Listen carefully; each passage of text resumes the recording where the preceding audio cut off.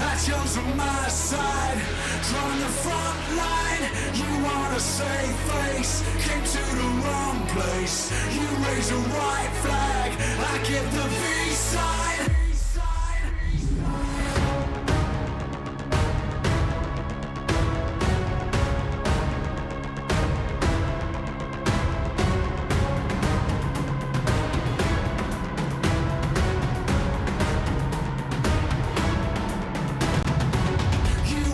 Change me, rewrite our history. I chose on my side, drawn the front line. You want a safe face, came to the wrong place. You raise a white flag, I give the V sign.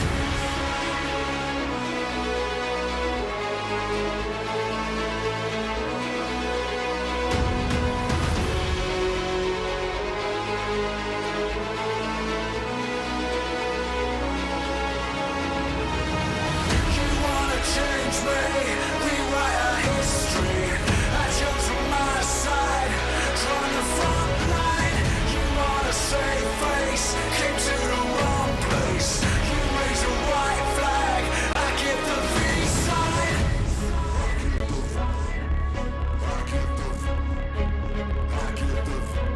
I give the V sign.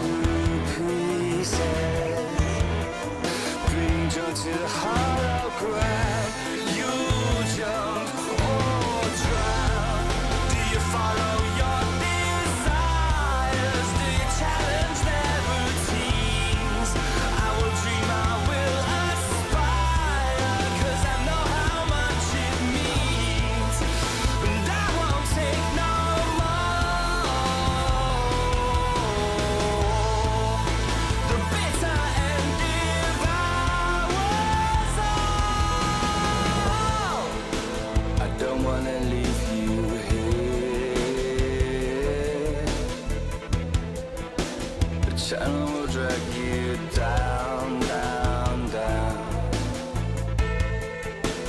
Living with vultures and maces, they're going to take your crown. I know where to go from here.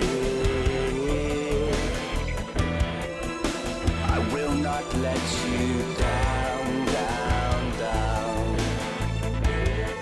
'Cause I'm beginning to see you fall to pieces, being pulled to the hollow ground. Please stop, you'll drown. Do you follow your desires? Do you challenge their routines?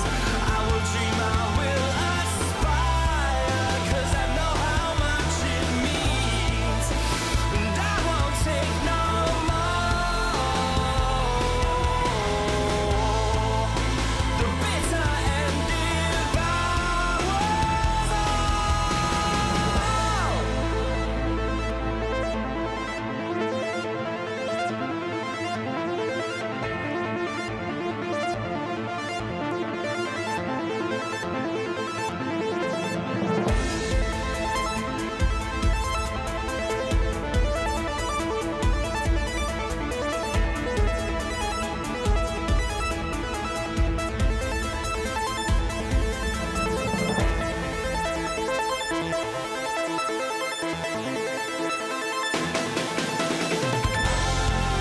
Do you follow your desires? Do you challenge their routines? I will dream, I will aspire, 'cause I know how much it means. And I won't take no more. The bitter end devours all. Do you follow your desires? Do you challenge their routines? I will dream, I will aspire, 'cause I know how much it means. And I won't take no more. The bitter end devours all.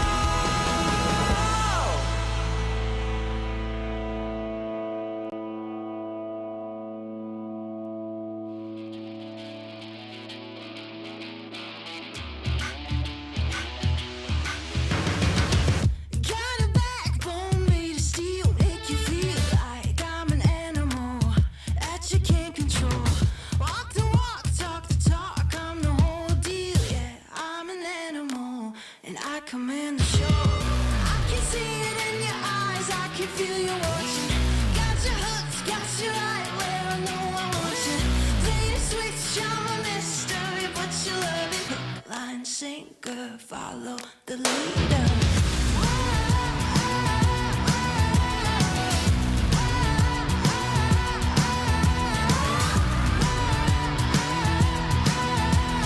Hook, line, sinker, follow the leader. Bring you right there to the edge, make you sweat like you can never take the heat, but it's never too hot for me. I walk the walk, talk the talk, you know I'll never stop, 'cause I'm an animal, I'll just laugh it off. I can see it in your eyes, I can feel you watching. Got your hooks, got you right where I know I want you. Play the switch, I'm a mystery, but you love it. Hook, line, sinker, follow the leader.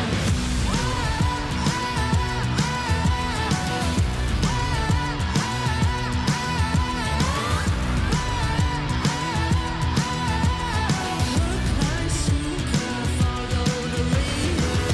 Got you sitting pretty in the palm of my hand. Got you busy, got you missing me, you can't stand it. Got you desperate, got you wondering where I'm at. If I'll call you again. Got you sitting pretty in the palm of my hand. Got you busy, got you missing me, you can't stand it. Got you chasing, got you wondering where I'm at. Hook, line, sinker, got that. I can see it can feel you watching. Got your hooks, got you right where I know I want you. Play the switch, you're a mystery, but you love it. Hook, line, sinker, follow the leader.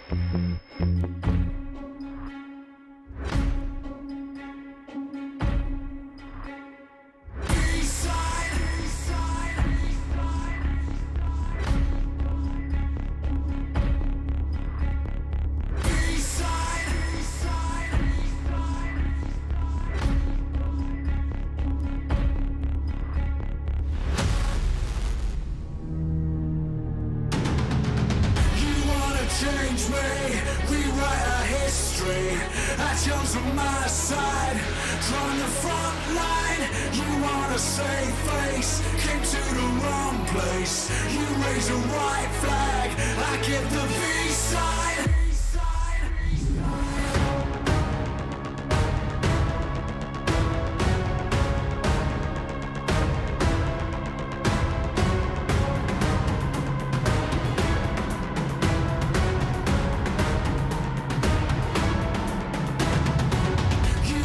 Change me, rewrite our history. Actions on my side, drawing the front line.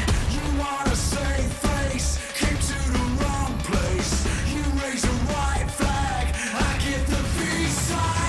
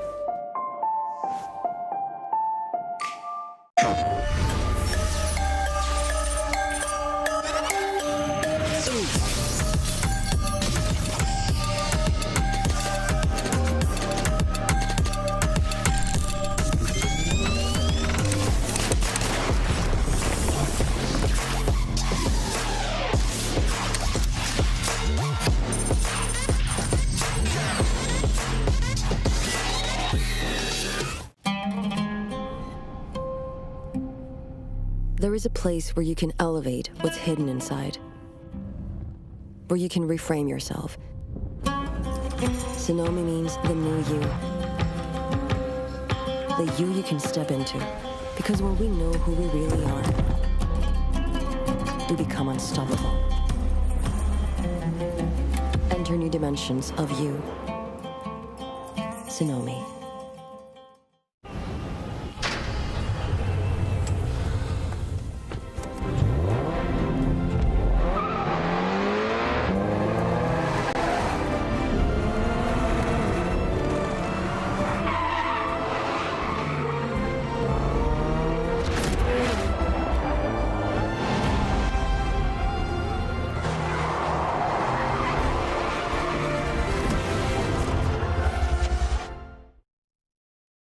All new Honor Magic 5 Pro.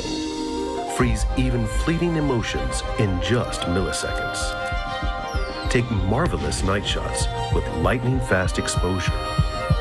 The display reveals more details in bright areas with an astonishingly long battery life that just keeps going. The latest flagship chipset brings you exceptional performance.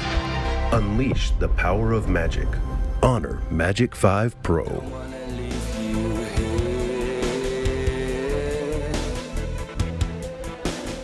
Channel will drag you down, down, down. Living with vultures and maces.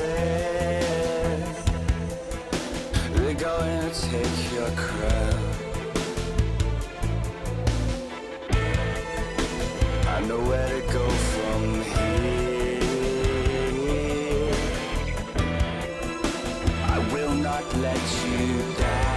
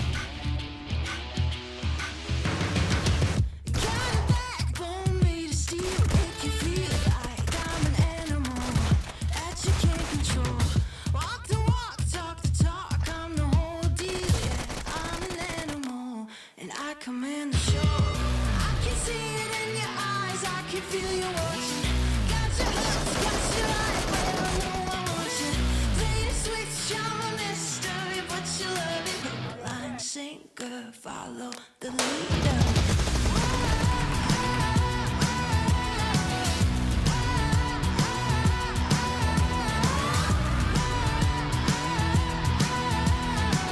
Line sinker, follow the leader.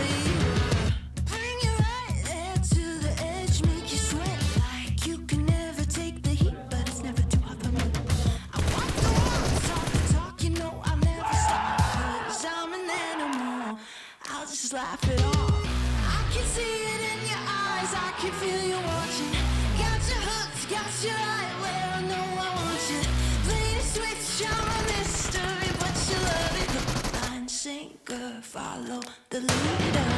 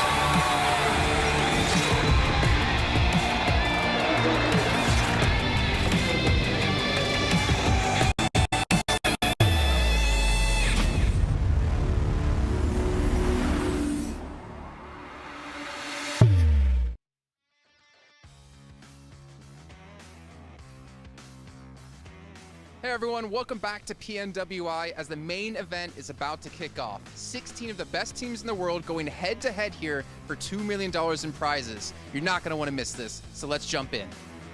Go ahead and drop a comment below and we'll hopefully see you guys in the tournament.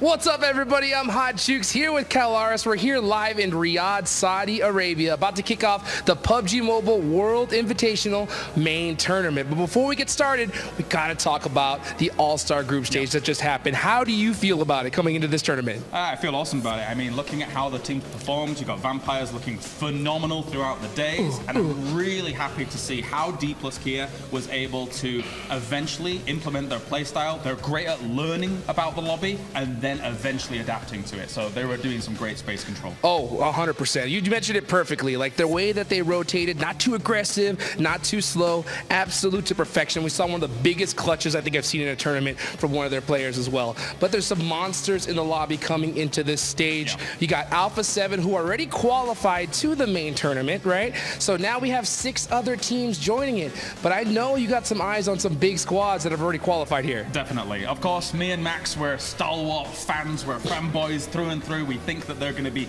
taking it home down the line. However, you can't count out some teams like Flux, of course, who used to kind of be that perennial second place to S2G in their region because they won the World Championship. But Flux won the championship in Europe and looked awesome whilst doing it. So I hope that maybe they can cause a little bit of an upset here. That'd be exciting to see. Another team I'm looking at is Alter Ego. They qualified through the SCE Super League, and they're going to be a monster squad coming to this. Who do you guys think is going to win this whole thing? Go ahead and drop a comment below, and we'll hopefully see you guys in the tournament. Well, thank you so much, Hot Jukes and Claris, for covering for me as I ran back here to the studio to get things underway for PMWI. And Jason Kaplan and I'm so excited and ready to go here for our main tournament. 16 teams, $2 million on the line. I feel like I just repeated myself from earlier on today. We got Max Fed and Several Worlds Gaming here joining me on the desk. And gentlemen, this is what it's all about. It's do or die time here for all these teams. And these teams, they didn't get voted in by popularity. They earned their spot by winning. Yeah, same for the All-Star Stage teams. Of course, able to make it into the top 7, of course, because Alpha7 did also really well in that event. But so many great teams. The lobby is absolutely stacked here, 7. I got a few teams I'm looking at in particular. Not going to talk about it just yet, but this is going to be a great... He's a team on his own. I'm He's like, such a good player. I have a team as well, but I'm going to hold off, and I might not be as positive as it usually is. Hey, just say. So are you going to smack talk Alpha7? Is that what I'm hearing? We'll have to wait and see. Oh, wow. Didn't expect that. Okay. Well, you know what? I'm actually excited to see what's going to happen again. We all have our favorites. You guys all have your favorites at home. But you know what's my favorite? The Honor Magic 5 Pro, powered by Snapdragon 8 Gen 2 and Honor self-developed GPU Turbo X. So that's my big phone of choice. That's a player's photo choice. You're just going to play it on the stage. And you know what, Max, man? I want to make it your phone of choice. You don't have a choice in this choice. I wanted a new phone, so you know what? I'll go get it right after today. Thank you very much for the recommendation. I want that Turbo X. Just take that one, Max. I licked it. Oh. That's how I make my claim on phones. I'm sticking over here. All right, so let's start to dive into this event here for you guys at home. If you missed out on the last 3 days, well, first of all, where the hell have you been? There's been already some crazy action happening, especially with our show matches we had yesterday after the show did finish. Let's get an idea of the format for you guys who might have missed it out. So we've had our All-Star Stage, which is across 3 different days. And now we have our main tournament, which is across another 3 days. Yeah, and as you can see, 16 teams, so maybe a little bit easier here. 7 to maneuver, drop into your position of choice on all of the battlegrounds, and especially the map rotation, the same, so we can see some improvements game after game on mainly Erangel and Miramar. And I think we're going to see a difference between those 16 teams in Sandhawk. I think we're going to be seeing it right away, because we saw some madness with Sandhawk, although I am hoping we don't end up with the same circles. I want a little bit of variety. No more gladiator circle, please. Move somewhere else. Though I do feel like some of the plays that were working for some of the squads in the All-Star Stage might not work as well here. So teams are going to be willing to punish you a lot more heavily. Yeah, I mean, the fact is you make any mistakes in All-Stars and maybe you get away with it because teams don't punish you. But that ain't going to happen here. As we can see, elimination, 1 point each. We saw a lot of teams putting up over 100 elims across our 18 matches. And then we also have the 10 points for a chicken dinner, which is going to be massive. And funny enough, like looking at the point system, if you guys haven't seen, PUBG Mobile in the last year and a half, placement points can still be really impactful because 9th through 16th, with, ignore the 18 for here, 0 points. And we've seen 1 point for a certain Pakistani team be the deciding factor of if they get into the main event or not. We have seen it. And I mean, I feel like the big one, too, has become the elimination points, right? And you were talking about the Pakistani team. They showed it yesterday. They were able to take advantage of those elims. I think they ended up with 22 elims. Yeah, record-breaking game. Yeah, it was a little bit... A little bit too late. Yeah, a little bit too late, but nonetheless, I'm pretty sure we're going to be seeing something like that at some point here in the next 3 days. Yeah, I mean, 3 days, right? 18 matches are going to be happening here. It might just come down to a tiebreaker because unlike the All-Star Stage, here we're going to have an actual champion, so the race towards the top is going to be close as can be. So I'm hyped to see who's going to be there after these 18 matches. Of course, I am as well here. And this pre-show is brought to you by Savvy to remind you guys at home as we get things underway. Now, again, if you missed out on the previous days of action, it's okay. I know I was a little bit mean to you earlier on, but luckily John Allen's gonna be the nice guy here, and he's gonna get you guys caught up to date here with our 6 teams that made it through the All-Star Stage here to the main event.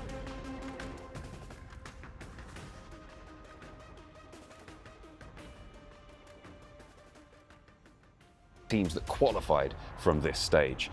Let's take a look, first of all, at DRS. We're looking at some really, really strong players from the Nepal region, and they have done so well here, placing 3rd overall, just being eked out by a Dplus KIA towards the end. But this is a team that plenty will be fearing as we move deeper into this tournament. We've also seen some fantastic plays from plenty of these other teams, Vampire Esports probably most notably. This is the team that topped the tables, and the Titans, who return as champions from last year's PMWI, are not going to let off the gas. They are not going to let anybody step up to them unchallenged. Team Falcons as well, a great new addition to this year's roster. We have had a great time watching this team. They did get a little bit close to the wire towards the end there, but they did manage to hold on to that 6th place spot overall. The Gladiators, a team that everybody was looking at coming into this tournament, with Kitsune's phenomenal play in that buggy as well, saw themselves safe in that 4th spot. A little bit lackluster from what we'd expected, but in general, they kept their heads high and kept themselves in the running. The Infinity IQ squad, they were at the bottom of the bubble and need to step up if they want to stand up with the big dogs in the main stages. We've also seen Dplus KIA do phenomenal things. Satan, most notably, has done phenomenally well in this clutch specifically. The guy was absolutely on fire. Satan cannot be challenged here. These teams have done so well to get this far, but there is still a little bit more of a way to go for them. So hopefully they'll be able to have the best of times and the best of chances over in the main stages.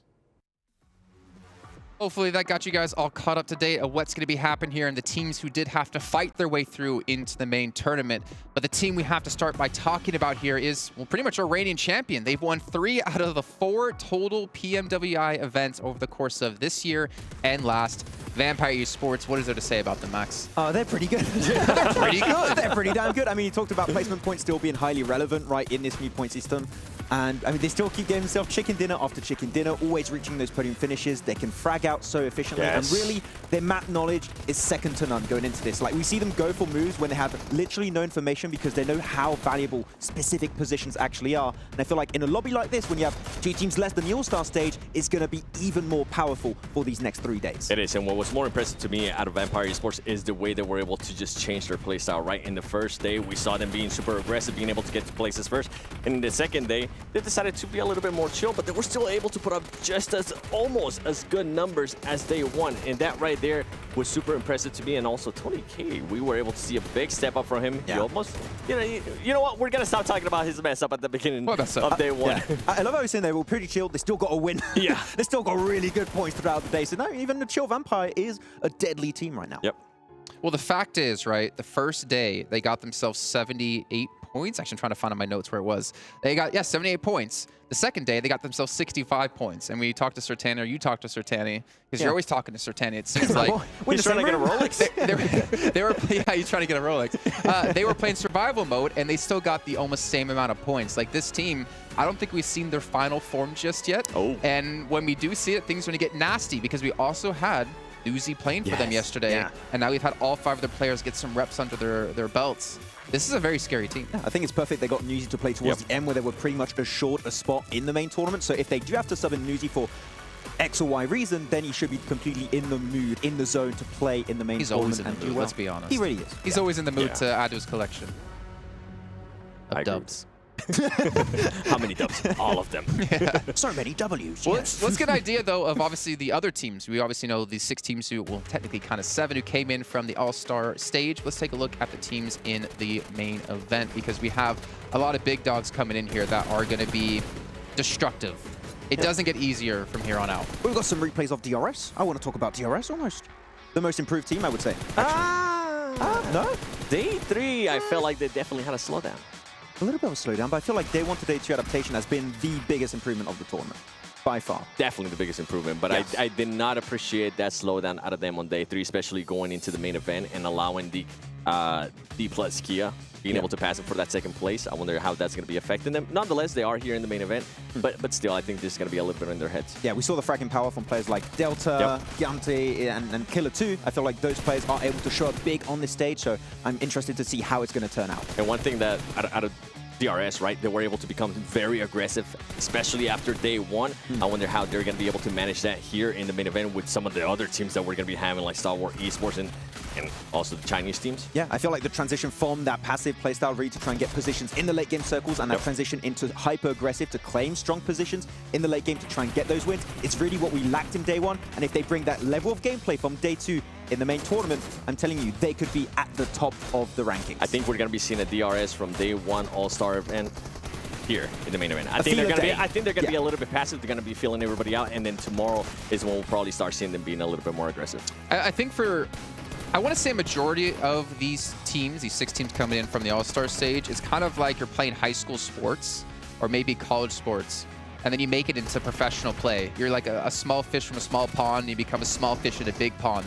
Not necessarily to discount the quality of teams we've had on the All-Star stage, but just the level of play here has just drastically increased. You're no longer the big fish, which means you might not be able to dictate the pace here. And we can see the other teams that are going to be participating against here. And Max, if you were to call out one in particular that you're really supporting, you really have your back on. You know exactly where I'm going to go with this one. Forest, no, okay. Star Wars Esports has to be the team I'm personally looking out for. I mean, you got, of course, the fragging duo here, the Powerhouse 7 that is going to be top and action with new additions in the team, mainly IC, that is an old player from IHC Esports, and another player that we're going to be watching out pretty closely later on in the broadcast on this pre-show. But Star Wars, I'm telling you, with their performance performances after PMGC and in spring can do big things here. And I would even say maybe even be the PMWI 2023 champions. I think for me, it's going to be Fireflux. Now that we don't really have S2G here at the main event, I feel like they're going to have to be that team from Turkey to be able to step up, right?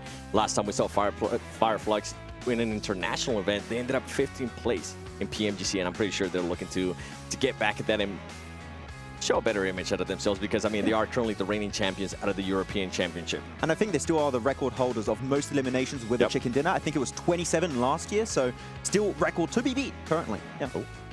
Okay, well, I got to bring up another. I mean, actually, before I bring up the other team, I want to talk about Fireflux a little bit more, right? We talked about the All-Star Stage, a little bit of a popularity event, because you obviously get voted in by viewers and people who are watching at home, which are viewers. That's what viewers are. Yes. Nice. It's been a long day already, and it's, we just started.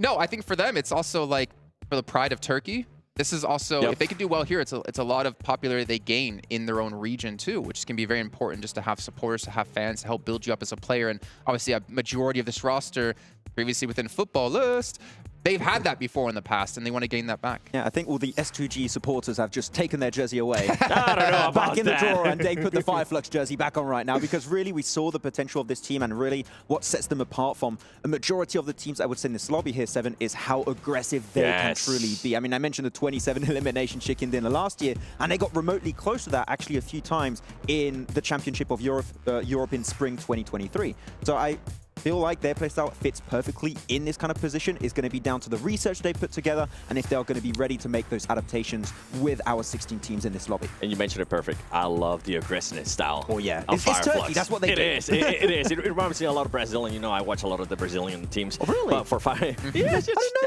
think you know. Yeah. We'll get to that one at some point. But with Fireflux, the utility, the way they're able to use those nades, I think we've seen it over and over again. And kind of what Jason was saying was what I was alluding to as well, is that I feel like it's their chance to be that Turkey team, especially since the PMGC finals are going to be in Turkey. They want to be that team that's, you know what, I think we're going to be there in the finals. Yeah, it would be so great to have them defend, like, potentially with STG and Fireflux on home ground. That would be such a great storyline. So I hope to see if that might be happening. Because potentially with STG? Maybe. I mean, maybe. They have if they play to like this, up. maybe not. We'll see. Well, another team I did want to bring up really quickly actually was Twisted Minds, because we have to talk about this in particular, because imports is something that's becoming more and more popular in PUBG Twisted Mobile. imports, yes. I mean, pretty much, I mean, you got yourself Raucous in the team that's been all over the place, it's fair to say. And Crypto, like an absolute superstar team that was in the Pakistani region and MVP, top player multiple times in a row. I feel like he's had a hard time adapting to the teams he's joined. I feel like this is kind of the most successful iteration of Crypto in a team we've had since he has left the Pakistani region. But after winning the Saudi E-League, we haven't seen much from Twisted Minds, so I want to see what they are truly going to bring to the table on this opening day. And maybe for Crypto, it's going to be like a chip on your shoulder, right? He's going to be a Pakistani player. His team wasn't able to, in regards to Aegon IA, they weren't able to make it here to the main event, but he might be looking to be shown why he was that top player, right, in 2022, why he was that MVP out of that Pakistani region. Yeah, and obviously we got to move along here because we don't have too long before we kick off our event. Let's actually take a look at the prize pool for you guys at home, because it's $2 million. $400,000 for first place. That's a massive chunk of money. But also, you got your calculator out, you added up all those numbers, it doesn't equal 2 million, because we also have some side prizes. We have our record breakers, which is going to be extremely important. Now, to keep in mind for you guys watching at home, this is all about the first team or first player to cross that threshold. It's not about who ends the event at the highest. It's about the first person or first team to do so. And there's a lot of money to win. And we can see our current records here with Vampire holding 3 at the moment. This is going to be tough to beat, but it is very doable. I mean, with what we've saw from Vampire Esports in the All-Star stage, they could be their very own record set back in 2022's main tournament. So I'm telling you, these are definitely achievable. You can breach these, but it's going to require a lot more than just individual performances. You need to be as a squad consistent and working together at another level. I think if we had a chance to break any of those records, it would only be most rescues. We'll just be rescuing each other over and over again. We would cheese it. We're last place. Let's just keep doing it over and over. But there's also a big topic coming up as well here down the line. We have PMGC. Let's take a look at an extra special prize you get for winning PMWI here. Now, one thing that needs to be clarified, obviously, PMGC points is going to be a massive factor of this. You can see how the slot allocation works as well. There's some people that get into league stage, some people that get directly into the finals. It all determines on different factors. But the second page here is what I'm curious about, if we have that, is the winner of this event. You don't go into PMGC, but you get another slot for your region. So, for example, if we had an NA team here, which gets 1 slot in PMGC league stage from points, if they won this event, there would be 2 teams from PMGC 7, 2 teams from PMGC points that would make it in. So that's extremely important here for some of these regions where we have these powerhouses. The only downside is if you're the team to win that for your region and then you don't qualify for PMGC, you'd be like, okay, I get like 10% of your earnings. Yeah. By the way, why you had to use an 8? That was like... Because we were doing NA. It's the easiest region to explain. They're not even here, though. Could have used, I don't know, South Asia or something. Yeah, but no, Brazil, NA. maybe? Yeah. NA. NA where? Huh? Who?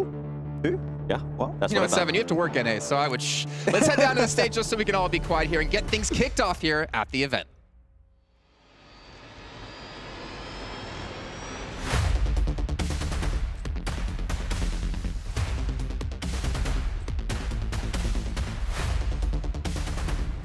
It's about that time. The scene is set and our players are ready. PUBG Mobile esports fans around the world, welcome to the 2023 PUBG Mobile World Invitational. اللحظة اللي كلنا استناناها، اللحظة اللي كل اللاعبين تجهزوا عشانها، لحظة بطولة PMWI الرئيسية اللي راح نشوف فيها أبطال هذه النسخة. 16 teams enter the Gamers8 arena and battle for supremacy here on the main stage. We've got $2 million up for grabs, the PMWI trophy, and of course, all those bragging rights. So trust me when I say, things are going to get spicy here. 16 فريق جانا من كل أنحاء العالم، معنا أقوى الفرق، وبرضه في نفس الوقت زي ما احنا شفنا قبل أن الجوائز هذه البطولة $2,000,000 غير الكأس وغير اللقب. راح نشوف في المنافسات هذه منافسات راح تكون معنا غير طبيعية. The best teams from all over the world competing under one roof. What could get better? My name is Banks and I'm your host, and joining me here on the main stage is none other than my co-host, Atik. معنا أقوى الفرق زي ما قلنا لكم فيها، راح يتنافسون كلهم تحت سقف واحد في هذه البطولة. راح نبدأ هذه الرحلة معكم مقدمكم عتيق باللغة العربية ومعنا مقدمنا باللغة الإنجليزية بانكس. So let's kick things off by welcoming our teams to the main stage. والحين أعزائنا المشاهدين خلونا نرحب بال 16 فريق معنا على المسرح ونبدأ لكم فيها المباريات.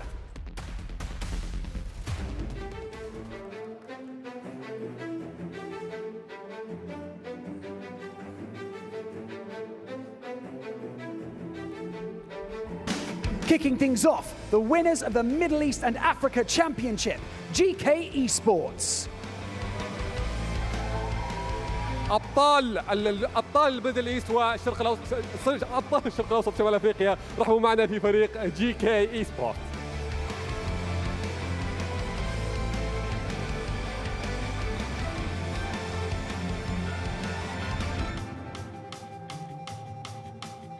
Stepping onto the stage, right here, the winners of the European Championships, Flux. ومع أبطال أوروبا رحبوا معنا في فريق Flux.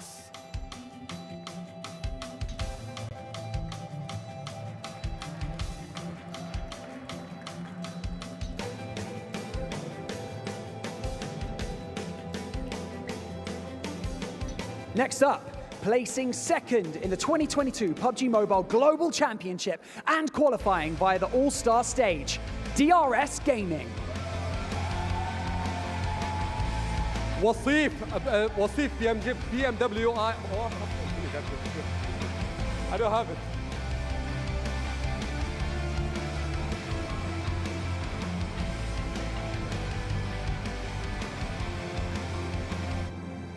Winners of the South Asia Championships, can they continue their dominant streak? Stalwart Esports. أبطال جنوب آسيا PMPL رحبوا معنا في Stalwart Esports.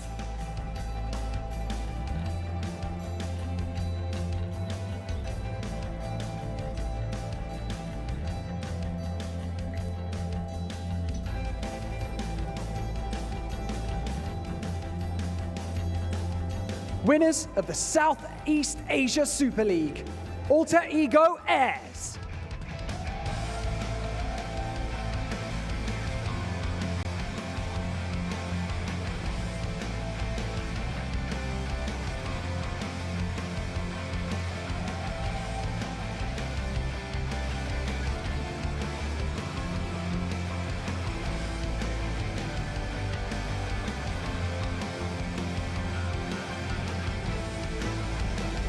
winners of the 2022 PUBG Mobile Pro Series Fall Finals, and qualifying via the All-Star Stage, Dplus KIA. أبطال PUBG موبايل برو في نهائيات خريف 2022. رحبوا معنا في Dplus KIA.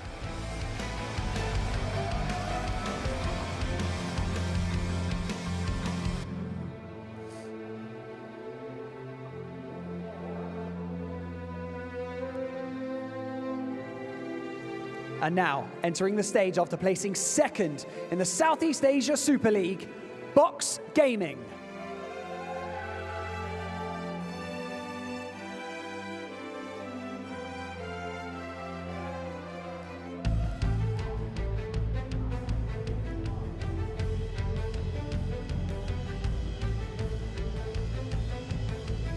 Stepping on to the PMWI stage for the first time, winner of the PEL Spring Finals, Tianba.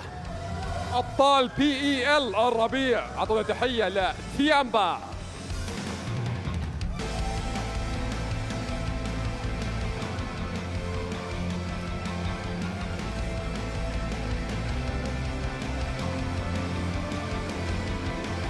Stepping onto the stage, placing second in the PEL Spring Finals, 6-8.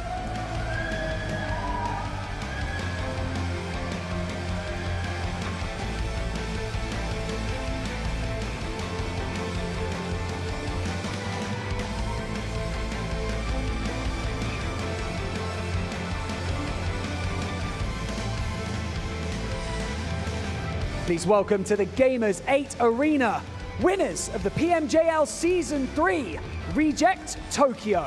أبطال PMJL الموسم الثالث، أعطونا تحية لريجكت طوكيو.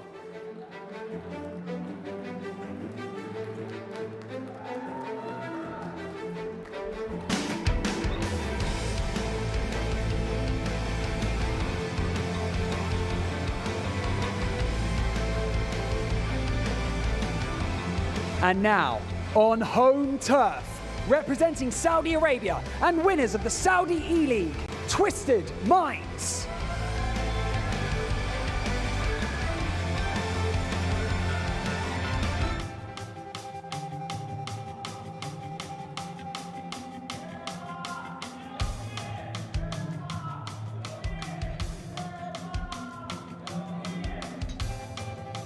Placing second in the PUBG Mobile World Invitational last year, our All-Star Stage qualifiers, Team Falcons.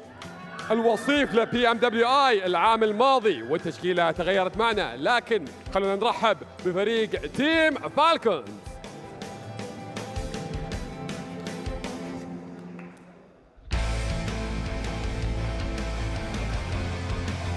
And now, stepping onto the stage, qualifying for our main tournament via the All-Star Stage, welcome G Gladiators.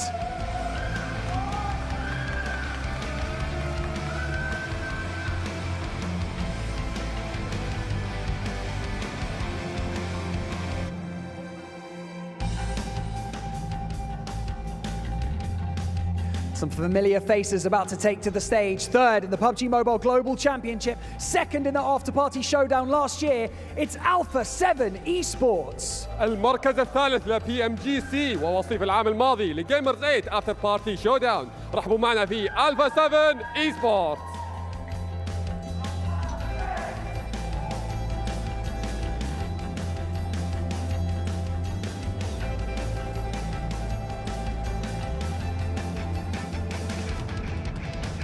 An impressive performance throughout the All-Star Stage means that they are here to do the same.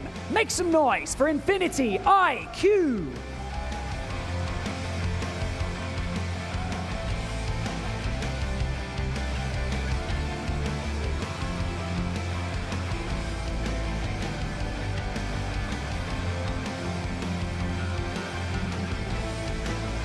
And now, your reigning champions of the PUBG Mobile World Invitational and the After Party Showdown. Welcome to the stage, Vampire Esports. حامل لقب PMWI وأيضا حامل برضو لقب PMWI After Party Showdown لعام 2022. رحبوا معنا في Vampire Esports.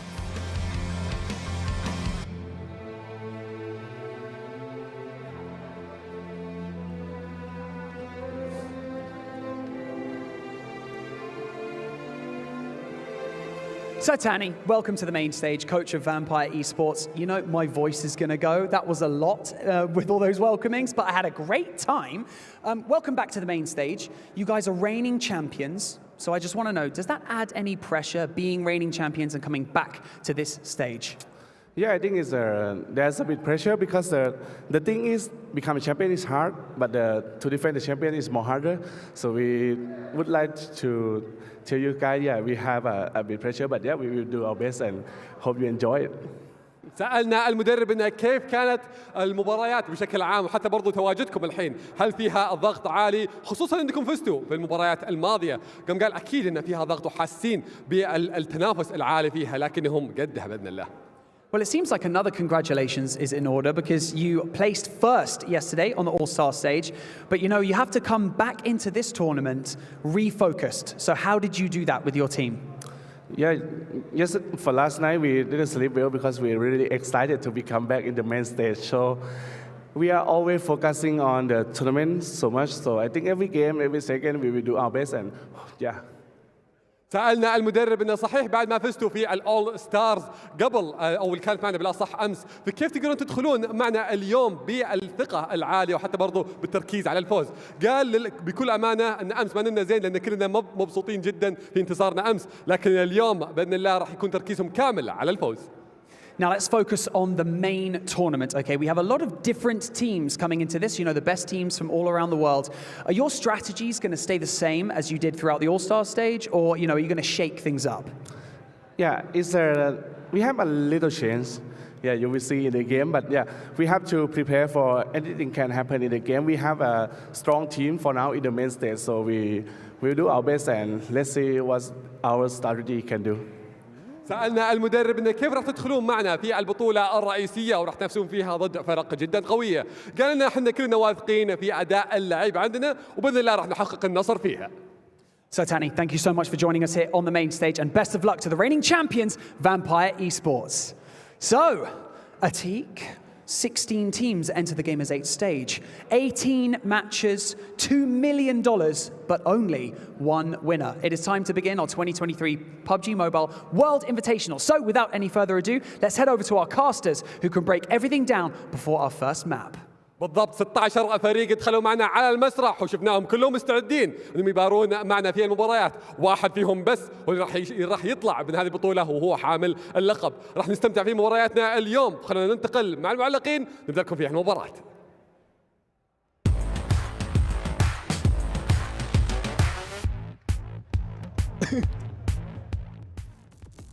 Why laughing? Which one do you guys like Why more? laugh at 7? What's so funny? Did you like the fusion one? I think that was my favorite one. But the alter ego mask was also pretty sick. Really like that one too. Alpha7? Korea wasn't there. I wonder where he is. You almost got me. Max, every show here, we've been doing a player to watch, or LG player to watch. And we decided to let you pick the player for today. Who's it going to be and why? It's Nazerd. No, it's not going to be Forrest this time. It's Nazerd, actually, from Star Wars Esports. So, just in case you guys are not familiar with the old team, of course, we know all the old players. You've got your top, your Action, Scribe, Pika, but they got 2 new additions, one of Icy and Nazerd more specifically, and this joined, I believe, in December, right, of last year here, 7, and has had one of the most incredible rises to fame in PUBG Mobile Esports in South Asia.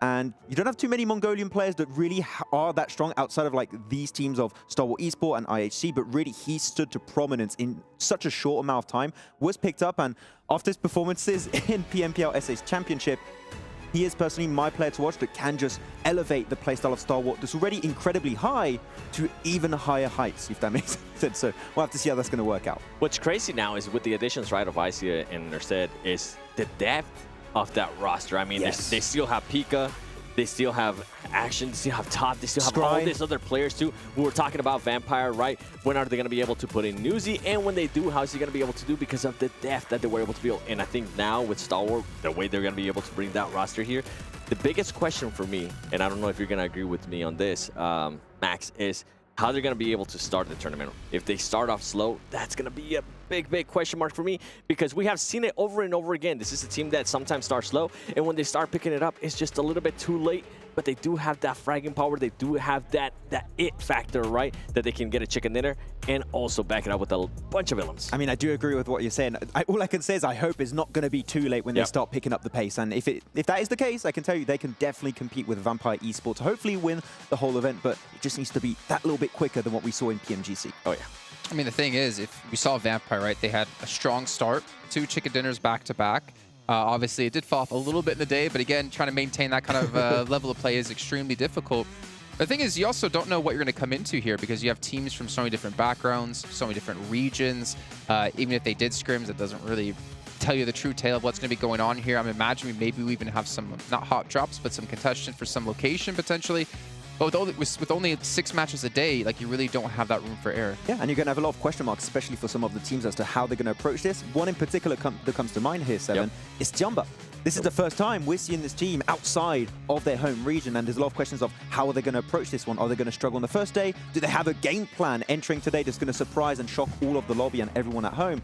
I'm not sure, but Jumba is a team that I would be very cautious about because we just don't know how it's going to work out with them in this lobby. Yeah, it's such a big question mark. You were talking about hot drops, something that we actually have 2 teams from All-Star that they were kind of hot dropping. I'm talking about G Gladiators and Alpha7. We saw them back off after they won. Gladiators backed off. Yeah, Gladiators backed off. I wonder if that's going to be the case or if they're going to try to just waste some time in a way and try to go back to the North George drop. I hope that's not the case in Erangel. I hope that they continue to do what they've been doing because it has actually worked out for them so well. Yeah, I actually like their solution. Instead of going for Northern George and dropping on Muzexis, that also didn't work out in Severny. They went to the west and did a big west split on Hospital. Forget about that one match. If we're forgetting about what Tony K did, we're forgetting about that one. Pretty much, but it was Muzexis. So you went for the Hospital split, which is a good northern western drop, keeps them in like similar rotation path, and also they can just go for the southern western bridge of Samnufka Island. So there's good options. I don't feel like that hot drop is going to happen. There's no reason for it to. Well, something we can discuss as well is that not necessarily all these regions have come in with the same Battleground order that we're doing here at this event, right? We have to keep in mind it's going to be the 1 Sandhawk followed up by 3 Erangels followed up by 2 Miramars. Now, some of these regions actually did use this map order, so they're kind of accustomed to it. But I'm curious for the regions who haven't done this.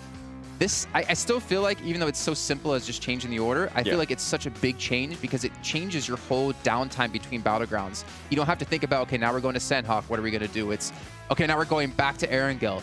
What can we change in what just happened, and what can we learn from this last match that we can improve on? I mean, I think we've seen it in All-Star event, right? Well, I'm thinking from the All-Star event, we saw teams being able to adjust on the fly in a way from one Erangel to the next Erangel, and even we saw that in Miramar as well. I think the caliber of these teams are definitely going to be able to adjust fairly fast. Yeah. And I hope that's the case because they're not going to really have that much slack, right? They're not going to be able to have 2 or 3 bad Erangels in day 1. That's going to be half of your day gone. You don't want to be put in that position. Yeah, I still believe it is the superior map rotation because you can make those changes, make those fast, quick reactions to every single battleground that happen in a row. So especially Erangel, if you're doing good there, half of your matches are pretty much in the bag. We saw some teams do that relatively well in the All-Star stage. So yeah, the map rotation is going to be a big thumbs up for a few of the squads. So that means, Seven, you've been converted Sandhawk first. You're a fan of now? Because I know you were kind of... I was against it at first. Were you against it, or were you just kind of like, I'll see how it goes? I just get it out of the way. No, I just always enjoy Sandhawk like midway because of the madness. And I felt like it always allowed teams to have that spark. If stuff wasn't working for them right in the previous matches, I felt like they were able to turn it around after Sandhawk used the craziness and then being able to maybe have a better day. But I'm glad that we're kind of getting the madness out of the way right away. Yeah. I think the one change I would make, actually, is put Miramar before Erangel. So Sandhawk, double Miramar, triple Erangel. Oh. Because End on Erangel always has some hype plays. But ladies and gentlemen, as you can see, unfortunately, we are having some technical difficulties here that we are trying to sort for you. But in the meantime, we're going to head to a break here when we come back. It's going to be the casters. It's going to be the first match of the day. And you're not going to want to miss it.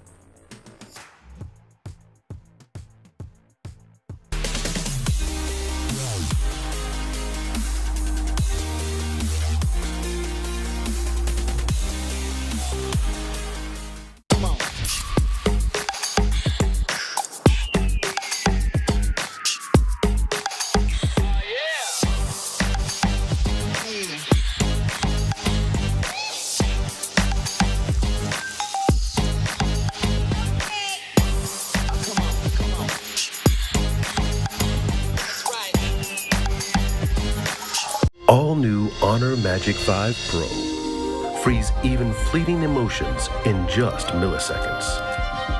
Take marvelous night shots with lightning-fast exposure. The display reveals more details in bright areas with an astonishingly long battery life that just keeps going. The latest flagship chipset brings you exceptional performance. Unleash the power of magic. Honor Magic 5 Pro. Open your eyes. When you look into my eyes, tell me what do you see? Tonight, I'm gonna show you the wonders of the mall. Hey, I got nothing to lose. I got nothing to lose. I need warriors. So this is what you want to be. You wanna walk? Show me what's up, then. Now we ready to bust in. Take everything, leave 'em with nothing.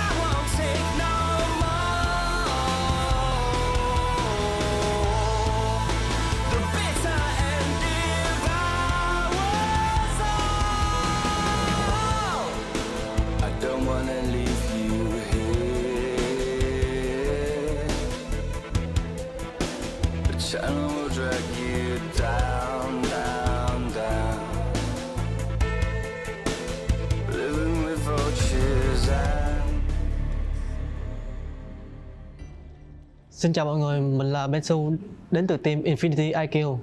Mình đến từ đất nước Việt Nam. Mình cảm thấy rất tự hào khi được đến tham gia giải đấu này và mình đại diện cho quốc gia của mình. Có lẽ team mình chuẩn bị tinh thần thật là tốt và thoải mái để thi đấu hết sức mình trong giải đấu lần này. Player hình như trong team em là 4 người đều có thể là tạo nên đột biến nên khó mà đoán trước được ai là người gánh team. Tại dòng Monster này hình như tất cả 17 team còn lại có thể là sẽ là rất khó khăn cho mình, không chỉ riêng team nào hết. Mình xin gửi lời hết tất cả các team còn lại là chúc các bạn thi đấu may mắn và đạt thành tích tốt nhất trong các giải, và nhớ đừng quên ủng hộ bọn mình trong giải đấu lần này nhé.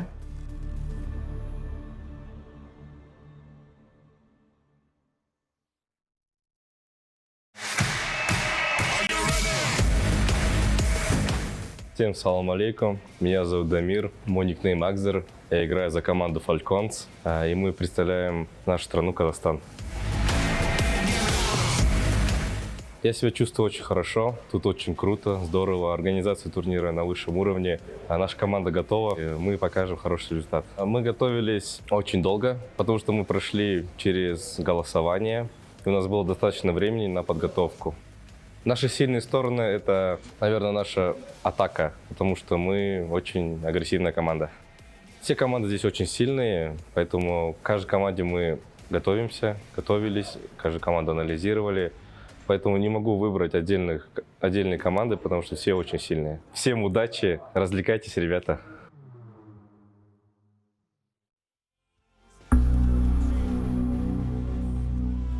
Meu nome é Lucas, meu nickname é Carrilho, meu time é Alpha7.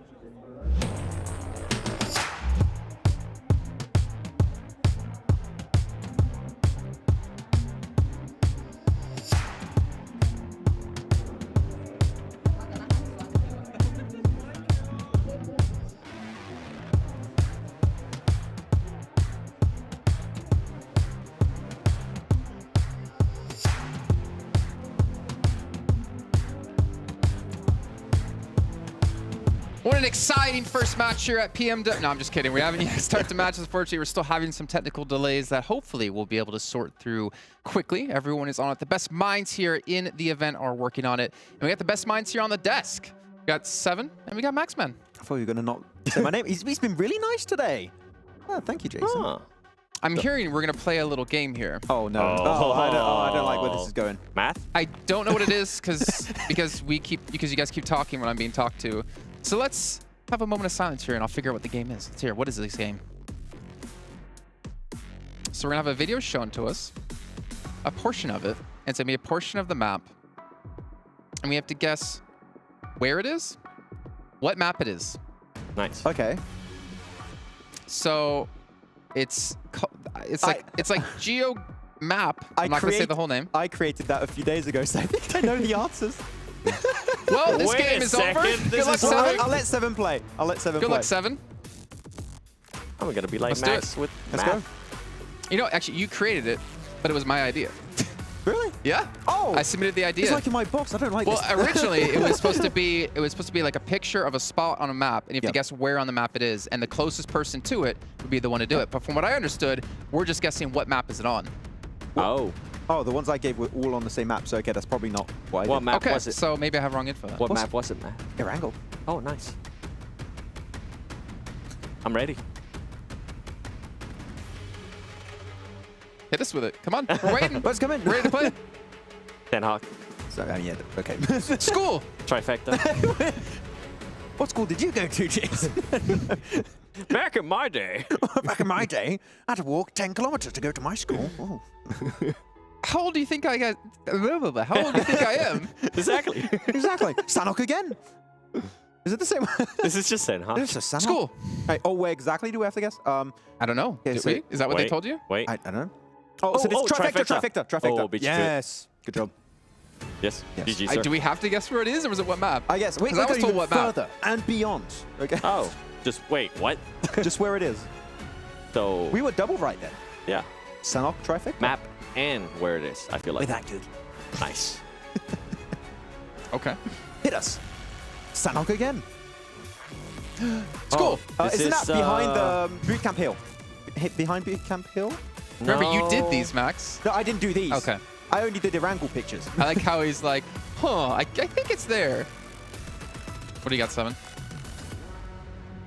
I know what you're thinking, but it's not that one. Actually, that little... The real question is, right? Maybe between boot camp and Paradise Resort. There's a lot of... Yeah, but It's between the east and the west coast. It's somewhere between those two spots. But are we even being given the answers to the question? All right, play it. Is there an answer in Yeah, the I think video? this is like the going from boot camp to Paradise Resort. If you take, Oh, is it? Oh, it is. It is. It is. Yes. I don't remember the name because it doesn't really have a name. It doesn't really have a name. It's That's pretty the much issue. just between I boot got camp you. and Guys, I Paradise got you. I know Resort. the name. What is it? Tell me. School. Calm down, Forrest. Whoa. Hey, you got Forest. You got Alpha7. I got School. Whoa. I haven't actually used to that much Where yet. do you drop school? Okay, we have another one for you. Now, I need you, wait, before we play the video. Oh. Okay. Okay. I was going to say you have to... This is you a have to- warehouse? You have to ding yourself in. Okay. Warehouse in... Oh, Okay. Wait. Oh. a warehouse in Sanok somewhere. Where exactly, I don't know. So we got a solo show match now, I'm hearing. Is this just Sanhok? This is a roof. Do you know where it is? I mean, it's Exactly. Sanhok. There's a few buildings that look exactly like this. I'm thinking one of the warehouses restart. west of Can Quarry. you restart that video real quick? Why? You don't really see anything extra. Yeah, you do. What extra do you see there? That is... I remember that tree exactly. Outside, Yes. Actually, I think it's like outside Paradise. That's a part of... I say west of Quarry. Okay. That doesn't help. Keep going. It's a floor. Keep going. I think I'm right. I think it's outside Paradise, no?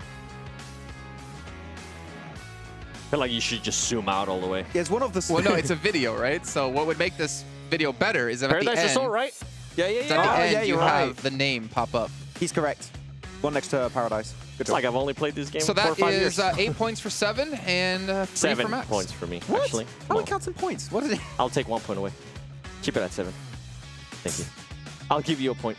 Thank you. So Max So Man is kind now of at you. 8 and 7 is at 7. I'm winning. Nice. We have another one. Wait, I'm next staying at map or 7. next clip? Okay. Oh, he said You gotta next be very map. It's a different map. Salt mines on Sandhawk. I don't know the exact. I think it's salt mines. Just salt mines. Salt yeah. Salt mines. Salt mines on the coast. There's multiple spots. Actually. I don't know. That looks like my chair at school. Sandhawk. That's the chalk pile on the board. Oh. They've all been Sandhawks. Good job catching up. Okay. And then the one time you say Sandhawk, it's like, no, this is Livic. Should throw a wild one at This you. is Noosa, I actually, hope yes. not. Throw out some Karakin. Do we have more? I wonder how the audience How many is more doing do we too. have? Sandhawk. Pinam. I was gonna say Painan. Painan's a good one. We got our answers locked in. Let's see. Where is it? If you see a river, I it's feel like it Painan. is. Yeah. River. Show me the river. Pinam? Where's the river? Pinam. Oh, no, wait, what? actually. Did Hot Jukes just scream Sandhawk? Wait. Wait. Pause it. Pause it. No, let him play it more. No, pause it. Wait. Go back. Pause it. The perspective is actually getting me. It's looking Yeah. like a different angle compared to what we usually It used to looks see. like Pinam. So production, what is it? It's Where not is it? Painan. No, it's definitely not I Painan. don't think showing this the video over is gonna magically make us know where that is. Camp Charlie? No, with that. Camps don't look like that. I don't know. I mean, No, France Sam- camps. Well, no, you want the Kampong? answer. Oh, we want the Kalaris. answer. Kalaris found Kampong. Okay. It might be Kampong. It could be. What James said. It is. He confirms. Nice. Okay. He's the referee. Plus 2 points. Do we want the casters to join? Yes. No. Yes. Hot Jukes wants to join. I don't know if they're actually throwing you in or not. Oh, yeah. I am Calaris' here. laugh? I'm ready. Bring it on. No, it's more like. That's Kalaris laugh. What? Okay. That was Okay, so- Claris's laugh. Okay, we have pretty good, another one. actually. We have another one. First to Bring it. answer Sandhawk. correctly. Oh, Sandhawk. Oh. Boot camp. Yeah, it's boot camp. Actually, No, actually, it's not. No, it's not. It's it's that. Camp It's Alpha. Camp Alpha. Hot Camp Alpha. Camp Alpha. I like how Calaris like, nah, I don't want to play. And then he's like, oh, I have an answer. I knew it was Camp Alpha, and I put my headset on. Yeah, you see the mountain in the background. He Yeah. said it. He Yeah. only wants to play when he wins. So he always plays. Well, none of you guys knew it was Kampong before, anyway. Kampong? I believed it Should I was. take my headset off again? Leave it on. He's given up. I don't know. We need the Next master one. here to school some people. No, You're the school. referee. Yeah. What? I swear. If this they was put Aaron school and Gellerman, you There's don't not say even school in I'm gonna Sandhawk. be Sandhawk, so somebody- know, somebody but what if believes there's it's just similar. randomly Yeah, one yeah. in school and I'm just like, I told you guys. Give us a Miramar one. If we can. Yeah. Do we have more? Is that it? Wait, Oh, how many more do we nice. have? Maybe that's better than me asking every single time we see what if we have more. Infinite. No. 15 more. 15 more. That's 50. right. Give it to Nice. Are they all on Oh, Sandhawk? 1-5, 1-5. 1-5. Yeah. I hope you guys get comfortable at home. Quinceañera. Let's see. Just show me a zoom in of like a rock. You know what I'm saying? Let's go hard mode I with remember it. those Oh, pixels it's a palm perfectly. tree. It's a palm That's tree. Painan. Sandhawk. Hot tin. Hot it. Yeah. Hot tin. Got it. Yeah. I think it's Hatin. I think it has so. to be. Or is it You got no- Lakawi? You got no terrain in the background, and that palm tree is in Hatin, I think. That you in the know behind of. it. No, it's too far away from the coast. Nope. It's off the It's- it's off the Oh, coast. that perspective got me. Oh. No, it's No, hot. it is. It is. It's Hatin. It's I'm a Hot tin. gamer. Yeah. You got the mountain, the gladiator mountain. Yeah. I'm a gamer. The glider. We don't talk about the glider. We don't talk about it. Who's keeping score? You guys supposed are to at be production. keeping score. No, they're not. Everyone at home is keeping score. How's everyone at home doing? I can't wait to go back and just look at the chat. I do have confirmation that every viewer guessed all of them correctly. So, all I'm going to retire as champion. That's I it. got lost. I'm out. Take it to the bank. Yeah. right, next one. Let me step off my box. Sandhawk. Isn't that Cow? Cow? What? Cow. That's Cow. Is it the docks? North. Next to the north. north. North. Next to the north. Yeah, Cow. Yeah, that's Cow. Yeah. Yeah, it is. White Walkers. Oh. Have you ever heard of the I see your docks? culture. All right. We Cow? got it right. I Yeah. think we all got it right. Could it be cow? It was. Indeed. Locked it in. Max and I Calaris? got it right. I got it right. Yeah. Noise. Thanks, Mass. I mean, Max. we can. Mass. Don't call me Math. Math? I'm offended. That is your new nickname. 3 times 4? I'm not doing that again. Wait. Don't try me. What is 16. it? Nice. We need to clip that up. He's consistent at least. Okay, I think we have another one. Bridge, northwest bridge to southern western bridge. No, it's not. It's too short. It's too short. I'm wrong. It's the one from northwestern bridge to on the north, up there. I've never seen Max so competitive. Wait, is it? I mean, 10 bridge. Wait, it's that one. My second guess was correct. Sorry, we only take first guesses here. Northwest I'm bridge actually by the really south. into this. I'm actually enjoying this. This is cool. I mean, you did create the game, so good job. Actually, no, Jason created the game. Good job, Jason. I created a worse version of the game than this. My original idea was we were actually going to have a telestrator, and we would be shown just an image, and you would put a ping where you think it is, and then we would see where it is, and it'd be the closest person gets the point. We should do that. I like that. That was the idea I had. PMGC, here we come. Well, some of us.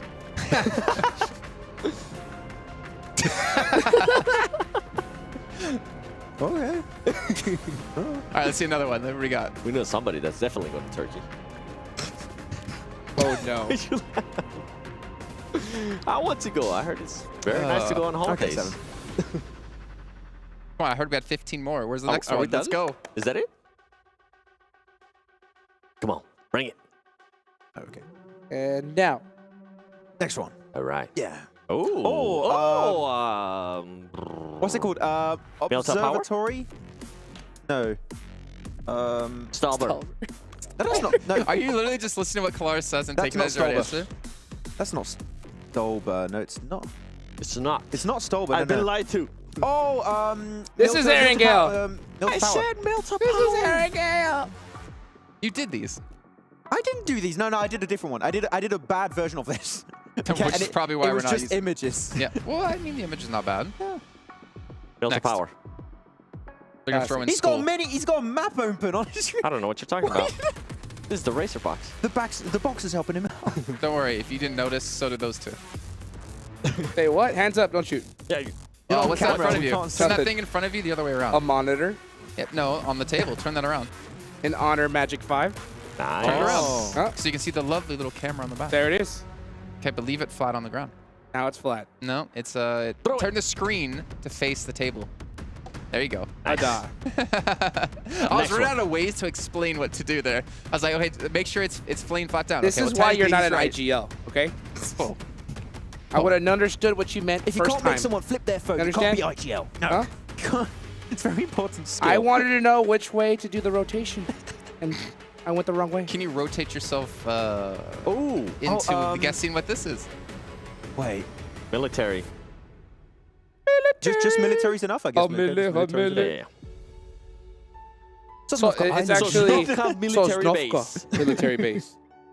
Yes. Yeah, that's the U-shaped building. Yeah. No. Yeah. That would be like Wait. No, it's not. Oh. It's Milta. Oh, no. That's No. Milta. It's not. We got bamboozled right there. Wait Okay. a second. Something ain't right. Okay, Milta. It's Milta. We Milta. got baited right there. It is We did. It's the Milta. exact statue also It is in, the same one. Yeah, it is the same. Both start with an N. They're playing mind games on us. Diabolic tricked us.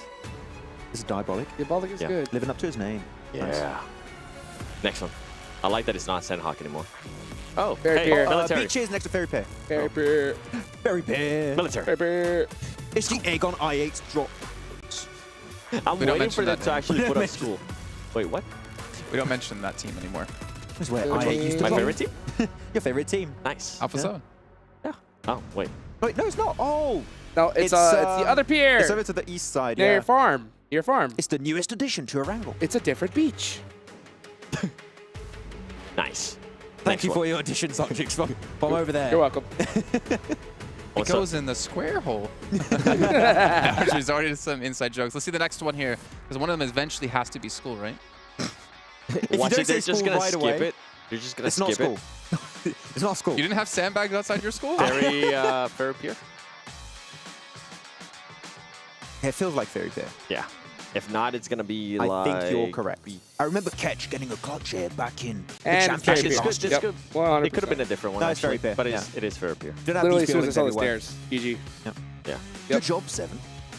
You still want to remain on 7 points, or? Yeah, I'm staying at 7 points. Thank you. I'll take them.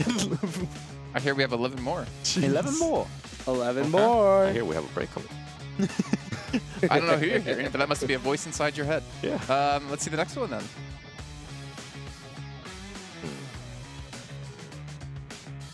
Quarry. That's the northern side of Quarry, yeah. I think Seven has one of his earphones off. I and he's just don't. listening. He's just listening to Kalaris right away. Close. You need to start debating them here. Just say school also. I don't know. Just. Oh no, okay, it's the eastern edge. Okay, fair enough. I like how Max is trying to be like exact. I really want to be precise on my guess. I want to hear latitude function.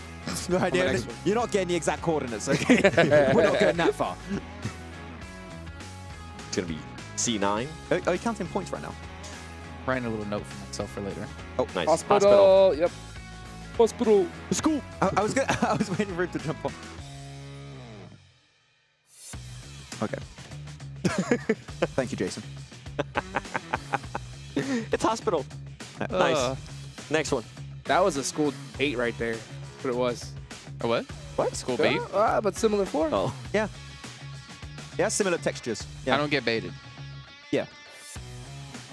I am the bait. Yes, you are. And I am the... Wait, that makes no sense. It does now. What's the next one? Master. It's bench. This is by best location apartments. Bar says north of East Bridge. He could put his headphones on and play with us. This is...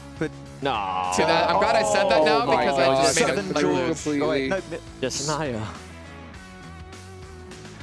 Wait, is that, no. no, that's not Hold North on. George. What No, is it is it? North North George. George. It's over to the northeast Yeah. of George. It's like going out to Sarky. Bus stations used Yeah. everywhere.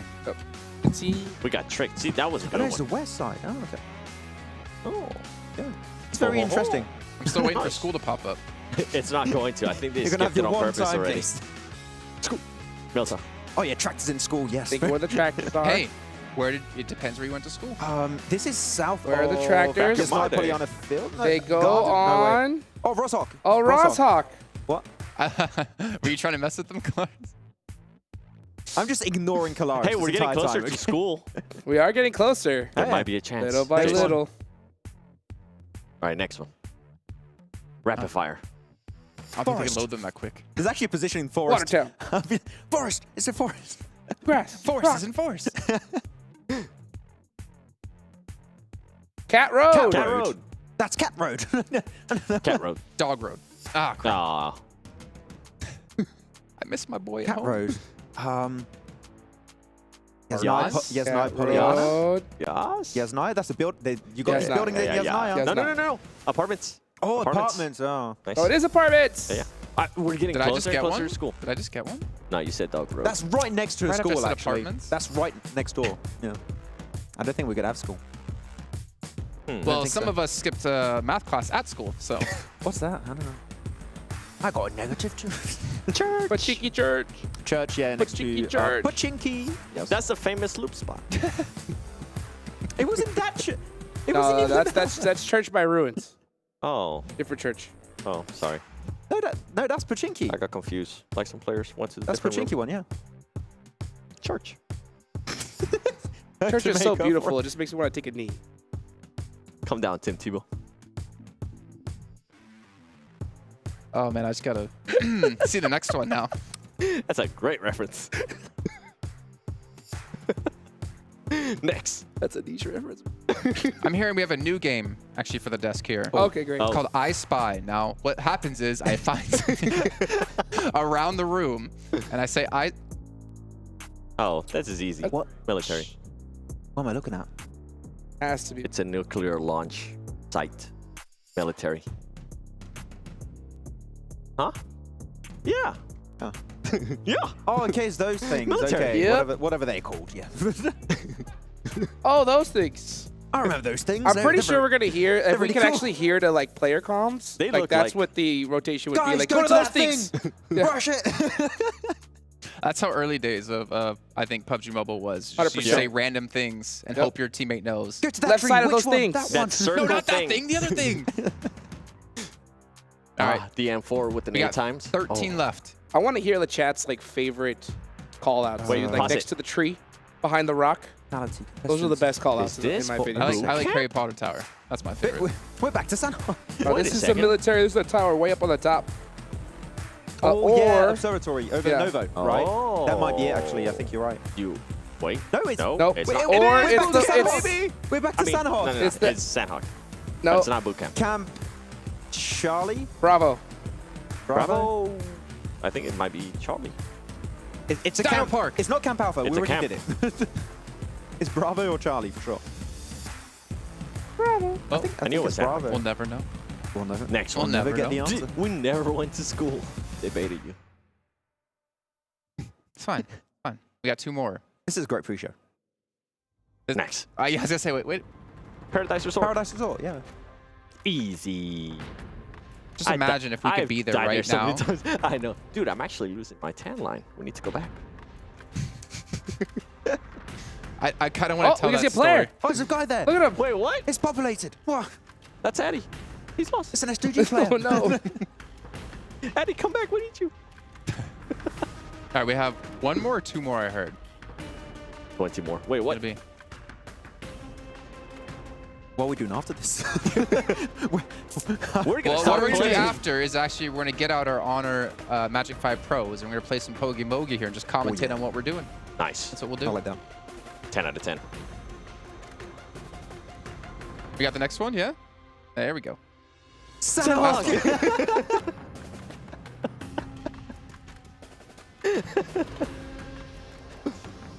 Did we have this exact one earlier? No. Nope. No? Different one. Okay. Okay, we already had it. That's what I thought. Just play along. I get an extra point. No, that's a new Oh, one. where is that That position? was a different angle. They got mirrors.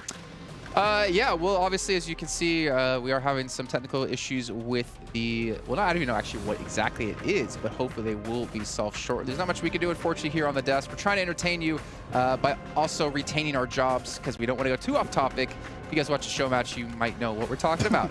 I don't think we're allowed to play with our voices either, so what we will do is head to a break instead. We'll save our voices because when we come back, possibly, most likely, maybe, we're going to have a match coming your way. There's a chance.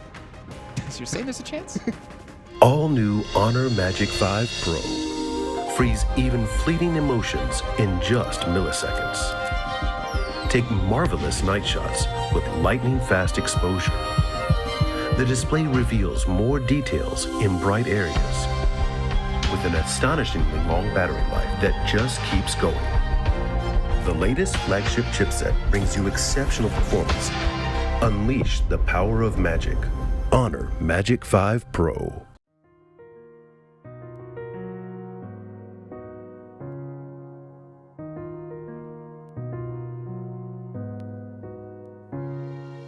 الحياة لحن ولأننا جزء من مقطوعة عظيمة تحركنا تلمسنا تصنع من لحظاتنا ذكريات بديعة لأن الوجبة التجربة المغامرة حياتك بعد جديد في هيلتون الرياض.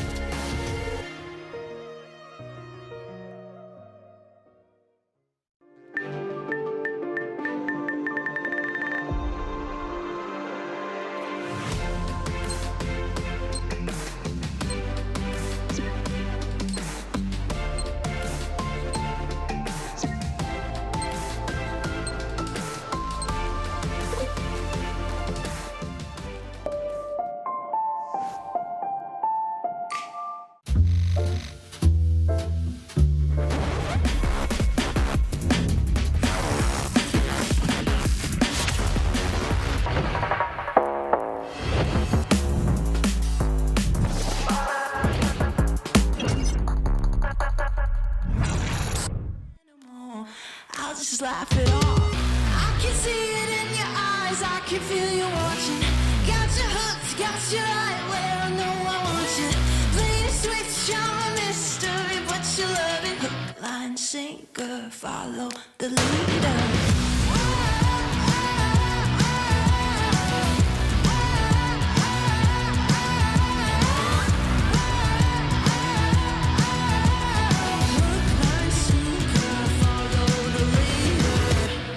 Sitting pretty in the palm of my hand. Got you busy, got you missing me. You can't stand it.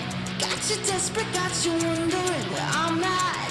If I'll call you again. Got you sitting pretty in the palm of my hand. Got you busy, got you missing me, you can't stand me. Got you tasting, got you wondering where I'm at. Hook, line, sinker, got that. I can see it in your eyes, I can feel you watching. Got your hooks, got you right where I know I want you. Play the switch, you're a mystery, but you love it. Hook, line, sinker, follow the leader.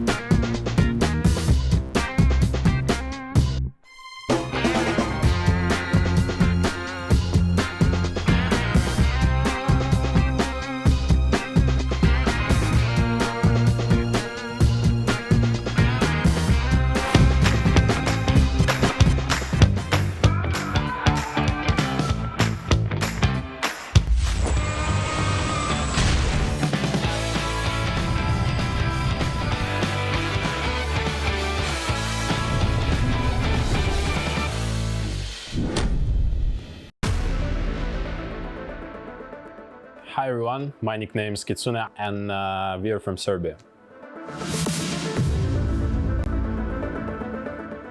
Yeah, I'm very excited to be here, especially that last time I was in Riyadh, I won the tournament here. It's a LAN tournament, so of course it brings like warm like memories from here.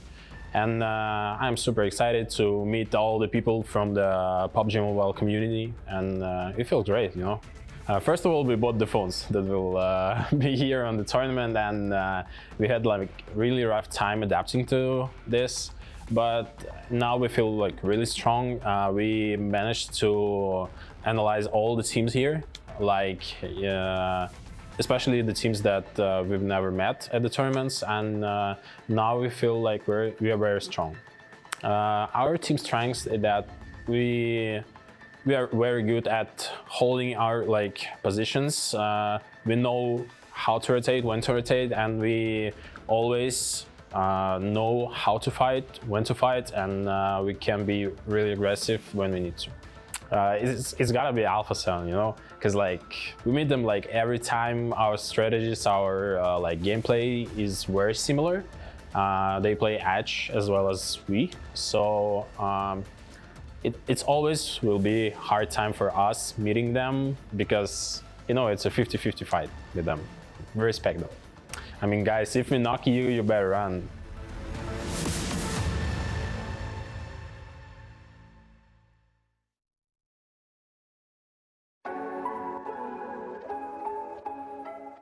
สวัสดีครับผมเชเวฟจาก Vampire Esports ครับตำแหน่ง Attacker ครับมาจากประเทศไทยครับก็เริ่มเล่น PUBG มาตั้งแต่เกมเปิดครับแต่ว่าเริ่มมาแข่งตอนช่วงอายุ17ช่วงประมาณม.5 ม.6 ครับแล้วก็ที่มันเปลี่ยนชีวิตได้ก็คือคัดเข้าลีกโปรลีกของไทยได้ตอนซีซั่น2ครับแล้วก็อยู่ในลีกมาเรื่อยๆเลยครับแล้วก็จนถึงทุกวันนี้ก็แบบว่าซื้อทางสังกัดซื้อโทรศัพท์ที่ใช้แข่งมาให้พวกเราซ้อมก่อนที่จะมานี่ครับแล้วก็ซ้อมมาเรื่อย แบบที่ผ่านมาเราก็มีรายการแข่งมาตลอดอยู่แล้วแล้วก็เอาตรงนั้นซ้อมไปในตัวด้วยครับแล้วก็มาโฟกัสตรงนี้แล้วก็ทำตรงนี้ให้เต็มที่ครับก็ยังไงก็ความมั่นใจยังไงมันก็ต้องพกมาตลอดทุกการแข่งขันอยู่แล้วครับแล้วเราก็แบบแค่โฟกัสตรงนี้ให้มากกว่าเดิมครับผมที่ผ่านมาน่าเป็นเพราะว่าตำแหน่งเข้าทำมันต้องใช้เนตเข้าไปก่อนแล้วอะไรด้วยครับแล้วก็พอแบบน่าโชคดีเนตไปโดนด้วย แล้วอะไรหลายๆอย่างครับแต่ว่าถ้าให้เลือกได้ก็จะใช้ให้มันถูกไทมิ่งเฉยๆครับแล้วก็ถ้าให้ดีก็ซื้อถ้าให้ดีก็ใช้ DBS ดีกว่าครับ ไม่บอกอะไรมากครับแต่ว่าจะมาป้องกันแชมป์ให้ได้ครับ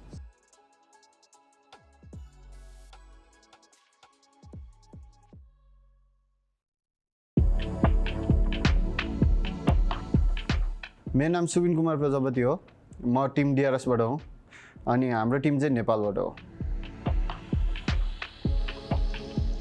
हाम्रो चाहिँ अब second time हो official land चाहिँ अब excited नै छौँ हामी अब हामी यहाँ जित्नको लागेको छौँ त्यही हो अब हामीले चाहिँ यो टुर्नामेन्टको लागि चाहिँ अब डिभाइसहरू किनेर प्र्याक्टिस गरिरहेको छौँ दिनदिनै अब टिमसँगै सबै चारैजना खेलेर एकअर्कासँग कोअर्डिनेसन बढाएर प्र्याक्टिस गर्दैछौँ हाम्रो चाहिँ टिमको सिनर्जी एकदम राम्रो छ इन गेम नभए नि बाहिरतिर नि सिनर्जी अझै बढिरहेको छ हाम्रो चाहिँ अब त्यही नै हो हामीलाई अब त्यस्तो डर लाग्ने टिम त छैन अब हामीले सबै टिमलाई चाहिँ कम्पिटिसन ठान्छौँ त्यो कारणले हामीलाई त्यस्तो डर भन्ने चिज चाहिँ छैन अब हामी नेपालको छोरो हो आउँदैछौँ हामी जितेर जानेछौँ जय Gorkhali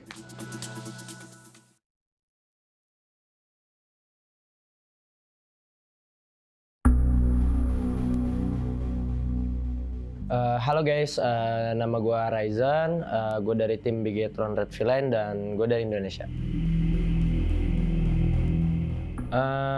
Yang pasti rasanya senang banget, masih banyak yang percaya pada gue dan juga tim Bigetron Red Villain buat ngevote kita main di PMWI ini. Ya semoga pas main nanti hasilnya bisa kasih yang terbaik. Yang pasti gue percaya diri dan gue yakin gue pasti bakal bisa. Dan let's see, gue selalu percaya sama teammate gue karena apapun hasilnya kayak kita menang bareng kalah bareng. Di umur yang sekarang sih I just having fun lah. Good luck and see you. Abis itu semangat, hati-hati ketemu kita.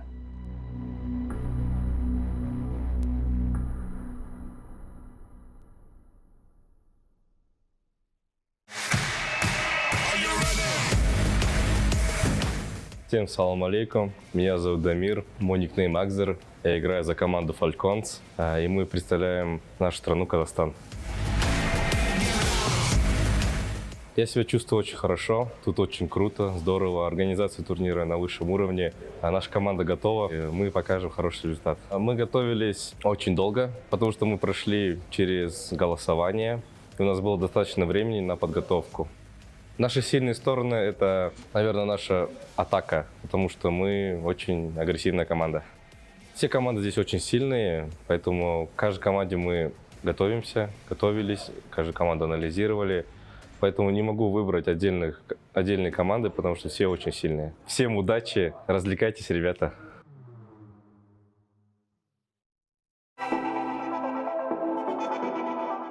AKM, LAN, Vigendi, Irengal, Pochinki, Breeze, Fragger, UMP, AMR,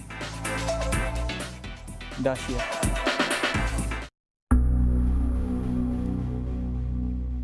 Meu nome é Lucas, meu nickname é Carrilho, meu time é Alpha7 e somos do Brasil. Bom, é um evento muito importante para a nossa carreira. A gente já esteve aqui ano passado e é muito bom estar aqui de novo, é uma cidade que a gente se identifica. É um pouquinho calor, mas não tem problema. Bom, a preparação ela vem de 6 meses para cá. A gente treinou para a PMWI Brasil, para a PMWI Américas, mas consecutivamente a gente estava treinando para a PMWI, para estar aqui hoje. Eu acho que o que faz a gente ser tão forte é ter jogadores individualmente muito bons e não ter um padrão de jogo. Isso é o que nos faz forte. Bom, eu acho que não tem nenhum time específico ou algum jogador específico. Acho que todos têm muita chance de ganhar e a gente é mais um time aqui em busca do título. Bom, o que eu tenho a falar para eles é que tomem cuidado com a gente. Sempre vai ser assim, essa sempre será a mensagem e é isso. Tomem cuidado.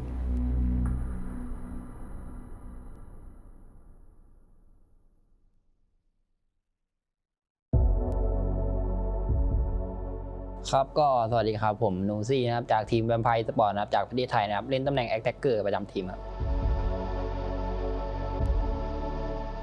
ก็สำหรับความรู้สึกครับก็รู้สึกดีใจครับที่ได้มาเล่นในรายการแข่งขันระดับโลกแล้วนะครับก็เป็นเหมือนรางวัลชิงแชมป์โลกเป็นแชมป์โลกประจำปีกลางปีครับก็ถือว่าดีใจครับก็เต็มที่ครับกับรายการนี้ครับก็สำหรับการเตรียมตัวก็มีสังกัดคอยซัพพอร์ตแล้วครับเรื่องอุปกรณ์หรือว่าอะไรเงี้ยก็หลักๆก็เป็นของการซ้อมภายในทีมครับเรื่องของการคุยแผนกันอะไรเงี้ยก็สำหรับทีมของพวกผมในการเล่นครับก็น่าจะเป็นเรื่องของทีมไฟและการสื่อสารครับน่าจะเด่นในเรื่องการสื่อสารและทีมไฟก็สำหรับผมยังไม่ได้มองทีมไหนเป็นปัญหาเพราะผมส่วนตัวเลยผมยังไม่เคยเจอทีมอื่นๆนะครับแต่สำหรับภายในทีมก็น่าจะเป็นบอสแมปแล้วนะครับก็เป็น Alpha7 ครับก็อยากจะบอกทีมอื่นนะครับก็เดี๋ยวรอเจอกันในสนามครับรอบนี้แวมไพร์ก็จะมาเอาแชมป์เหมือนเดิมครับขอขิงไว้ก่อน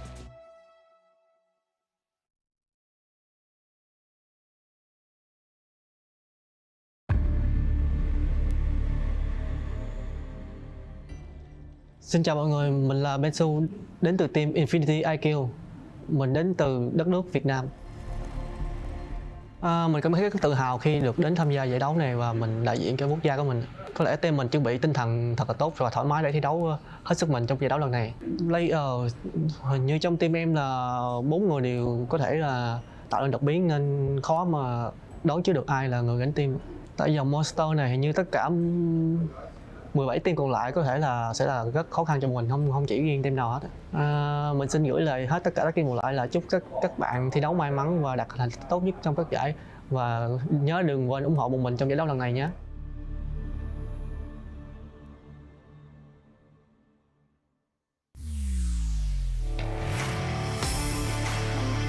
In the 2022 PMWI, VPE and Falcons achieved 3 chicken dinners in the main tournament. We hope to see more formidable competitors this year to break the record. STE seems to have a good chance of breaking records as completed 7 chicken dinners during the PMPL SA Championship. As for you, who do you think can break this record with a prize of $25,000? Stay tuned in the 2023 PMWI.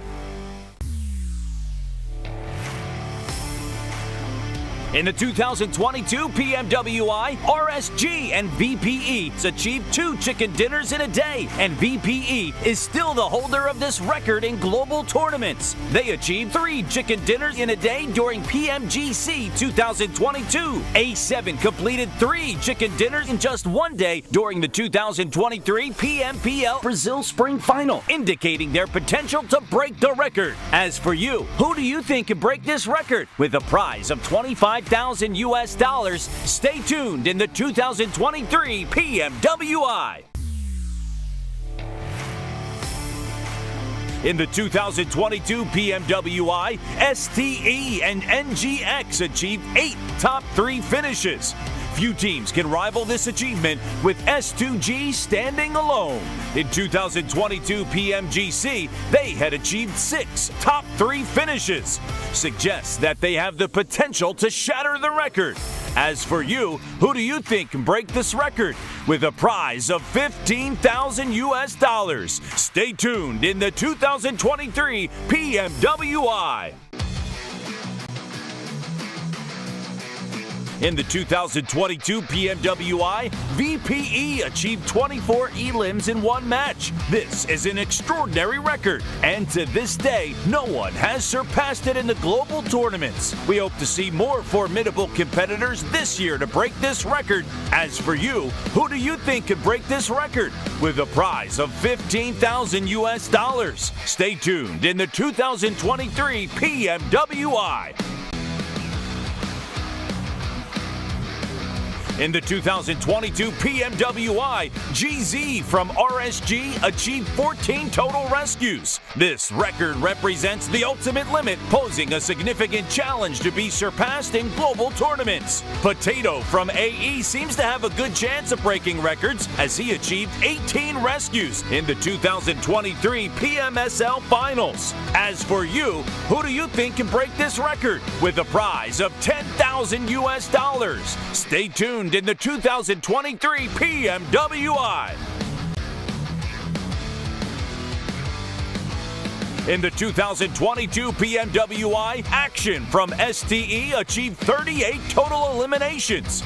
We hope to witness a player with even more power, capable of surpassing this record. Ragnar from DRS Esports seems to have a good chance of breaking records as he achieved 37 elims in the 2023 PMPL MEA Championships. As for you, who do you think can break this record with a prize of $10,000 US? Stay tuned in the 2023 PMW.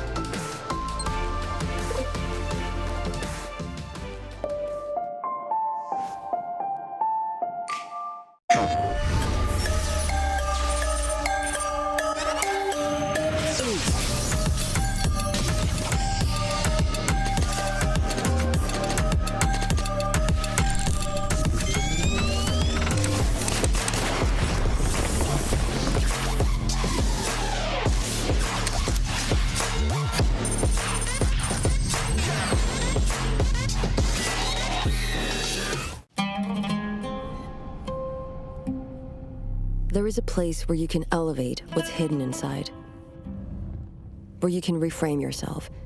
Sonomi means the new you. The you can step into. Because when we know who we really are, we become unstoppable. Enter new dimensions of you. Sonomi.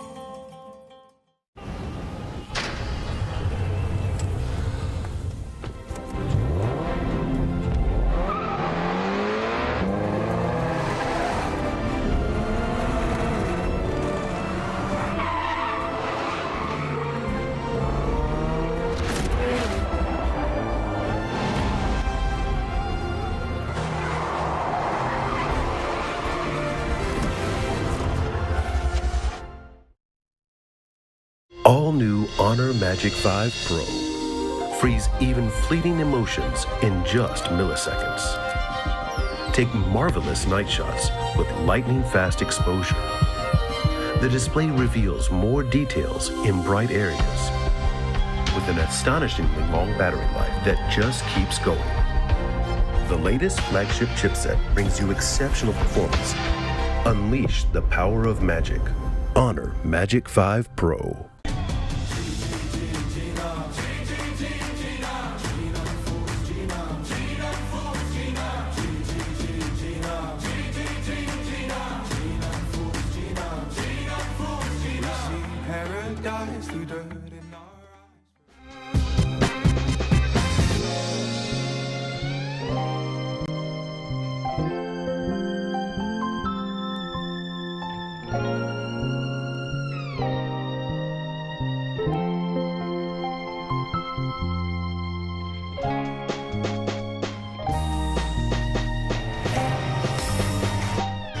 In the 2022 PMWI, VPE and Falcons achieved 3 chicken dinners in the main tournament. We hope to see more formidable competitors this year to break the record. STE seems to have a good chance of breaking records as completed 7 chicken dinners during the PMPL SA Championship.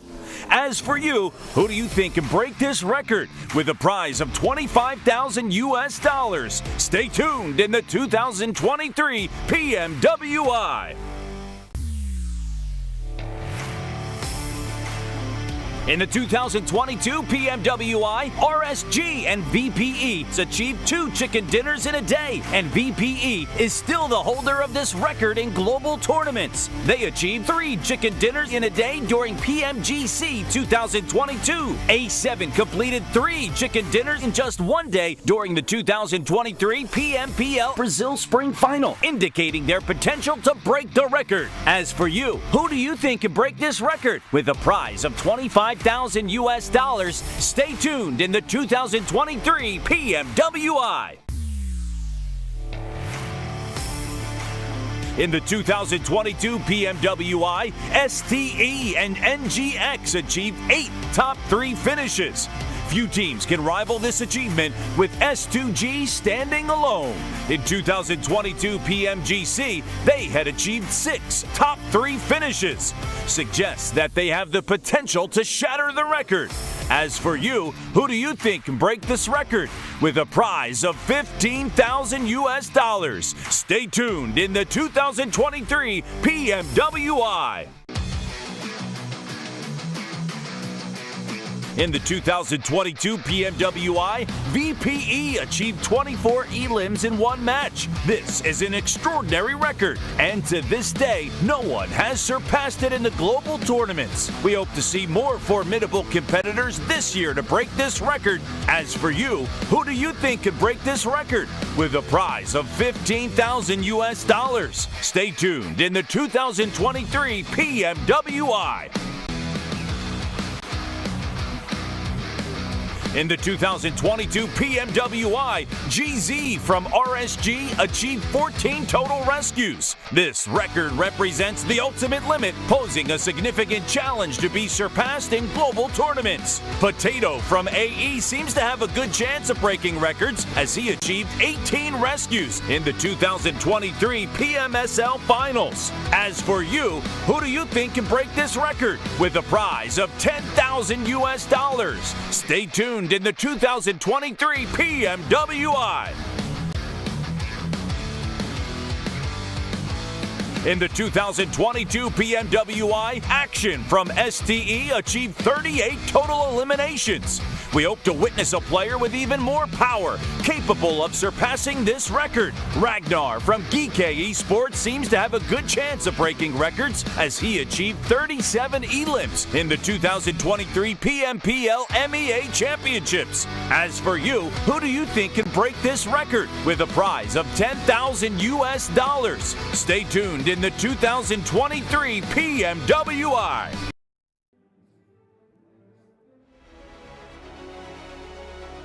Kicking things off, the winners of the Middle East and Africa Championship, GK Esports.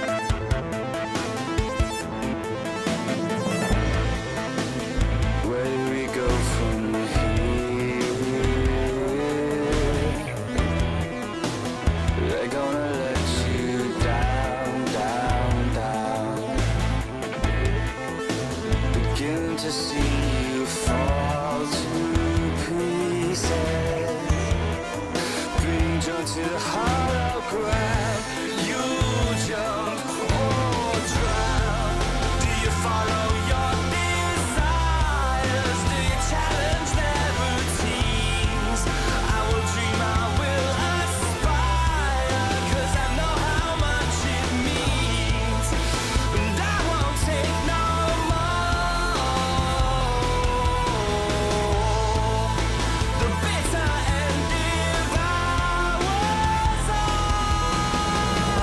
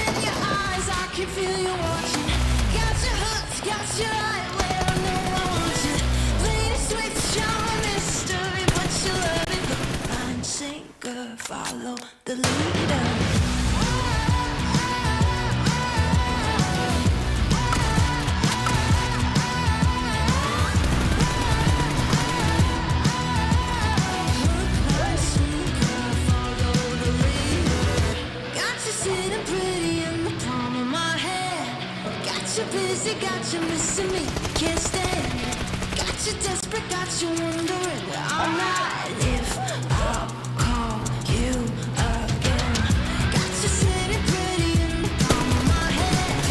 Got you busy, got you missing me, you can't stand. Got you chasing, got you wondering where I'm at. Hook, line, sinker, got that. I can see it in your eyes, I can feel you watching. Got your hooks, got you right where I know I want you. Play the switch, you're a mystery, but you love it. Hook, line, sinker, follow the leader. Hook,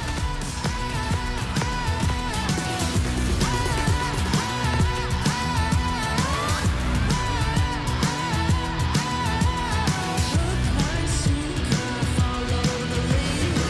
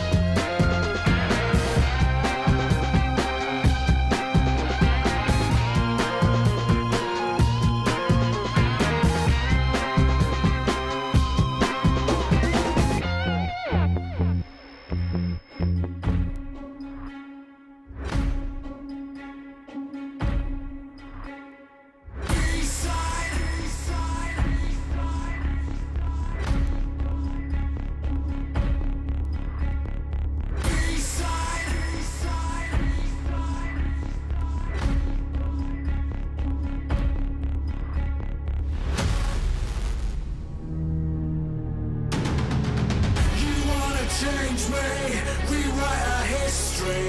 I chose on my side, drawn the front line. You want a safe face, came to the wrong place. You raise a white flag, I get the peace sign.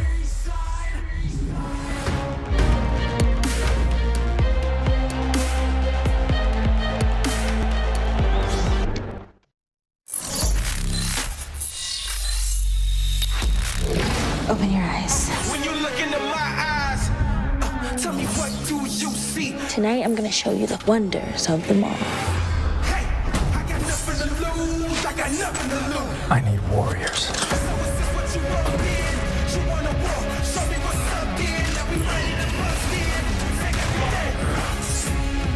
Take everything, leave them with nothing.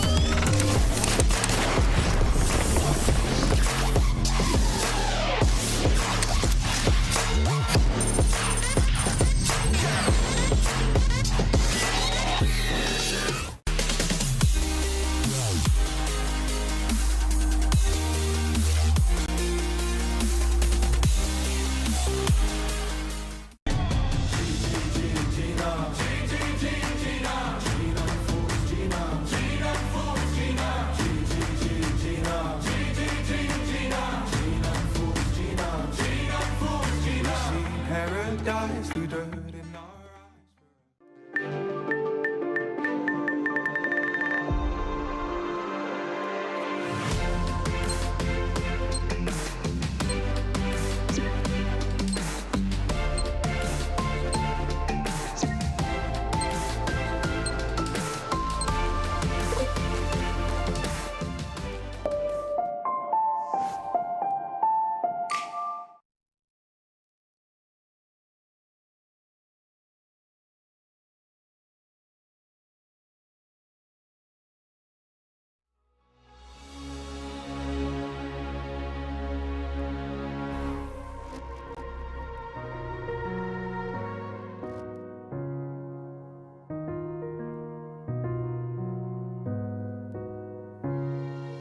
الحياة لحن، ولأننا جزء من مقطوعة عظيمة تحركنا، تلمسنا، تصنع من لحظاتنا ذكريات بديعة. لأن الوجبة، التجربة، المغامرة، حياتك بعد جديد في هيلتون الرياض.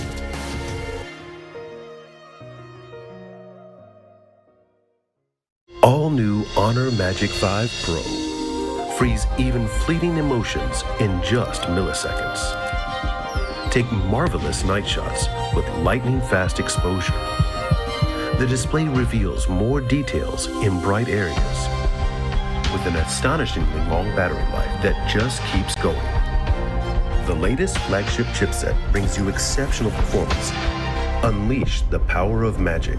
Honor Magic 5 Pro.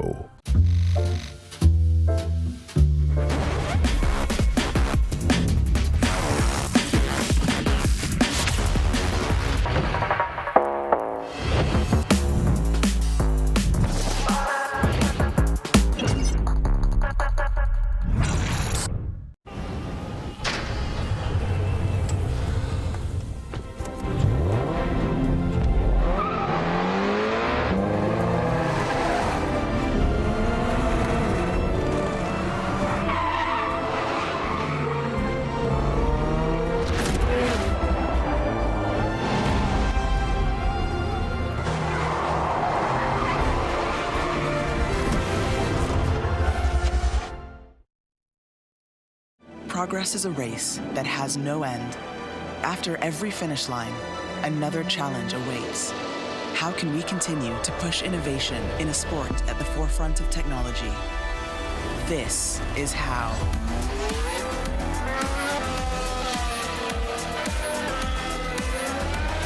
Discover how Aramco and the Aston Martin Formula One team aim to meet Formula One's sustainable fuel targets.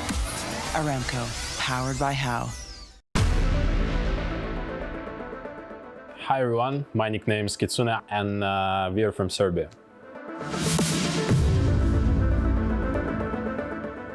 Yeah, I'm very excited to be here, especially that last time I was in Riyadh, I won the tournament here. It's a LAN tournament, so of course it brings like warm like memories from here. And I'm super excited to meet all the people from the PUBG Mobile community, and it feels great, you know. First of all, we bought the phones that will be here on the tournament, and we had like really rough time adapting to this. But now we feel like really strong.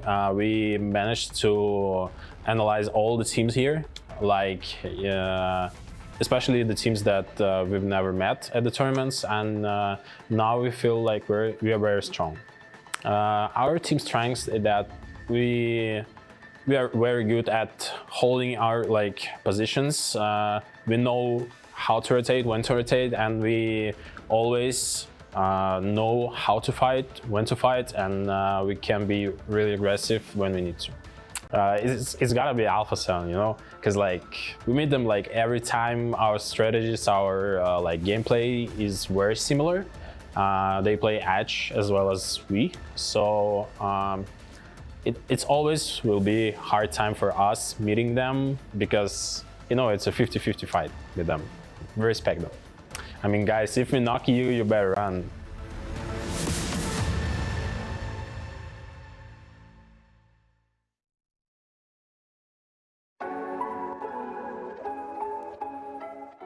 สวัสดีครับผมเชเวฟจาก Vampire Esports ครับตำแหน่ง Attacker ครับมาจากประเทศไทยครับ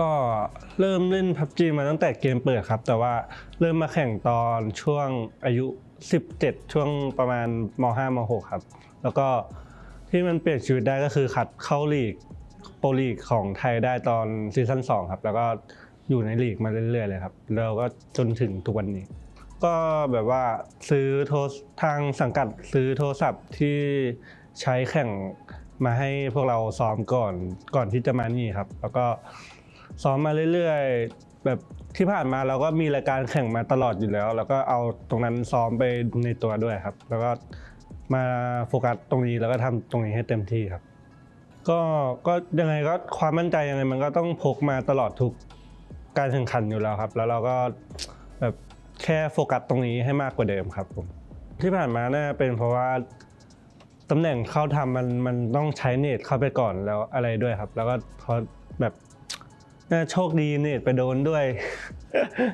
อะไรหลายๆอย่างครับแต่ว่าถ้าให้เลือกได้ก็จะใช้ให้มันถูกไทมิ่งเฉยๆครับแล้วก็ถ้าให้ดีก็ถ้าให้ดีก็ใช้ DRS ดีกว่าครับ ไม่บอกอะไรมากครับแต่ว่าจะมาป้องกันแชมป์ให้ได้ครับ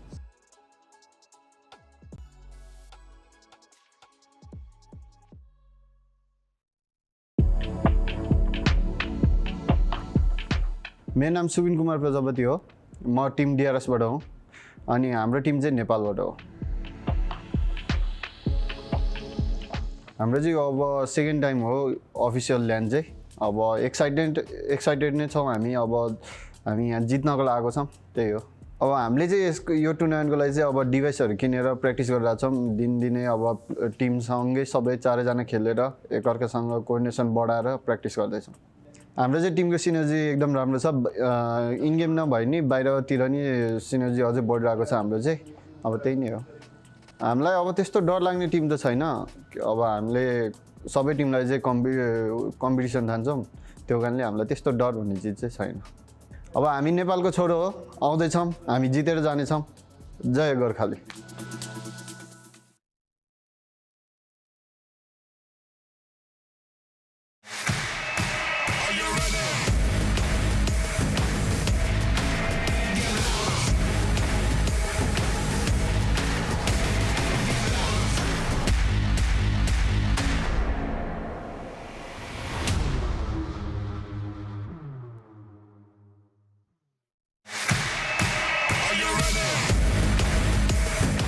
Всем салам алейкум, меня зовут Дамир, мой никнейм Акзер, я играю за команду Falcons, и мы представляем нашу страну Казахстан.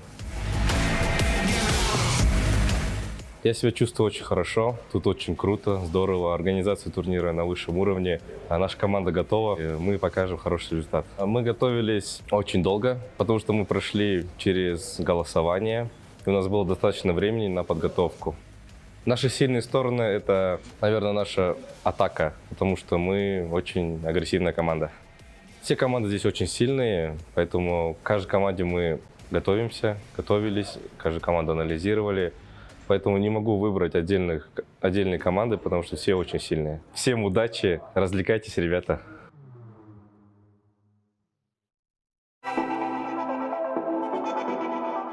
AKM, LAN, Vigendi, Irangle, Pochinki, Breeze, Fragger, UMP, AMR, Dacia.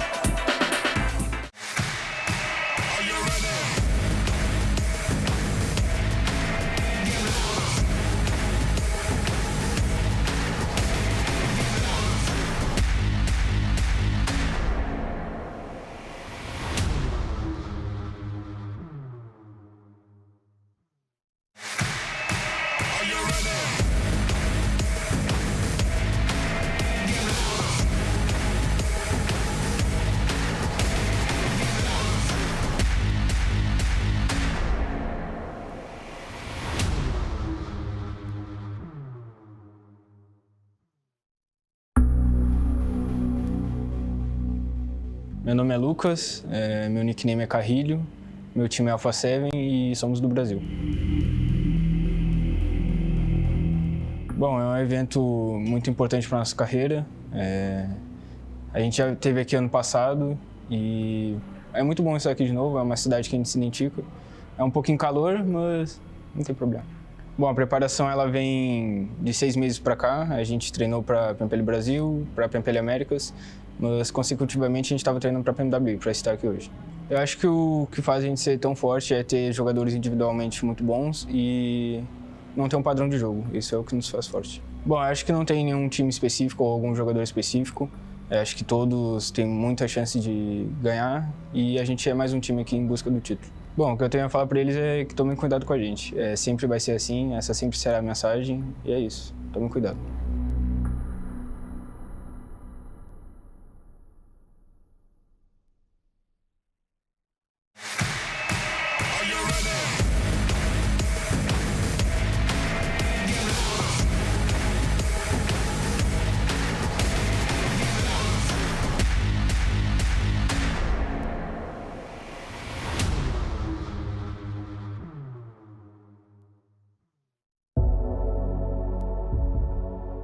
ครับก็สวัสดีครับผมนูซี่นะครับจากทีมแวมไพร์สปอร์ตนะครับจากประเทศไทยนะครับเล่นตำแหน่งแอคแท็กเกอร์ประจำทีมครับ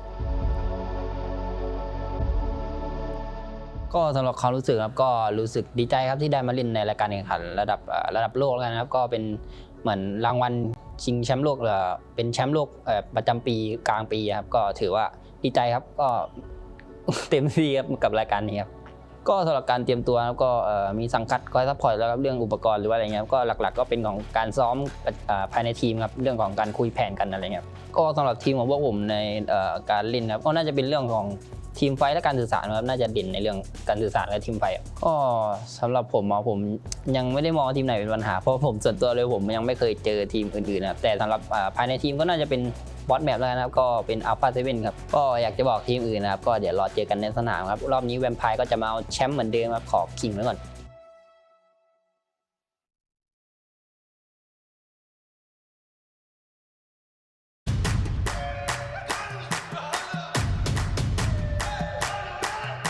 Dragging us down, face on the ground. Still we're so proud, just look at the crowd. Making some noise, making some sound. We got a choice, they're hearing us now.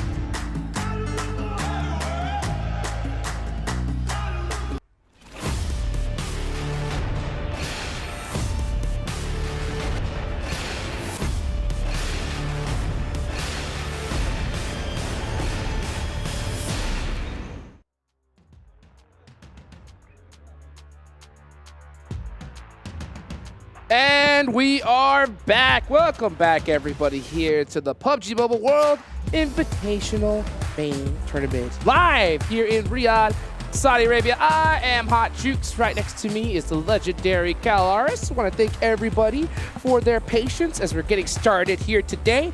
But there's $2 million on the line here. I'm excited. How are you feeling, Cal? Feeling good, feeling fresh. We have got ourselves ahead of us 6 games between what I believe to be one of the most stacked lobbies in PUBG Mobile history. I don't know if it was a PUBG Mobile history. PUBG Mobile history. It is going to be a good time, especially with these main event tournament teams coming in looking good to go. But the teams coming in from the All-Stars, they're going to have had significant warm-up. So maybe that gives them a little bit of a leg up. We'll see, we'll see. And you know what? They're going to need it, to be honest, because the teams that have qualified here already are some absolute monsters, some legends of PUBG Mobile, and we're looking at one of them right here. So let's see how this is all going to turn out. I know you guys watching are as just excited as I am. One thing I really love about this tournament, as well as I like the additional little perks here. We have the record breakers as well. Whoever gets the most chicken dinners. A lot of incentives for these players to pick up some extra cash. Definitely so. Definitely here as we have everybody getting good to go. It will be Sandhawk to start things off. As you can see, all these teams getting ready here for this. Now, one big thing compared to the All-Stars is that we're back to 16-team lobby compared to the 18 here, Hot Jukes, which means everybody's kind of going back to the idea of how much room that they're going to have usually on those drop spots. We could see some hot drops, of course, but it's going to make those rotations a little bit easier for these teams to try and get used to and adjust. 100%. Well, let's see how adjusted they are as we're starting to see these teams lock up. One thing that's really advantageous for these squads, too, is the fact that we're back to a 16-team lobby. That's going to make this Sandhawk a lot nicer and a lot sweeter. Definitely so. All right, let's get into it, Hot Jukes. Let's do it. Here we go. Match number 1 of the PMWI Main Tournament, presented to you by Honor Magic 5 Pro. We can already see these players. They're dropping into the lobby, and always, every time we have the first tournament of the day, first game, I am looking to see if we were going to see any hot drops. Usually these teams have already done their homework. They've already kind of done their handshakes before the match, because you really want to avoid those hot drops at all costs. It's just not worth it at this level. Even if you do beat that team, you're most likely going to lose a player or two, and that's going to make things that much harder for you. That's for sure, that's for sure. I did wonder how they were going to remedy the STE tagline versus STE tagline. So we see SZ STE up at the top here for 628. And then meanwhile, we have Stalwart dropping in boot camp. So if you're keeping track of those two teams, we got you good to go. Yes, you are indeed. And it looks like, Gladiators are going to have a couple players nearby them. They do love that Camp Alpha mountainside range, so they're really hoping that first zone goes to them. But so far, so good. Doesn't look like we see any teams really getting too close to each other. Yeah. Oh, and a mainland circle to get things going, as mainland as you can call the big island. But one slight change we've seen here, whilst we have this Paradise Resort going down, is that Gladiators had to move their drop spot a little bit, but I can talk about it in a moment. Yep, we'll talk about that in just a second as we're watching GK go up against Dplus KIA in Paradise Resort. Ragnar up on the roof, gets one, looking to get another, but he's waiting for his teammates. He wants to be able to get a little bit more room. Yeah, he jumps off, says, you know what? I got one. I need the rest of my squad to help me out for the rest. Especially smart because he saw a second head coming his way, right? Just over the lip of that building, so you do not want to be taking that 2v1 situation when two players could be trying to jump shot you. Especially with an M16 in hand. If he would have had a DBS, maybe it was something different. But right now, with that M16, he's got to play things very carefully. Dplus KIA were able to get a full reset off. GK, unfortunately, do lose a player in the process, so they're going to be down a man here, and they're at a huge disadvantage. Definitely so. And we've seen Dplus KIA be very strong when it came to kind of the long stay engagements that would go down, but at the same time here, this is kind of really on their doorstep. They're going to have to change gears a little bit and eventually take this fight fast, because, I mean, it's faster than most of their engagements in the All-Stars. This is what I think is the reason why Dplus KIA is such a threat. They are so patient. Even though they have the man advantage, they want another knock. They don't want to risk it. They say, okay, we know that we're up. Let's just take our time and slowly creep on GK, hopefully get another knock, and then it's going to be easy pickings from there. Definitely so. Okay, if there's a lull in this for the moment, actually, no, I still can't talk about the Gladiators situation until this one is concluded. So we do have a QBZ in hand, and Hythe will be able to get Forest straight away. Forest with getting knocked here is going to even the fight here. GK Forest, Sayden actually does go down. That makes things tough, but Dplus KIA with their teamwork working so well together. And now Ragnar versus Fabian. This is going to be a huge fight. I love the fact that he does go for those finishes, wants to eliminate all the information that they have, leaving Fabian completely blind. Very important. Now it's 2v1 advantage. One's going to go for the res here, whilst the other one's trying to get out the angle, using that perspective to try and get that scan going on. QBZ trying to go for that trade. Reinforcements coming along. Has to abandon the res. Will finish it off. And we see a full team wipe. If they can get them on their feet, that's a huge win for Dplus KIA. Fabian with 3 eliminations to his name. And this is what I really like about this team, is you could see right when one got low, they immediately backtracked, waited for their teammate to come and support them. Yes. And it was just back and forth, because even though they were really hard hit, they wanted to make sure they didn't lose one player. Yeah, that was brilliant. Brilliant stuff. Really low, but great recovery there from Dplus KIA. Okay, so Rejects Tokyo, which is actually one of the teams we really need to talk about because of that Gladiators situation earlier. Gladiators, they dropped differently compared to what they normally do. They didn't drop anybody at Trifecta because they saw Rejects dropping there. They then rendezvoused together with 2, pushed Trifecta, eliminated the member of Rejects that was there, and now they've had to rotate away. So a slight adaptation from Gladiators, but then they punished the people that were encroaching on their territory, which was very smart, and maybe that might ward off Reject Tokyo in future Sandhawk games. Absolutely. Gladiators want that northwestern island to themselves. So, you know, knocking out a player from Reject Tokyo, scaring them off, is going to help them out. They didn't get the zone this time, but, you know, setting yourself up for future matches is what kind of sets you up for a championship position, like you mentioned earlier. So next zone, the first zone does go on up. It is going to be right in the center of mainland. Nothing too out of the normal. Gladiators, Vampire, DRS, all teams that need to push in. Definitely, definitely. And with what you were saying about kind of setting yourself up for success later on, especially a location like Trifecta, which can become such an important anchor point for transitions between each of the islands. So yeah, they were very keen to make sure they said, hello, we are here, this is ours, please go away. But you can see them looting up, and they'll be coming a little bit later. But thankfully for them, with the circle the way it is, there is great transition methods still that are available to them, like that North Bridge, for example. And once, you know, it's such a high skill lobby. Honestly, it makes rotations out of circle even easier, because you have so many teams that know where they need to be. The second that zone pops, they automatically leave those edges. They take those center positions. So those teams on the edge have a little bit more room to breathe, as opposed to some of the earlier stages where some squads may be scared and linger on those edges for a little too long. Yeah, you can compare it to day number 1 of the All-Stars, right? Where we saw a lot more edge play compared to confident center sends. But in a lobby like this, where, again, I'm going to reiterate it, I think this is one of the most stacked lobbies of all time. I think that these guys will be happy to go center, happy to take those early compounds, happy to commit to them.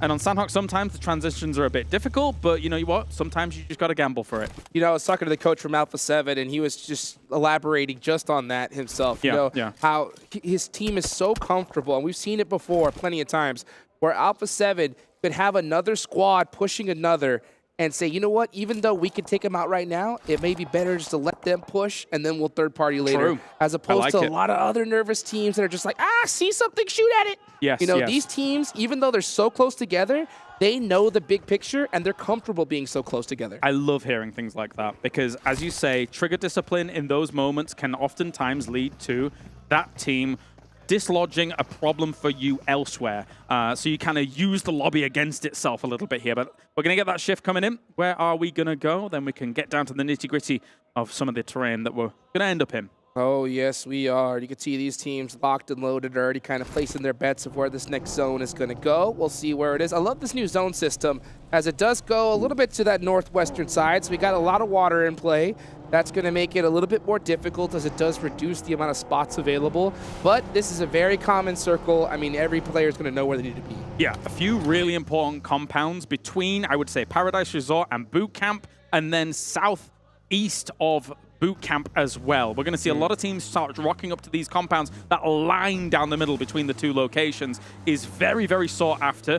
And look at that. Good old Stalwart is going to be taking up residency in quite a few of these locations. Likewise, so's Reject Tokyo, though. They're already in an okay spot. Well, one thing I want to ask you here, Kalars, first time us, casting together a tournament of this size. We're having a good time. Why don't we go ahead and I would like to ask you a question, FC.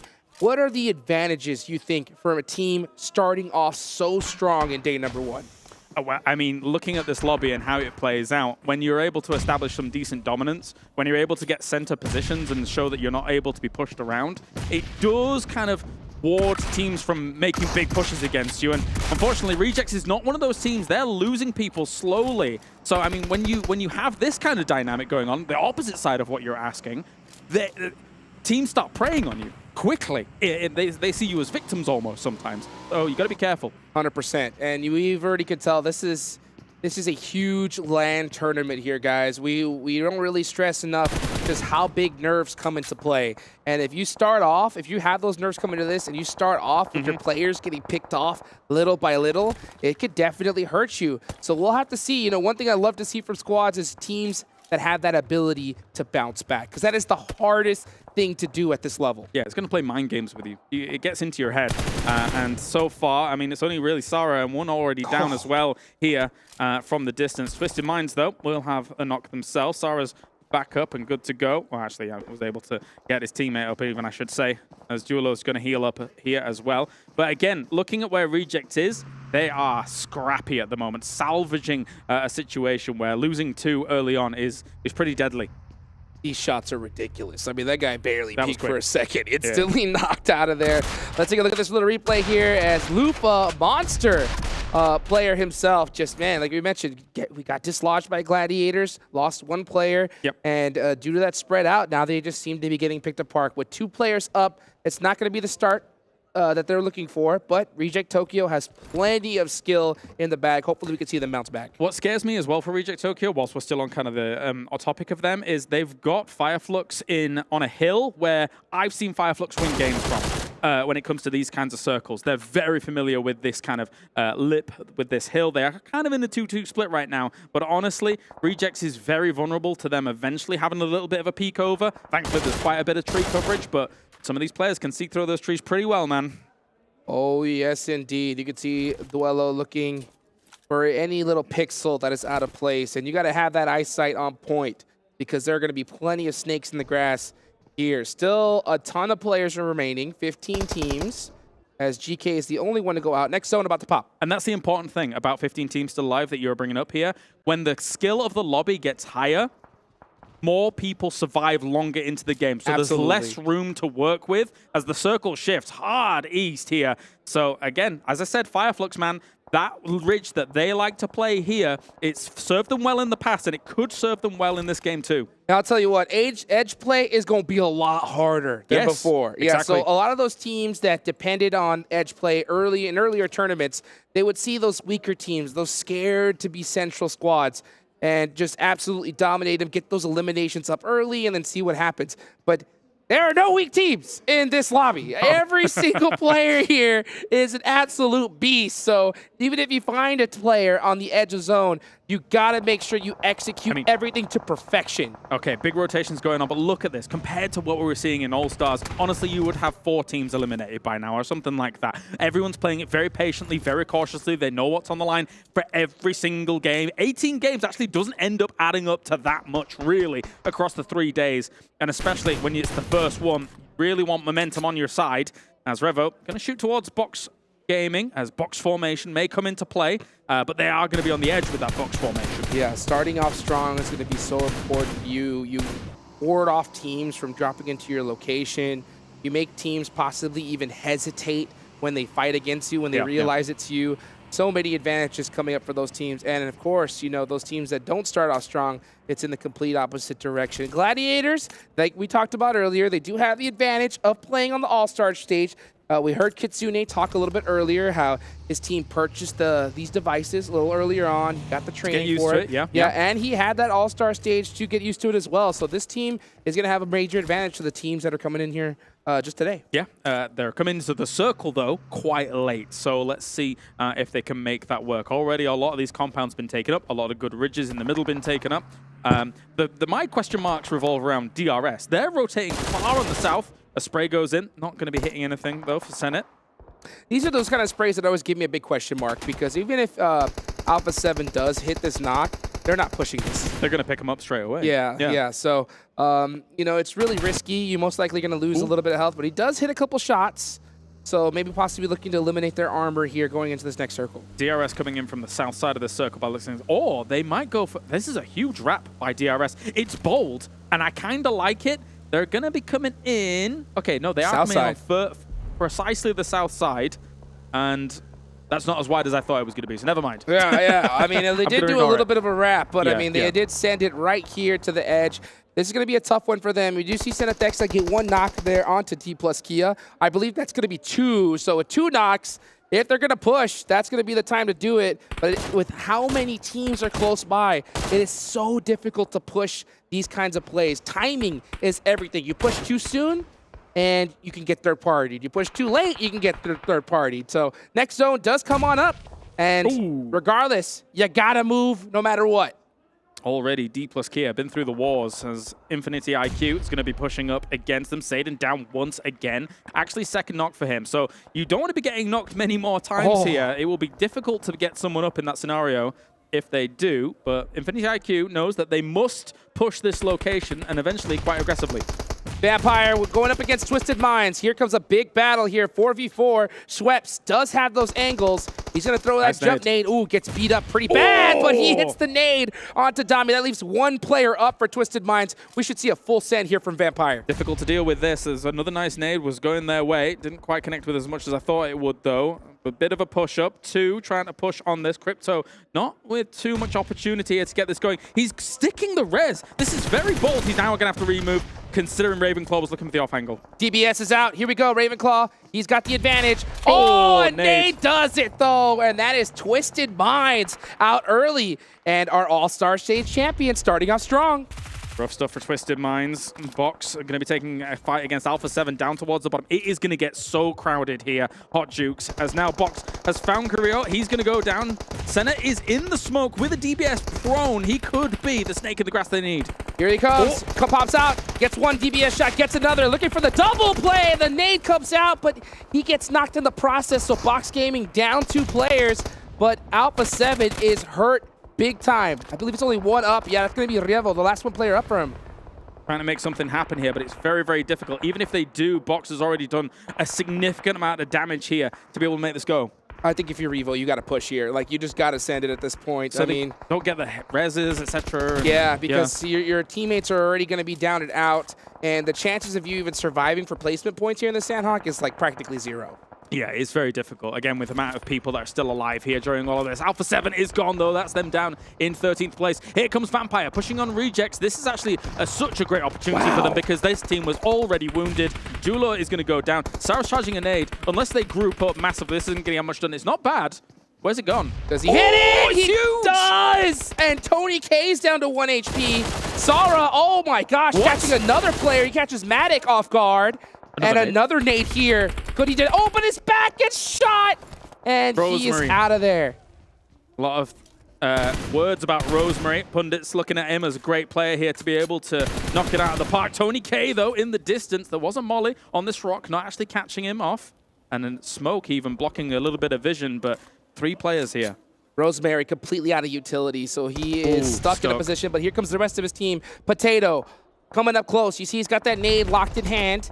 Vampire on the back ropes. Going to have to hit some major shots, but they're actually getting helped out from all sides. That's going to be Stalwart there with a huge off angle on Alter Ego. Makes it all the harder when teams survive this long, and they will be taken out here on the push. Vampire shut down.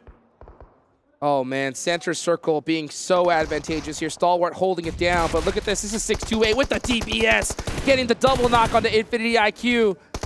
Kaiju La gonna have to make a play here from this tree. He has to watch his teammates go down, but you can see Falcon Esports in the back looking to clean this up. Yep, you've got to take all these third-party opportunities whenever you can. But the problem with Sandhawk is sometimes you can even be fourth-partied, etc. With how many teams still alive, the terrain, the way it works on out here. Ferrari charging up that nade, going across the hill. He was hit as well by a nade. Punching King takes a bit of damage.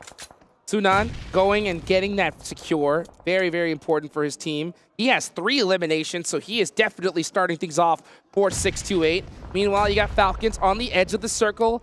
Papa Blue coming in hot. This is stage number 5. Blue zone hurts real bad. Yes, it does. You got to be careful about this. Ferrari lying down prone, actually sees Falcons members in the distance here. Look at you can see the pixels on the head, but he's not going to take the shots just yet. Yang actually knocks him from the other side of things to get things going, and trying to go for Punching King straight away will get him. Tries to go for the flush, doesn't get the flush though, and but he was stolen, I think, from shots from Ketch. Catch, I mean, these players are picking up these steal elimination points like crazy. This team was on the thin side of the circle, so they had a little bit of time to be able to push in, but they're not going to be able to get a break at all. We're seeing teams drop like crazy. Meanwhile, Stalwart have the strongest position, and they are big chilling in the compound. Look at that. Surprise, surprise. Oh, and the circle. I mean, honestly, Stalwart, they drop boot camp. They had the pick of the litter when it came to compounds, and they are not going to squander it here, as they're going to have a few teams trying to push up against them. And whilst we're watching this go down here, 628 is having a bit of a rough time. Oh, yes, they are. They're going to be forced to try and push into this next zone. Meanwhile, Falcon Esports are right there next to him. TQ with a huge off angle. Gonna go ahead and apply some pressure.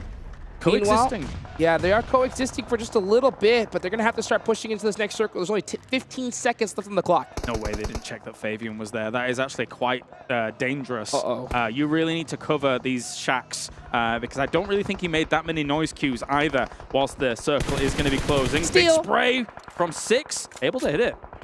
Taking up all those points he can get. Meanwhile, Stalwart refusing to give up this location. Doing a great job of holding this down, that yellow push. Oh, I thought we were going to see a little bit of shenanigans there from that nade. This is actually quite dangerous for Stalwart because, of course, they were separated across this compound. This big push in by Tiamba could cause some problems, but they're holding well so far. They're also shooting at Gladiators from the opposite side. DBS coming in at hand here for Stalwart, trying to clear them out. They completely crush them. Stalwart doesn't even take a knock. Bang! 4 eliminations for Stalwart, and the best position in this zone is definitely their game to win. Meanwhile, we're seeing a lot of action here on the edge of the zone. Falcon Esports down to 1 player, but they do have 7 eliminations. Alter Ego with 2. Nice. Meanwhile, having 7 as well, so that's going to definitely offset their finish here. Man, Rosemary was just shooting everything, and he continues to do so. Kitsune in the distance will get absolutely obliterated from across the way, and that's quite the distance there across compounds. So Stalwart's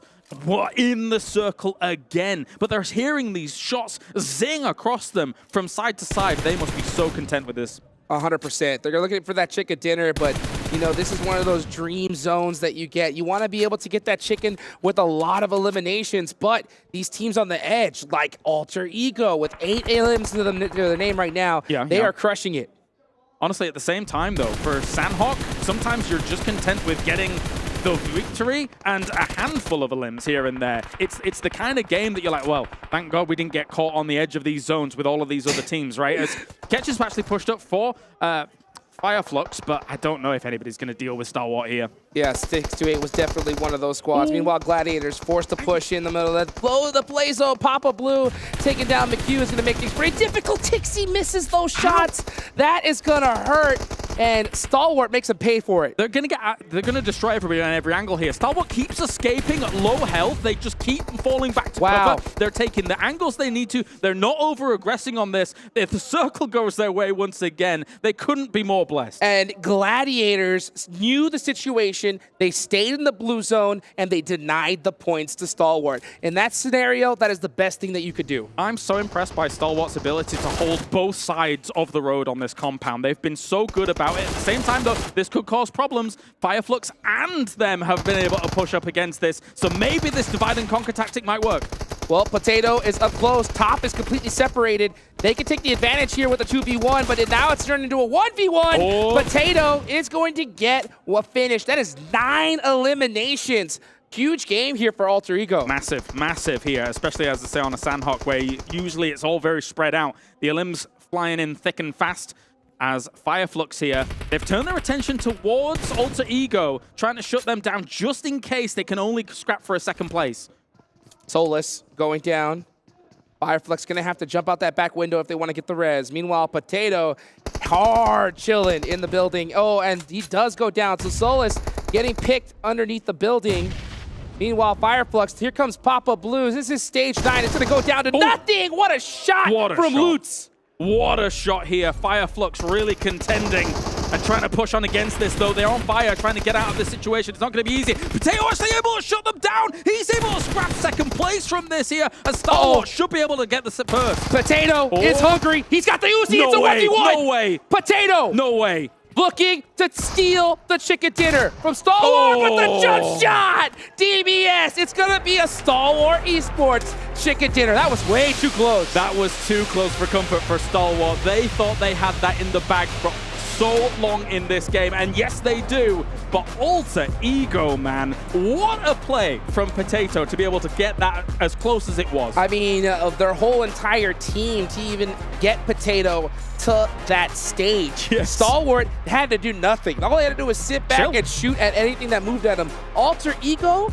they had a very difficult rotation into that zone, and they made it all the way to the end. That was nuts. That is relatively difficult, very, very difficult, I'm going to say, on Sanhok especially. To be playing the edge like that, to be down to 2, to be able to kind of eke out each situation as it comes their way. Very impressed by Alter Ego, but Stalwart, man, they held this down in Stalwart fashion. They held it down like a fortress. They eliminated threats in kind of that 2-2 split across the road, again, which is very impressive. Oftentimes, you have to get together on one side of the road to hold it down. 100%. Yeah, usually you have to go ahead and group up, focus on one team at a time, but they made that 2-2 split work for them. Absolute insanity here to start off our main stage tournament. It's exactly what I expected. Absolute insanity. Let's go ahead and take it on over to Jason Kaplan and the rest of the desk to see them break it down for us. Well, break it down is something we definitely need to do here because that was a spicy way to start off the main tournament here at PMWI. Alter Ego, a fantastic push, as we saw by Potato. But Max, I mean, just throw it to Max. Just get him on camera. Get him a solo shot. He's happy. I mean, a stalwart win, finally.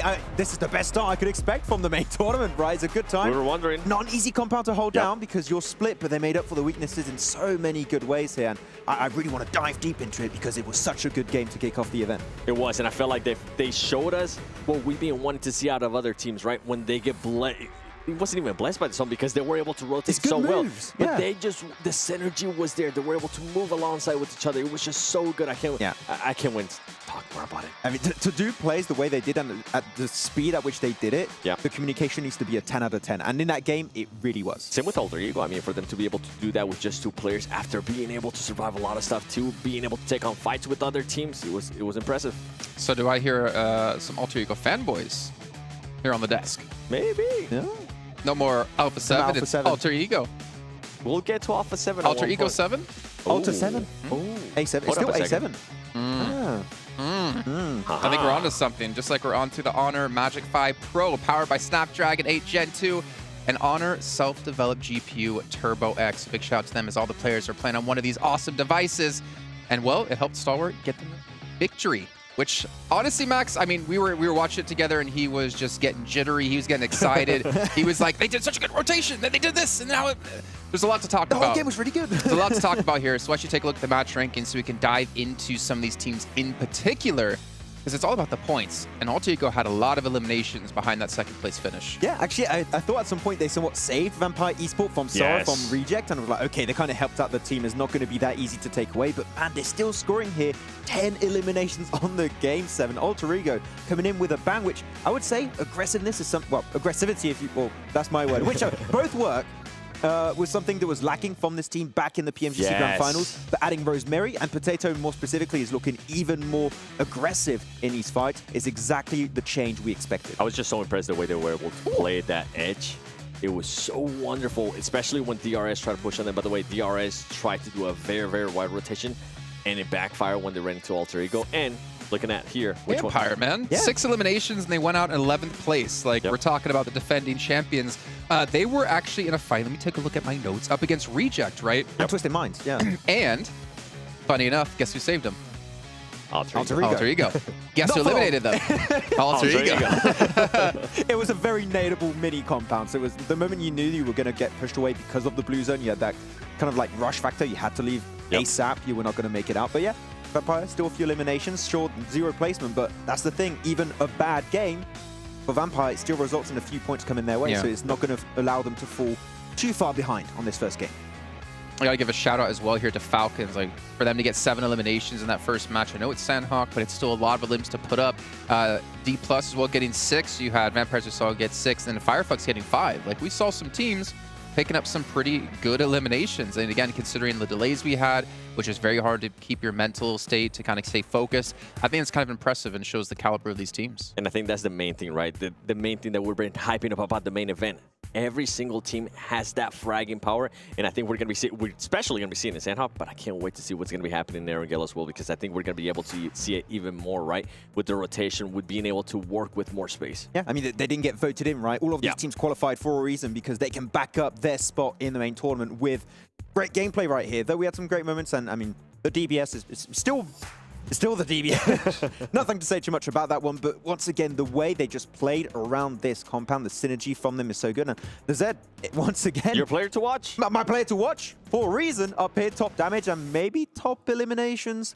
They're all pretty close to one another. Oh, actually, Icy's up there. Okay, the other pickup. But you can see the big impact that those 2 players, the ones that we're talking about, the new addition, I mean, Icy and Zed, 4 elims, being able to back it up too. And I mean... Top, you know 0 healing for Top. He's really not moving from that one compound. I mean, they barely moved. They were from boot camp, went to the hilltop northeast of boot camp, then into that trifecta road compound. It's good movements. I actually like the rotation out of them with North boot camp. They had that 2-2 split, and then they decided to move on together, which I really appreciate, especially here in Sandhawk, and especially with how compact everything was. Not only that, also, the moment they moved to that hilltop, after they close up that 2-2 split, they send the Zerd into the trifecta of the road, and the moment they see Gladiators get close enough, they just instantly pull back. No, they don't want to take that fight head-to-head into the compound, which, luckily enough for them, the circle ends up going, but the execution after that was absolutely magnificent.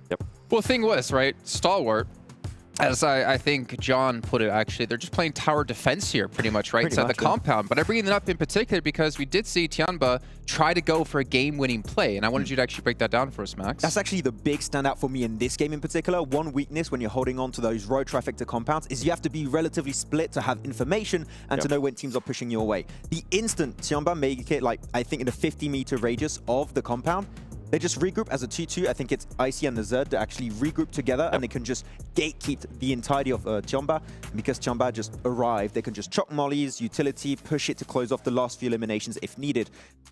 The communication set of it, I really have to say, it was just so on point, and that compound is not easy to defend. Actually, go ahead, and then I'll bring up my point. It's pretty much what Max was saying, this synergy and then being able to just be on the same page. If somebody is going to be pushing on them, being able to back up your teammate, and that's something that a lot of teams tend to lack. They just kind of leave that player alone by himself, and we kind of see that out of Gladiators, right?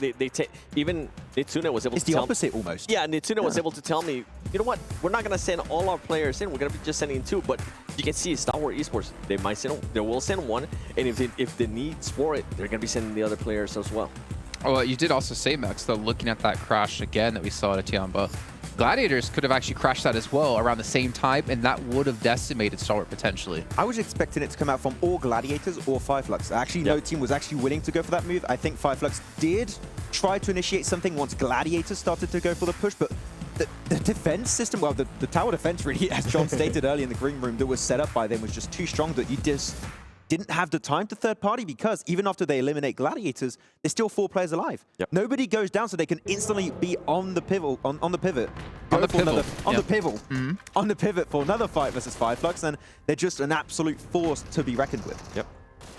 Well, we can see here some highlights from the last match as well, and honestly, it was kind of a bloodbath off the beginning. We saw Dplus KIA. Oh man, they changed the name so many times. It's a headache. Up against GK, and they were able to eliminate them pretty quickly, but I feel like we got to a point, I don't know what zone it was, I want to say like around 4, where we had like 15 teams left alive, and then you like blink and you open them again. It's a very long blink, obviously. And then we had like 7 or 8 left. Like there's obviously a very slow play in towards some of these later zones. You were saying, Max, that it's going to be hard for any team to survive the push. I think the moment you're mentioning like phase 4, 5, something like that, there's a lot of dips of hiding spaces for those teams, but the moment the circle's centered towards that road trifecta, you don't have those hiding spots anymore, so you're going to be forcing fights. I think in the south you had 5, 6 teams, something like that, and pretty much the circle shifted. In the north. Exactly. The moment that circle shifted, all those teams got eliminated because if you're on the high ground or in the compound, you're just going to win. And that's something that ended up helping Alter Ego, because Alter Ego, once they clear Vampire Esports, they had that Southwest to themselves, and it ended up benefiting them in a big way, especially with just 2 players playing the edge and letting everybody in the north just take care of each other. Real question for both of you. If Vampire was able to fend off Reject and fend off Alter Ego, do you think they could have won this? Obviously, there's a lot of things that could have happened, right? I think Star Wars, they positioned themselves so well that they would have been able to defend it regardless. Yeah, too good. Okay. Well, I'm starting to hear the music going, and I'm hoping I'm not being teased this time, as it looks like the players are about to kick things off. Going into Erringo, though, for our first time of the day, I want to hear your predictions of who's going to take this match. Max Man, go. Dplus KIA. Let's go. Really? No, Good, I'm not the only one that said it. Vampire Esports. Vampire? Yeah. Oh, okay. Well, you know what? Max Man, I'm going to go for the back-to-back. I'm going to go for Stalwart. They're going to pull a Vampire. Well, keep in mind, we have the record breakers, right? If they can get 3 in a day, they win, I believe, about $25,000 for themselves as well, to add to the tally of their soon-to-come $400,000. Whoa. That's it. I mean, I predicted before the event started that they would be the team to win, and I'm not going to back down. You know what? I would love it. Action has got the most eliminations from actually last year. If Top beats it, that would be a great storyline. I'd love to see that happen. You think? Yeah. You think Top's going to beat it? Maybe Nazet. I was about to say, come on. Could happen You got to too. stick to it. Stick Could to your player to Or watch. Icy too. He was top fragger there. Who knows? Okay. Well, I did get you baited there. We're not going to be going to game. Just cool music. Just cool music. Yeah. But also, what we could look at, something we did have planned, Alter Ego player stats. Yes. Because as you see, they had 10 eliminations, right? And I actually want to see where they kind of were allocated across the roster for them, because we are going to be looking quite heavily into who's the star players for these teams. No surprise there being able to see Rosemary with the top damage, because he was the one that was able to take it. I love the hair, by the way. Yeah. I mean, the hair color buff. You know, you saw some white color hair, some red full top, and he's got the blue one. And you can see the 5 elements there at Rosemary. What I was going to say is he was the one that was able to kind of help out Vampire Esports by taking off rejects, and then they were able to move forward. And then with Potato, you got to remember, healing. At the end, for a second, we thought he was going to be able to clutch it up. That's a scratch, I think, to heal. But, oh, no. It's like, oh, no, I don't think I'm going to heal anymore. Just take me away. And obviously, as we did see with DRS, right, they were a team who were able to get into the late stages of the games back in the All-Star stage. And then day 2, they were able to pick up the eliminations. We're seeing both here out of Alter Ego. And the thing is, remember last time I saw Alter Ego, they just didn't really impress so much back when working with them, or commentating, hosting, whatever you want to call it.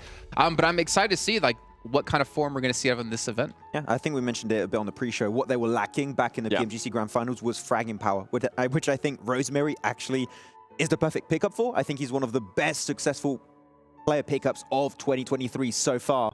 And I really want to see how this team can grow in the long term. And if they make it back into PMGC, see how they truly evolve over the course of a year. Yep. Well, you know what, ladies and gentlemen, I do see a plane on the screens here of the Honor Magic 5 Pro for the players here live at PMWI. Let's get into our first Erringo of the day, our second match overall. Look at Lars. Oh, yeah! Let's go, baby! Just me. That's what I'm talking about, dude. Kalaris, you got this, brother. I believe in you. You want me to do an intro? Do an intro. Go for it. That's right. It's time for game number 2 here at the PMWI main event, and we are going to be getting things going. Look at this, a Southern Plain Path. We've just had Stalwart get themselves a phenomenal victory on the board here, thanks to holding down the tower defense. And now we're into game number 2, the Grassy Pastures. What do you think? Oh, that was beautiful. Thank you. 10 out of 10. 10 out of 10. I appreciate that. Stalwarts, will they get blessed back-to-back? That is going to be the question. But you know what? They're not a team that really needs it. But when they get it, oh, is it so sweet. Yeah. Southern Plain Path here. That's going to kind of not the favorite of these players. That's rough. For sure. It is rough. Yeah. You know, and we're starting to see, teams like Vampire stretch up north. I'm surprised because normally we see Vampire go Primorsk.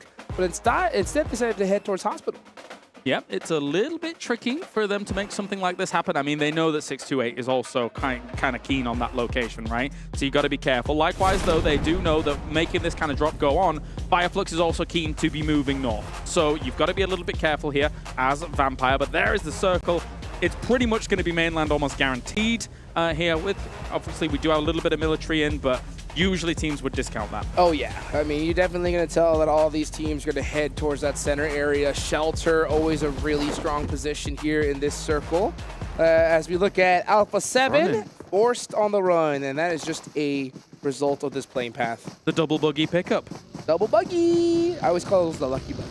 The lucky buggy pickup. That's right. As they just crash into each other. Oh. No way. Get him. Pushed over. Hooga! Goodbye. Oh, he jumped over it. What a jump. There's no way he gets away. Nice try. Nice try. Nice driving there from Quan. As that first jump was sick. That was. Honestly. I mean, he hopped right over it. Quan, though, with the return. Easy elimination. And that's always the roughest part about these circles, you know? Or the plane paths in general. You got to go and hunt down a vehicle, and if you miss, get out of there. No, definitely so, of course. As the 2023 PMWI crate is available from July the 15th to August the 15th as well.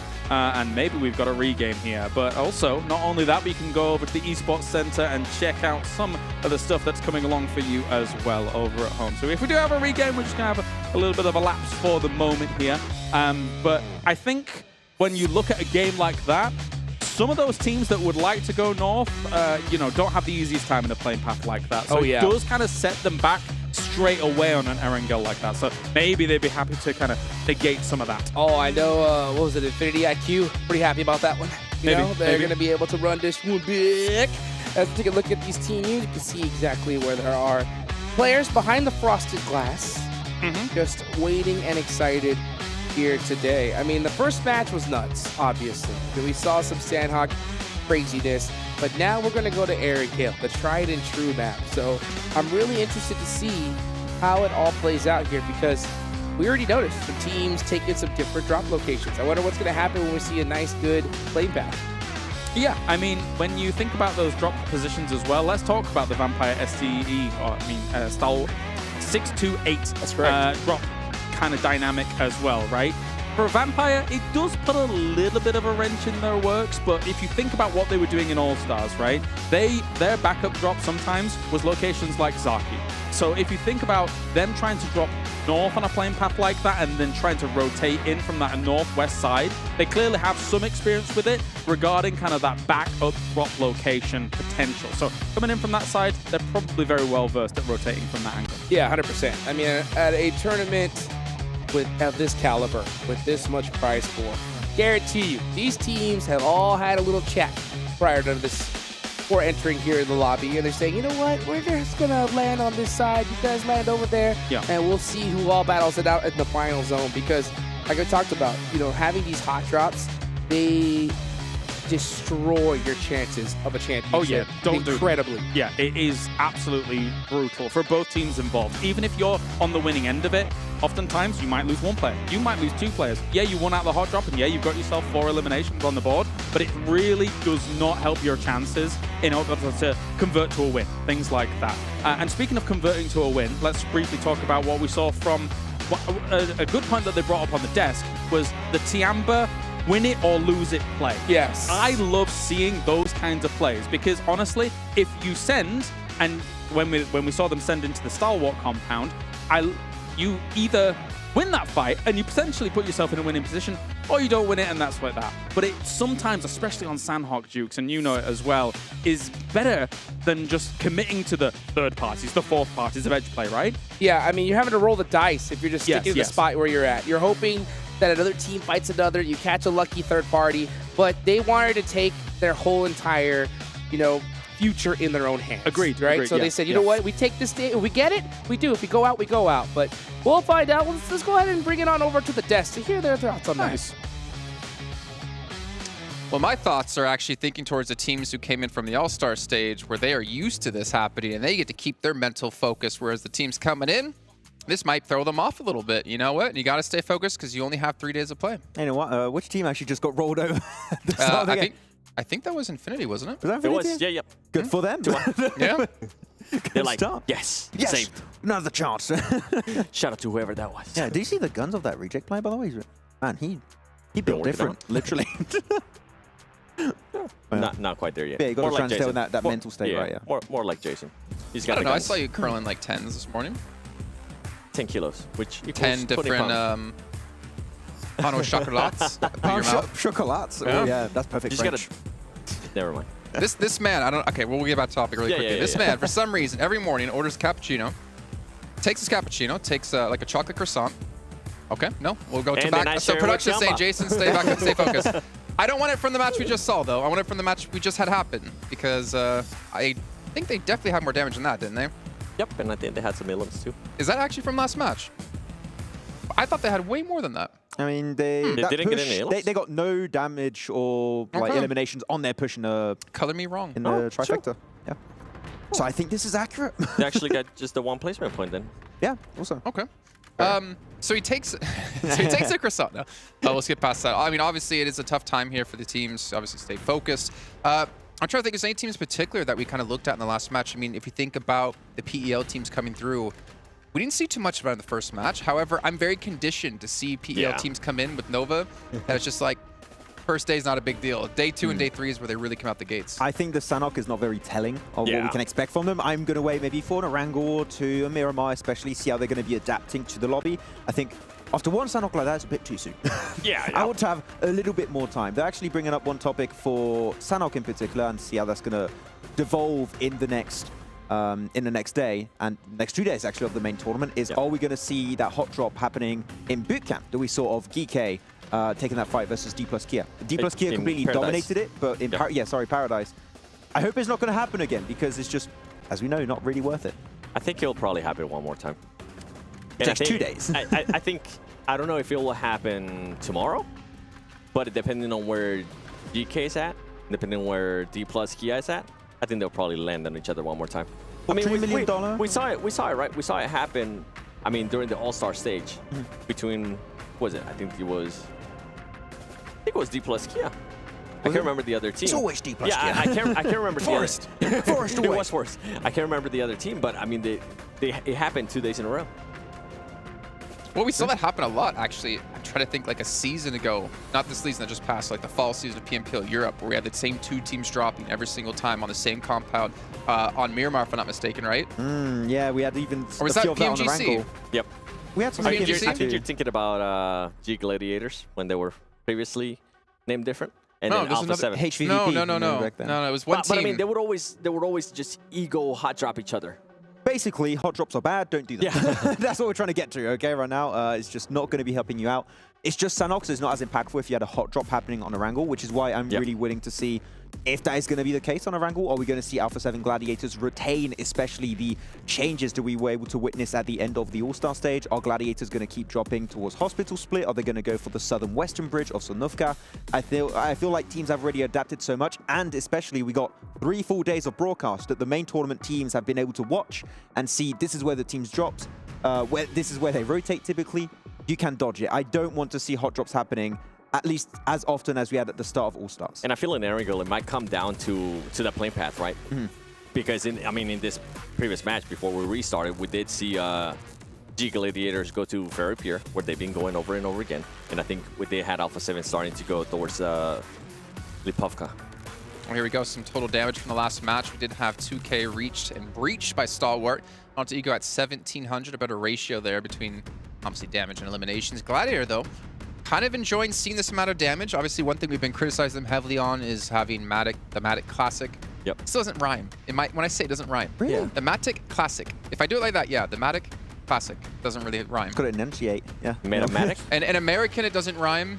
In French, English, it seems Matic like it does. Classic. No, it doesn't. Nah, but not really. Matic Meta?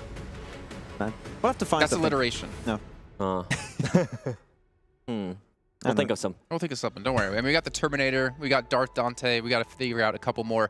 But what about Alpha7, since I'm looking at you? Not a strong first match, but not necessarily a big deal for them. We always know they start slow in tournaments. The only weird thing is that this is technically like day 4 for them. You're going to set me up for it? All right. I think it's time. I think it's time. actually wanted to talk about this at the beginning of the show. I don't want to see a slow start out of them. I feel like they don't have any excuse now. They were using the excuse of, okay, we already qualified to the main event. We're going to be able to try different stuff. And I feel like it is now time for them to not be using any excuses and actually show up here and not be like, okay, you know what? It's usual Alpha7. They're not going to be doing well here in day 1, but in day 2, that's when they start picking it up. I kind of want to just not continue to give him an excuse because that's what I feel like is happening. We just saw what Star World Esports was able to do, right? And they haven't been playing the previous 3 days. They were able to come in here. They were able to get a chicken dinner. They were able to back it up with eliminations too. So it's time we start getting off that narrative of, oh yeah, this team is used to starting off slow. They're going to come back in day 2. I'm just tired of that. I want to see Alpha7 show the caliber team that if they want to become the champions, right? We always talk about with Alpha7, they really want to become PMGC champions. At this rate, I just don't see it happening this year. Something needs to change. Yeah. I mean, I could see some people saying like, oh, but it's different teams than what you had in All-Stars, so they need to adapt a little bit more. And I mean, not really, because... You know what that's called, Max? It's called excuses. Exactly. Yep. And the thing is also on top of that is that these are internationally renowned teams. Like we know how they play, we know where they drop, we know how they rotate. If you're doing your research, which it should be at this point, you shouldn't be having any major issues. And you have 16 teams compared to 18. It should be technically even easier than what you had in the All-Star stage, except that the teams are a lot stronger coming into it. But at least you should not be going out as early for like reasons like hot drops or rotations, I feel. But even when the teams are stronger, if you are considered one of the strongest teams in the world for PUBG Mobile Esports, that shouldn't be an excuse. I feel like you should be able to maintain it. I just want to see something out of them. Coming into this angle, I think we were talking about this actually before the show even started. We were wondering, okay, how many matches are we going to be giving Alpha7 if they don't start pretty well? I think I was saying 3, and you said 2. And I went back on it. I was like, you know what? It's actually accurate. I think after the first angle, it'll set the pace for the rest of the day. What about, so we're talking about strong teams. I'm actually curious, and before any of us get any hate messages on Instagram again, what about the other end? Who do you perceive to be as the weakest teams in this lobby right now? And not necessarily, again, not in negative connotations, so don't hate on us. But in terms of like the power we've seen in the past, the raw power of the talent they have on the rosters, who do you perceive to be weak? Comparatively, relatively. You said one team earlier. Which one did I say? Starts with a T. Oh, Twisted Mind. It's like, I was like, where's he going with this? I don't know. I mean, yeah, Twisted Mind comes to mind then in this one. Well, you look at Crypto, right? I mean, back in North America, Crypto used to be one of the strongest players, I'd say, right? In Pakistan, yeah. No, Pakistan? Yeah. Okay, I thought you, oh, it was Europe, right? Yeah, he did come to Europe, right? You're thinking way right. back, there used to actually be a Crypto at NA as well. Because I was trying to think, like, how often has he played internationally at events like this? Because this is obviously a massive step up compared to just playing in a solo PMPL region. And there's a lot more pressure on a person like him who's supposed to be a star player. Yeah, and we did see them go out really early in this previous game, right? Right into Vampire Esports that were gatekeeping the southern western edge of that circle on Sanhok. I feel like it was a little bit of lack of scouting. I don't want to judge too much on one game, especially at Sanhok, right? I want to see, as we stated, Miramar. I want to see Erangel, how it's going to be panning out, but it's not good for the mental state, especially after a rehost on your first Erangel too. So I want to see them get in the zone. Yeah, but something that we always think about, right? Previous PMPL MVPs, I feel like they always have a little bit of extra pressure on their shoulders. Just looking at you dancing on the... I was jamming. It's a good song, but I always feel like they have a little bit of pressure on their shoulders because everybody's expecting them to perform. Everybody's expecting them to be able to put up the numbers. And if that doesn't start happening, then the player might start doubting himself at one point, right? And it's been a while since Crypto has been that MVP. I mean, by a while, I mean last year around this time is when he became an MVP for Pakistan. Like at one point, he's going to start thinking about it. People are going to start expecting those numbers, and they're going to want to see him. And I personally do want to see him being able to perform well here. Yeah, and their performances have been very volatile in a sense. Like you had Saudi E-League, and then he went straight back down when they played in their home region. So I don't really know what to expect. They can have pretty good results. I can see your phone already starting to get some pings. I'm just saying facts. Okay, they did good. Ladies and gentlemen, Addy, put the camera on me real quick. The truth hurts sometimes, but it's true. He didn't wait for the... I know, he didn't wait for the solo shot. Nah, he did it. It's okay. Too late. There you go. Now do it again. Do it again. No. Okay. Okay. The truth hurts. Aww. The truth hurts. We got it 3 times. Thank you. We got there eventually, right? Time's the charm. What about Falcons, man? Honestly, when I start talking about weak teams, to me, Falcons was one of those teams that I had in my mind. I agree with that statement. Do you have Would you elaborate? something else, yeah? No. I was just enjoying the laughter in the background. But there were, I mean, I think they're sending messages to Max right now on Instagram. Before All-Stars, I think everybody was expecting Falcons to not even be here in the main event, and I think they were able to showcase in a big way what they are actually capable of with this new team. They're not the same Falcons that we saw last time at PMWI, and they were able to kind of back it up, right? They're a new team. It's a new team's Falcons. They're new roster. They were able to put up good performances. And the way they were able to actually start the day here, they were able to put up some ilms as well, which, yeah, it is Sandhawk. Yes, there is some manage. You are able to take advantage of it, but it's still a good way to start the day. I would say you have a very few amount of regions where the transition from your home region to international events like PMGC, PMWI is really rough. Yep. One of those is NA, but also Africa, right? Yeah. Is it always going to do the same reaction? There's your nobody region. from NA here. It is literally It is my region, but I always tell them the same thing. I mean, if you're not going to be here, what do you want me to talk about NA?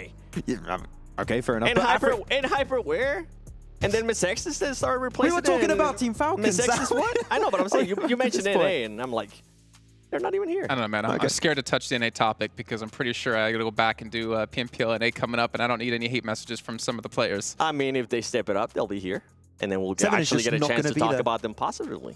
I always tell them this, man. I've been doing NA for like, what, 5 years now? You know what? Let's go in. Let's just end our careers here. You know, you look at PMPL NA in particular, if we're going to talk about it, go ahead, back to you in the conversation. You're associated. Are we going to sugarcoat it? Because, I mean, we can't be biased. I don't care if you're the best team in NA. That doesn't mean squat on the global scale. You can have your ego all you want, but if you get to an event like this and you can't compete, not necessarily calling it Mizexis, there's a couple of other teams I have in mind. I'm not going to say their name, though. Say it. No. Then, you know what? Like, get good. Yeah, that's what it comes down to. When was the last time that we actually went to an international event and we're like, okay, you know what? NA has a chance not to win. When Zute was playing, like top 5. When Zute was playing, for me, it was like the first PMGC we had season 0 back in Malaysia in 2019. Oh, that's when he had his best move. And we had Carnage. Okay, yeah. Okay. I do miss Carnage as well. Yeah. And you had like Temple Storm back then. That's when I felt like, okay, NA has a chance. But the problem is NA is just fallen further and further behind. I think, in part, because of egos, but also in part because of the old guard kind of retiring and leaving PUBG Mobile behind, not kind of sticking around, training the new generation of NA. But then we had Hotchix looks like he agrees. Then we had Knights. Or disagrees. Then we had Knights, right? And then they ended up going to PMGC, and everything kind of fell apart, and then the team disbanded, and now we have Coops being able to dominate in a completely different region. That's the issue. If you get too good in NA, you're getting picked up by another region. Yeah, I mean, which is the right thing. And I always tell the players too, hey, do it good, because there's other regions that are going to be looking, and if you can excel somewhere else, if you can make some money. Yeah, I mean, it's fair to say that NA and Africa, which was the initial point, is that they are regions that's really hard to transition to these big global events. So yeah, you don't get too many opportunities to play at this stage, but it feels like the level of play is just like kind of similar year after year, right? And it's not too many improvements for that I've been region. saying for years, it's like you get to an event like this, you know, for Mizex's case, in this certain situation, you take what you learn here, you bring it back to your region, and you try to help the region improve, and you try to dominate the region. But I feel like a broken record. I've been saying that for like 3-4 years now. And at some point, you just have to wonder what's going to happen. That's why I was so excited to see what NHyper was going to be able to do in this event, and it didn't end up happening, and then it just well, we did have one of the players here last year, GK First. Yeah. Under TJB, right? Under the TJB flag, and it didn't do well. Yeah. That was a rough transition also for them, unfortunately. I mean, there were some moments where GK First did do well, but the team just were not able to compete at all at this level very clearly. I just hope we actually get a chance to see a top NA team like NHyper at an international event, so we can see what they're actually capable of at a LAN event, not online. Well, maybe next year that'll happen. To be fair, when you are playing like America's regionals or European regionals, some people are playing with higher pings than others. And it does make it a lot more difficult to play. So maybe some more offline events can actually help step up the game. And a lot more of these international events. Maybe some more regional clashes, stuff like that would make things a lot more exciting and obviously help take the skill you learn and kind of trickle it down. I think the regional clashes in particular are really cool, actually, to have to get some more knowledge and some more clashes of metas between all these different regions. I mean, one we're going to be having after this event is going to be nice to see MEA versus Europe, which we very rarely see, right? So the European teams that rarely make it out outside of their home region, which is mainly the old Eastern Stars team, can get some good info. I would want to see, Max, sorry to cut you off, I want to see North America against Turkey. Against who? Turkey. Turkey. Did you say North America or America? Yeah, North America. Okay, North America. Yeah. Not Americas. No, not Americas. NA. Yeah, okay, NA. it's PMPL region, That's right? a bloodbath. I know. You know what I want to see? They would get a lot of good experience because in NA, we saw this especially. We're like, oh yeah, that team would not get away with that against other teams. And I feel like that's something that they need more of a shock, especially in NA. Like sometimes they get away for too long with like easy stuff, and it just becomes a habit for them that once they get to actually this stage, it completely backfires. Actually, a very interesting point to make. I'm really happy you bring that up because it made me remember what's been happening in Europe. We had the CIS teams coming over, and they've been able to gather so I'm so just much getting info. PTSD from the song every time. I'm just trying to go It's a new fast Silver now. Scrapes. All right, it's time to head into game here, and hopefully I don't get cut off this time with Kalaris, and let's go, Hotjukes! Let's go! Here we go. Jeez, that was loud. We are headed into Arrogale. What can I say? I have one volume, and it's set to max. It's set to American. May I get it max? There you go. Oh, yeah, okay. Oh, yes. No, he's French, he's quiet. Oh, le bison. Oh, le petit bison. Le bison. That's right. You know, I'm sad, man. My premium limited edition intro was squandered on the regame. It really was. I'm It was so so sorry. good. It was so good. Maybe that's what it was. Maybe it was too good. Yeah, maybe. They said, you know what? We just have to settle for the let's go. I guess. All right, well. Is what it is. Let's go. There you go. Let's go indeed. Look at this. Here we go. First Arrogale here of the day. Northern play path this time. Much more favorable for a lot of these teams. Yes, so they're going to be much happier with what they're seeing so far, and maybe we see slight adjustments here and there. But one thing's for sure, if you're going north of the river, you're going to have a much easier time of getting to where you want to go. You see Vampire drop on out here, heading towards that kind of, well, south of South George area to get things started. And likewise, where is, I want to see where is 628, because their reach down towards Primorsky is a little longer. They're going to drop west coast and maybe drive down. But looking at that circle, that's a long drive to then get to the circle. They'll probably end up doing it, though. Yep, they're going to have to indeed. Probably we'll see them kind of take that southern route all the way down and then rotate possibly up the edge coastline.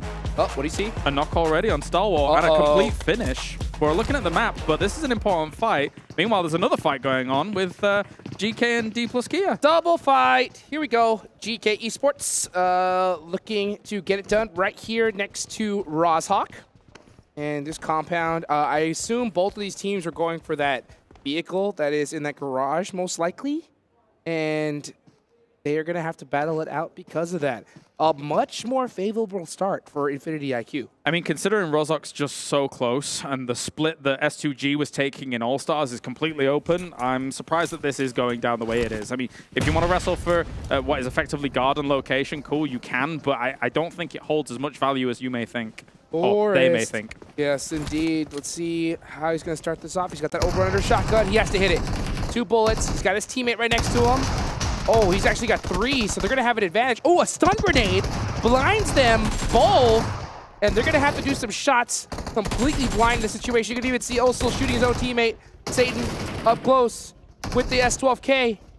Has to hit the shot, but so much hesitancy. Look how much time these players are taking to reset over and over. Ragnar holding the angle here. A big jump shot coming in as well as Haith is going to try and get this going alongside the S12K. 3 down. Satan has to make a miracle play happen here. They know where he is. They're going to prioritize him instead of going for those flushes and trying to pump him out with the pumpy. As Satan goes for a jump shot against it, but I don't think it's going to work on out. There's no way he wins this, surely. He hit him too, but he's down to 1 HP. Gets it done after all. Gonna go ahead and go for that pump shotgun. Can Satan pull off another miracle play for the first time here in this tournament? He's gonna get a double most likely. He's low. 1 more shot. Missed it again. How is he missing all these shots? Oh, that had to hurt.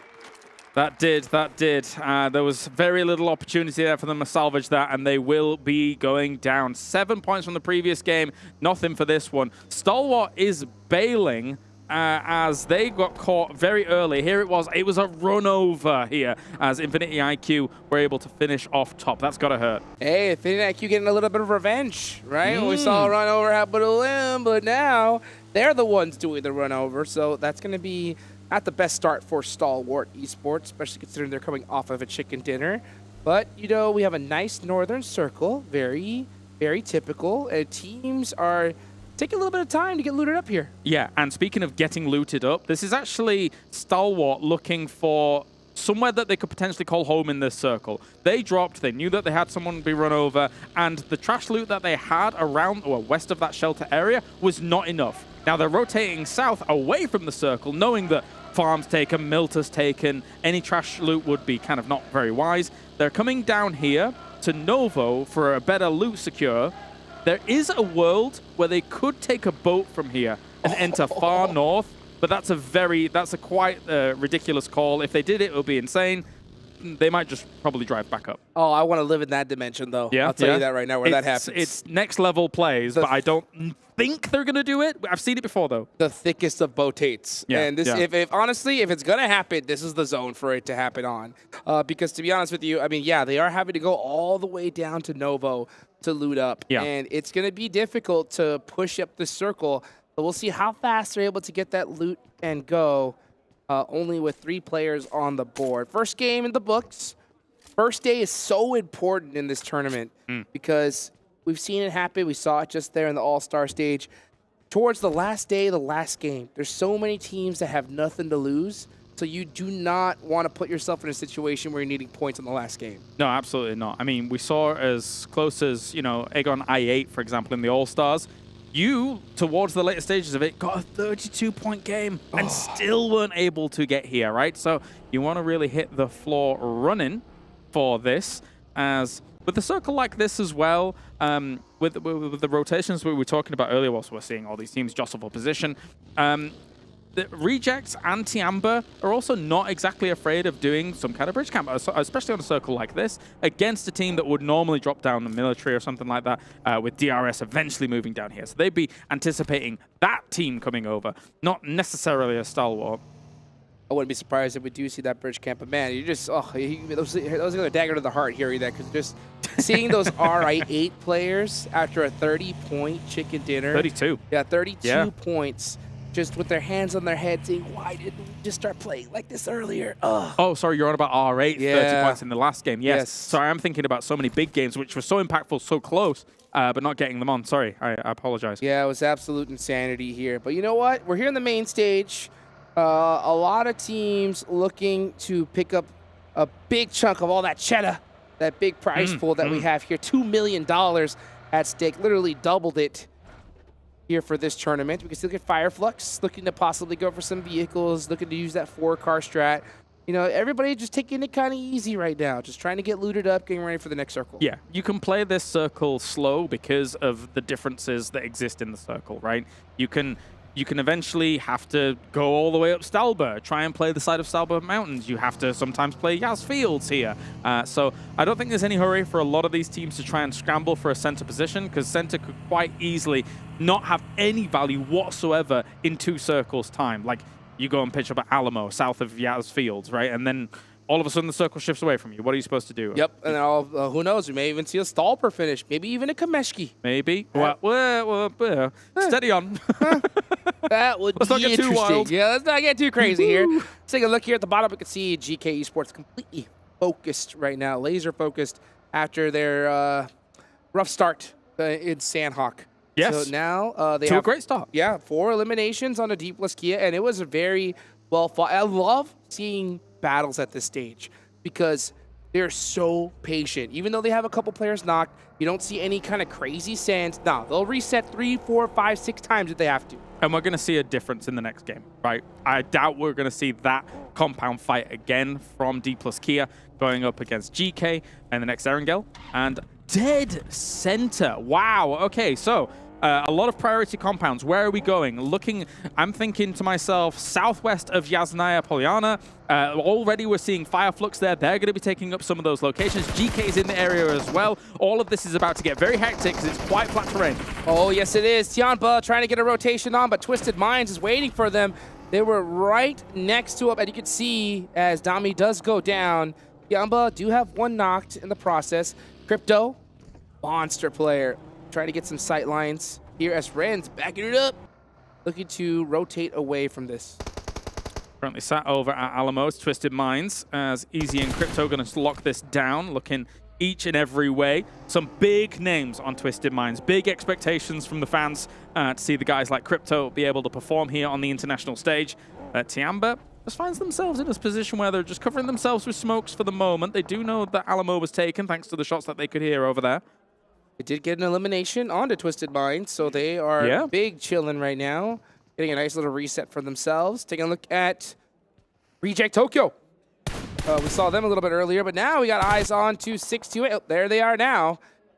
They were the first team to really get eliminated in that Sandhawk match. Just got picked apart little by little, so they really need a good bounce back game here. Yeah, and just to play your next game a little bit more slow, get some kind of change your mental state about it, and if you're playing slow, surviving into some of the later stages of the game, you can be okay indeed. As we take a look at, for those of you guys looking at the map stream, we're starting to see Stalwart push from the south side, but there is a battle going on between Infinity IQ and Tiamba, battling it out here at the Blues, right south of Yasnaya. Ren, gonna go ahead and push on in, and I think this battle might be done and dusted. They did end up picking up a couple, and actually another defeat right there. Yeah, that was from Infinity IQ, trying to do some split looting. He was running about with the Scar. He has a DBS in hand as well here, as Infinity IQ is still in some of these craters that were created down in the south of the fields. So this is just close to Alamo, but again, Crypto has now moved up. You can see him on the high ground in the distance, doing some scouting, because with this kind of circle, it's unlikely usually that you would be able to stay there forever. There is a chance, of course, you know, but just going up to that slight high ground, getting as much information as possible across this field is going to be absolutely necessary. 100%. Yeah, that little hill right next to Alamo. Yeah. Pretty good spot. And let's see exactly where the zone's going to go, though. I wouldn't be surprised if it is a Yasnaya field zone. Those are a dime a dozen. And scary. That'll definitely make things interesting. We may see some hay bale battles. Yep. As we see Stalwart all the way at the south side. They did come all the way from Crate, so they do get up here safely. But in order to get into a good position... Oh, actually, this zone is actually a pretty favorable one for them. Okay, so what am I seeing? Already, Heaven is still in play, right? So you've got Rosemary and Potato and the guys over there. They've got themselves technically a great spot to try and stage this from. It really depends on which side of road it ends up going, right? If it does go east, they are absolutely sitting pretty. Very, very happy indeed. Meanwhile, you're seeing STE here trying to fight off against Rejects. Rejects need to bail on out. And thankfully, no casualties just yet. 628 holding the edge of the circle now, just as we see the scramble to try to get into the center of the zone. Infinity IQ making some shots onto Solke. Are they able to bust out the buggy? No, instead they get ran over. Fireflux looking to do possibly even another run over from Solke. He jumps out but gets popped at the same time. Trying his best to deal with this here, but it is difficult when you rock up on a location like this. Here comes Lutz once again. He's going for another one. Actually gets a full finish off, and he's able to finish it all off. Amazing to be able to get that kind of recovery, but they need to recover even a little bit more. What a play there for Fireflux, but the battle has not stopped. Here comes Carrillo from Alpha7 Esports, looking to apply some pressure onto GK as it's just Ragnar left. You can see his Falcon there just saying, buddy, we're in trouble. Yeah, and Fireflux was going to be eliminated in the distance as well. Twisted Minds were able to finish them off. Recovering where they were was very difficult. Vampire also taking a fight here with 628 in the distance. There's fights going on everywhere, not only on the edge of the circle, but there was teams scrambling to try and send through the middle to get themselves a good spot. Ragnar with a huge nade onto Alpha7 is able to pick up another elimination. So Alpha7, even though it's just one player, making mistakes, and they lose 2 in the process. Definitely. Ragnar just going to pop some stims to get going. Carrillo still alive. Sees 628 in the distance here, trying to rotate on around him. But another nade, not able to get too much done. Thank anything for the back. You know exactly where he is, and unfortunately, they're not able to thread the needle and get any utility in there. So Ragnar is going to hold that down. I'm surprised to see so much hesitancy from Alpha7. I don't think they want to walk outside right now. I think they feel like they're surrounded. But, man, losing 2 players like that is going to hurt. Let's see what TQ is going to do here from Team Falcons. Looking for some sight lines. He did spot something, so he's going to throw a pretty blind nade here. I think he figures that they could be behind the rock. But now after seeing that vehicle, he knows exactly where to throw it. Is it going to hit? Ooh, just a little off the mark. Smoke's going to be a dead giveaway as well. That's why they throw them ahead and then run behind them and trying to bail from all of this. goes for a spray, but realizes that they're just gone, and will have to try and relocate himself. That was really close there for Stalwart. Very unfortunate for them to be able to get away from that alive without losing another member. As Where are we of going? course, they did lose top early. Yeah, where are we going indeed? Where's that zone going? Nice hard shift again. So this zone is just hugging the edges every single time. Ping-ponging around. That brings Heaven out of the equation actually here, so Alter Ego are going to have to leave from there. And actually, I mean, for the rest of the lobby, this is absolutely great, because if you have to deal with a team in Heaven, it acts like an absolute watchtower across the rest of the area. So there's going to be some teams wiping the sweat off their brow. Oh, I kind of wanted to see some vehicles just YOLO send it up, see some jump out crazy plays there. But yeah, we're not going to see that. Land on the roof. Yeah, we're not going to see that now. But for now, we're going to see some teams looking for all the best spots here in this next zone. Only a couple of buildings left. A lot of hills areas here. Let's see that nade one more time from Ragnar. Big. Oh my gosh. Very And well done. Instant finish with that Bison. Le pipi bison. Lovely. 628. Oh, that's another player from Alpha7, so it's just Carrillo up left. And is he going to be able to hit that nade? Oh, Zing knocking it onto him. And that is Alpha7 eliminated in 12th place. Eliminated, but I'm sort of surprised 628 stuck around on this west side as long as they have done. I saw them in their vehicles. I thought they were going to rotate, but now they've put themselves in a bit of a precarious spot where they're going to have to move into a circle like this. I thought they were going to get ahead of it. But anyway, Gladiators here up on the north side. Box is just taking pot shots at them whenever they can. Whenever they come across this hill, they have to go past them. So somehow they have to figure out and solve the puzzle that Box is presenting them. And we'll see if that puzzle is going to be complete or not. You can see McHugh trying to figure out the puzzle of how to get out of here alive, and he does find the right piece. Gets in the vehicle with Kitsune. Meanwhile, 628 full sending it on a DRS. Maybe for some reason they thought that this was open. It is closed for business. The rest of 628 have no choice, I think, but to send it in that location. But instead, gonna just take this little hillside. They have to edge in some way. Oh, this is a blind rotation. It is not looking good for 628. The lateness of this makes it very, very difficult, although Killer is all on his lonesome, just ahead of the pack here. So maybe they weren't really expecting that. Spray's going to come in, tries to get in. They might have even got a wheel on that, but likewise, they're going to return fire, take him out. The rest of DRS not here to be able to support it. Kind of a misplay there from Killer. Do you think he was just kind of holding that position, waiting for his team to get there? Trying to, as an anchor point here, and not expecting 628 to really move in. If he's got an anchor position there, and the rest of them rendezvous faster, it's a great spot. But, just a little bit too slow on the uptake. Yeah, a little bit of missed timing. It's crazy how much that could cost you. For all we know, for sure, that could have costed a few $100,000. Crazy to think about in the future. But you know what? That's what it comes down to. Let's take a look here at Reject Tokyo. Had a tough start, but now they have 4 up. Yeah. Good control. They have a nice spot. They do have full sight lines onto Vampire, trying to control this edge of the zone on the west side. Meanwhile, Falcons battling it out with Gladiators. Here comes TQ with a nice nade. Is it well placed? Ooh. Oh, perfectly between them. Pieces them up a little bit. Doesn't get the knock, though. Here comes another, though. Do we have a follow-up? That's the question, yeah, because if that doesn't get anything as a conversion, it was a nice nade, but the guys are probably going to try and heal up. We've got ourselves, though, Falcon. In terms of their triangle position, they were looking for off angles against Gladiators where they were sending it to. So maybe they can completely dismantle them. They're driving in, actually. Yeah, I think if they realize that it's only 2 players, especially with this circle, I think they really want to control this southern side of the zone. So if you're Team Falcons, I think right now you apply the pressure, turn up the heat, and take them out. Because if you play this way too passive, you're going to let them buy way too much time. Big kind of blind sprays into smokes here to try and just get a tag wherever they can. And already hit, so has to go prone there for a second. Yeah, I don't like this. I'm glad TQ backed off because he needs the rest of his team with him. If he gets knocked, he's going to get thirsted, and that would be a huge mistake for the Falcons. He has a beautiful angle, but he needs his squad. I wonder what they are doing. Meanwhile, you got Axer way far in the back, still in the zone. Maybe possibly they're trying to defend against a team rotating on the side. Yeah, well, thankfully for them, they don't have to move too much just yet. So they can still prolong this out for a little bit, take it slow against them. Meku will go down. Likewise, Kitsune's gone as well here. Falcons cleanups Gladiators. And meanwhile, on the other side, Rejects trying to dislodge the Vampire problem. Very fortunate for Team Falcons to get that finish. And not to mention Kitsune running out of 5.56 right there at the end. That is going to bite them. Meanwhile, we're going to see Vampire give up their compound and start heading towards the center of the zone. They do notice that they're going to have to make some shots out of this vehicle because you can see Stone popping out now. This is a really tough angle. This is still outside of the circle, but I think they just wanted to avoid the vehicle explosion.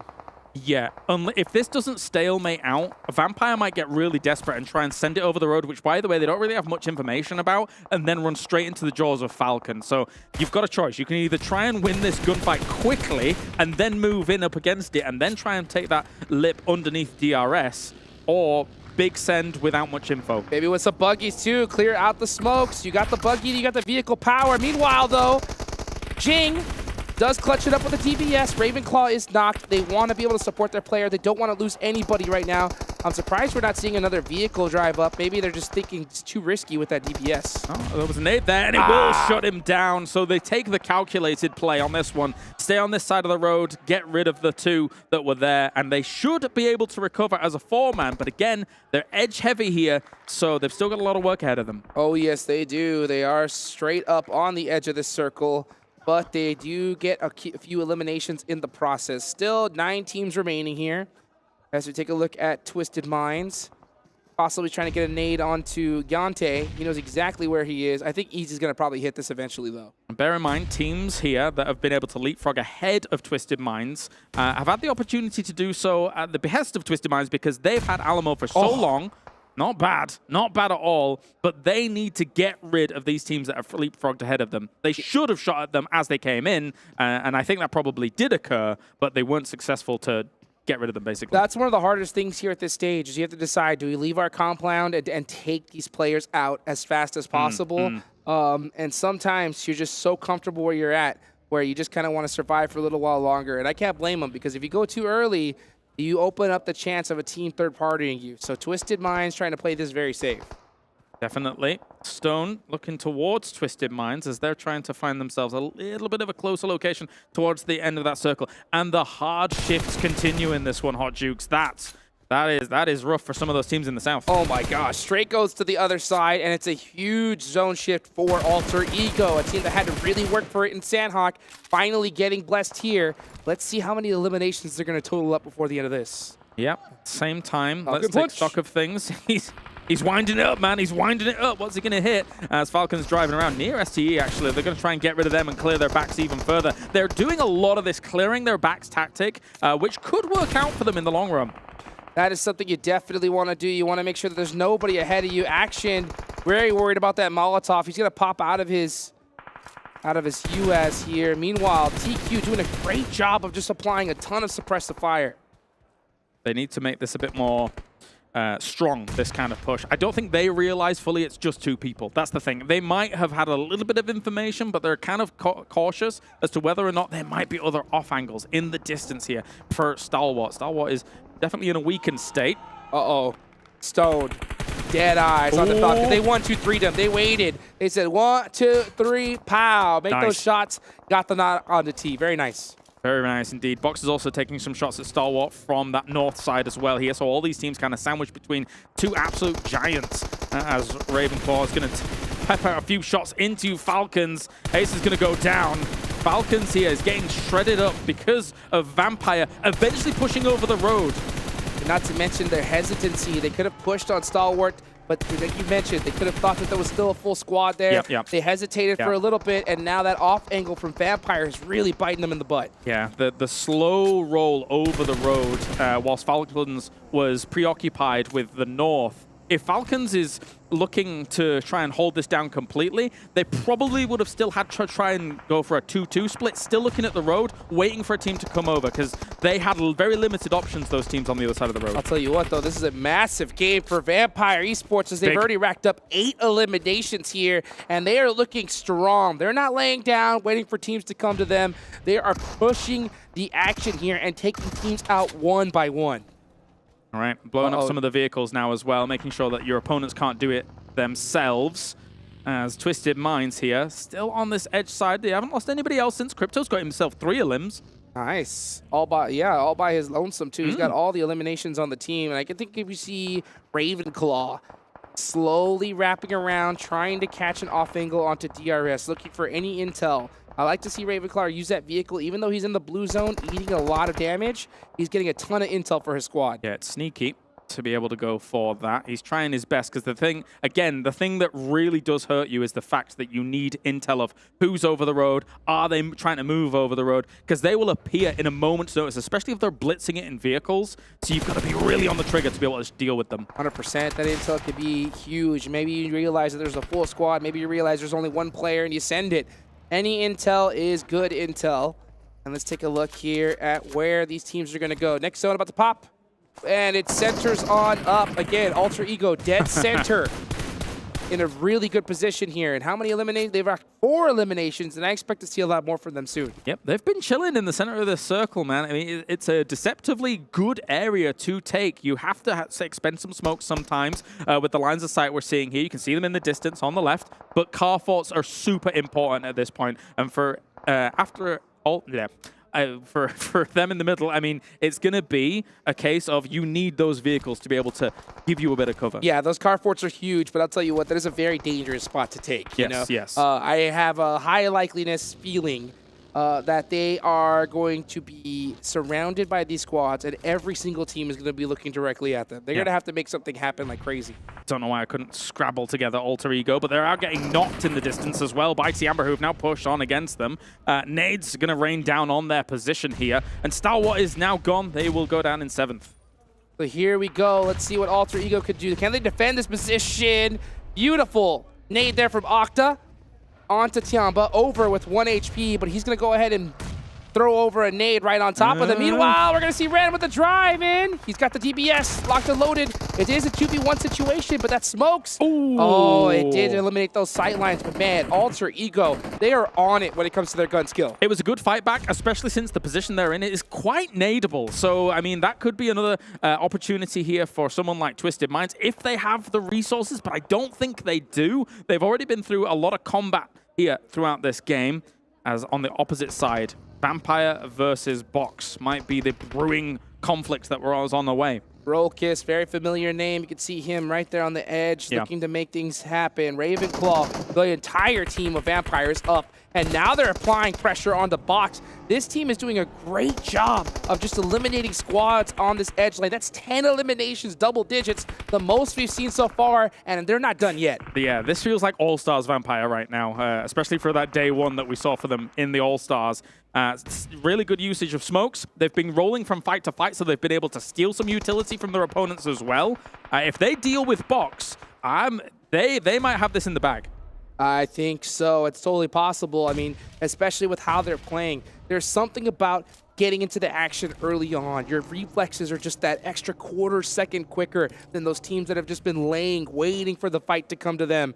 Box losing 1 player. Meanwhile, we're seeing a lot of snake play happen, and that is because there is just no cover in this zone. Yeah, it is all open field, baby. It is a very difficult location to play. You can see so much prone gaming going on right now. Oh, yeah. Because what are you supposed to do? What are you supposed to do? If you do not have a great vehicle fort, if you don't have some rocks here or there, this dip obviously is fantastic, but you can see how many have tried to crash in, cause some problems here. We're seeing those body boxes down there. I think Twisted Minds doesn't have any nades to be able to kind of punish them in that spot. Nope, tons of utility being expended just to get here in the first place, so I'm not surprised to see that happen. And Alter Ego, yeah, they do have that dip, but like you mentioned, they had to lose 2 players in the process. It's not one of those circles where you can just stand up and shoot everybody. You have to just survive because everybody is looking towards that center position. You can see Twisted Minds looking in this direction, Box on the other side. Vampire, I wonder if they are going to clean out this right side and focus on Box first rather than center circle. Okay, so Crypto had 1 nade. He actually was waiting, holding it. Oh! No, he was on the other side of the vehicle. Octa saved with a scrap of life there. Double molly. If they get whiff of exactly where they're, but Crypto's creeping up, man. Crypto is creeping up, and I don't think Alter Ego has an idea where he is. Octa is looking in this direction, but he's also focused on his back because there's so many shots happening here. If Crypto stands up, he's going down immediately. He knows it, so he has to snake it the whole way. He saw Potato. He did see Potato from his third person, unless he was looking in another direction. But anyway, we've got him now. Big push in here from Vampire. Here we go. Stone applying the pressure onto Box. looking to finish them out, and they do. Whoa. Vampire taking out every single player on the edge. They are on fire right now. Like that, a click of the finger and they were gone. That was brutal to look at there. Vampire, what a great push by them. Man, I don't know how the other teams are going to be able to respond to this. DRS, Twisted Minds, Alter Ego, on the opposite side of this, they're going to crunch down on one another, and Vampire's just going to clean up the scraps. I mean, look at the difference. Every single player is laying down, trying to survive. Meanwhile, Vampire standing up, just applying crazy pressure, saying, we don't need the tall grass. We just need this M4, baby. Tony K forwarding on in. Gante does get knocked, though. Maybe the... a double knock is tough for Ravenclaw. Does pick him up in the meantime, and that is DRS out, so now it is down to a 2v2. Maybe too bold, though. Who knows? Because losing those two players really takes away a lot of your advantage. Going to try and get Schweppes up here, but they do have some nades in hand. If they're in nade range, this could be deadly here for Vampire. The circle's pushing them. They have to move away from this rock before Alter Ego has to move themselves. Octa applying the pressure. He's just holding it. Hold the angle. Hold the angle. Just keep on that suppressive fire. Let Papa Blue do the work just hold the angle. And this should be an easy dub for Alter Ego. Meanwhile, Vampire going out at the end of it. A brilliant performance for them regardless. And honestly, that was one zone where you got blessed. That was not easy to win. No, definitely not. The Tiamba push was scary there for Alter Ego, but they were able to persevere through the oppression that was coming their way in a lot of this. And again, you've got to be really steadfast about holding on to your utility. I keep repeating it, man, but when it comes to a zone like that, and Vampire getting so eager about their advantage that they had, that was the end of them there. Tony K going down on that angle, Vampire was too confident in that one, man. I think they tried to do a little bit of a heat check situation, right? They were like, hey, you know what? I'm going to stand up. I'm unstoppable. And then Ravenclaw just runs, gets bodied, and then all of a sudden it's like, oh, no, we're in big trouble here. And yeah, if they would have played it a little slower, they would have possibly won the game. But you know what? That is Vampire Esports. That's what got them here in the first place. Yep. Guys, a lot more action right ahead of you guys. Don't go nowhere. We'll be right back.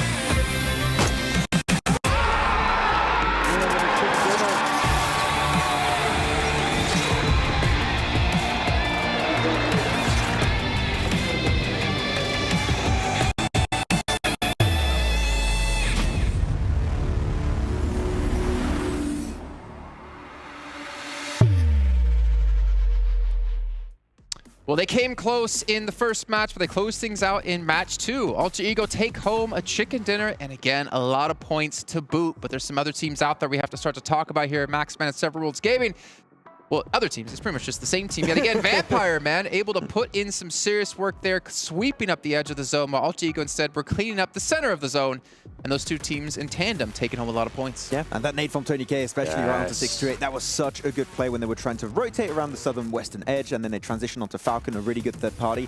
And that's what we talked about on the pre-show, right? Vampire Esports playstyle we saw in the All-Star Stage can very easily be successful against some of the best teams in the world in the main tournament, and it's already been proven here on this second match. And I feel like you mentioned too, the grenade from Tony K allowed them to be able to pick up his teammate, then have all 4 players still alive, and being able to just run through everybody. We were able to see, I mean, when they went up against Box Gaming, they were able to get rid of them just so quick. Close my eyes, open them again, Max, and then we're gone. Pretty much, they just disappeared, poof, and they're gone. Actually, I'm surprised. Alter Ego did not die to nades, though, because there were so many teams close to them. Their position is so nadeable, but there's so many cards you can somewhat dodge that. How many cards were there? Like 6, 7? Jason asked me this, but I can't say it on camera. There was way too many. There were 7 cars on brand. 7. Yeah, nice. I'm surprised you missed out on that, actually, because I instantly caught on. Why am I hoping you can stay on brand? You will. Nice. Okay, well, the Honor Magic 5 Pro, powered by Snapdragon 8 Gen 2, an Honor self-developed GPU Turbo X is the device they're using. A big shout out to them for helping sponsor this event. To take a look at the match rankings as well here in just a second to see how many points, obviously, all the teams here in this lobby did accomplish. And look at that, Vampire actually coming out ahead with 22. Are we surprised?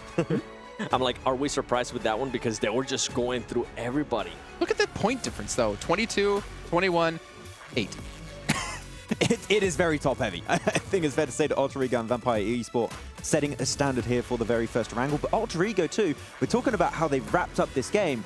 We've got to talk about how they approached the early game, playing from heavens. If the circle went there, it was, I think, a possibility, again, for them to get the chicken dinner in case of an Eastern shift. So they were really making sure they were setting themselves up for success, because that position, heaven, impossible to breach in later stages. Yep, and with GK too, we saw, once again, getting into an early fight with Dplus KIA. That is the second time. That is back-to-back matches that they've been able to do that. And something that I wanted to mention too, we saw that in the top 3, it was DRS. Even though they didn't have those crazy elims, I feel like they're just gathering information right now. This is what I was talking about. I feel like we're going to be seeing a DRS from day 1 All-Stars. That's exactly what they're going to be mimicking here today. And tomorrow, day 2, is when we're going to start seeing that firepower out of them. I'm surprised. How did they not see Giante when you had Vampire trying to cross the road? If Vampire don't lose that player and they're able to get the road cross, pretty much they have 2 angles onto Alter Ego. They win the game. But Giante just got that little surprise factor that was a bit too much to deal with at the time. Well, as we take a look at, obviously, Alter Ego taking home the bacon here, I guess the chicken, let's actually take a look at their player stats when we can to get an idea of who was really standing out for the team, because we saw Potato do some serious work in the first match, obviously, the last man alive for his team, obviously able to close out the game. But we need to get an idea of, like, where are the stars? Where's the fragging power coming from? And we saw Rosemary as well, able to put up the big numbers, but this time it's Octa, the 1,250 damage. Yeah, what's the transition from damage into eliminations I really want to see? Going to be 9. 9 on this lone That is a serve. great conversion right there. Woo. I mean, most eliminations on the entire main tournament. He could be getting up there. He could try and beat top. Action, actually, sorry, from Star Wars. Yeah, we were just predicting at the start. It's okay. I read the script. We really want him to get a 9, just kidding. I look at Rosemary, yeah, and I think of one thing. Oh. But I can't say it on air. But you know what I'm talking about. Something related with the collaboration currently going on in PUBG Mobile. That's why I did the earlier. I was like, oh, that could be a reference. Wait, but that we can't use. We can't use? It's a reference. There's your reference. I don't know what you're talking about. Everyone understood. Go ahead, Sam. What were you going to say?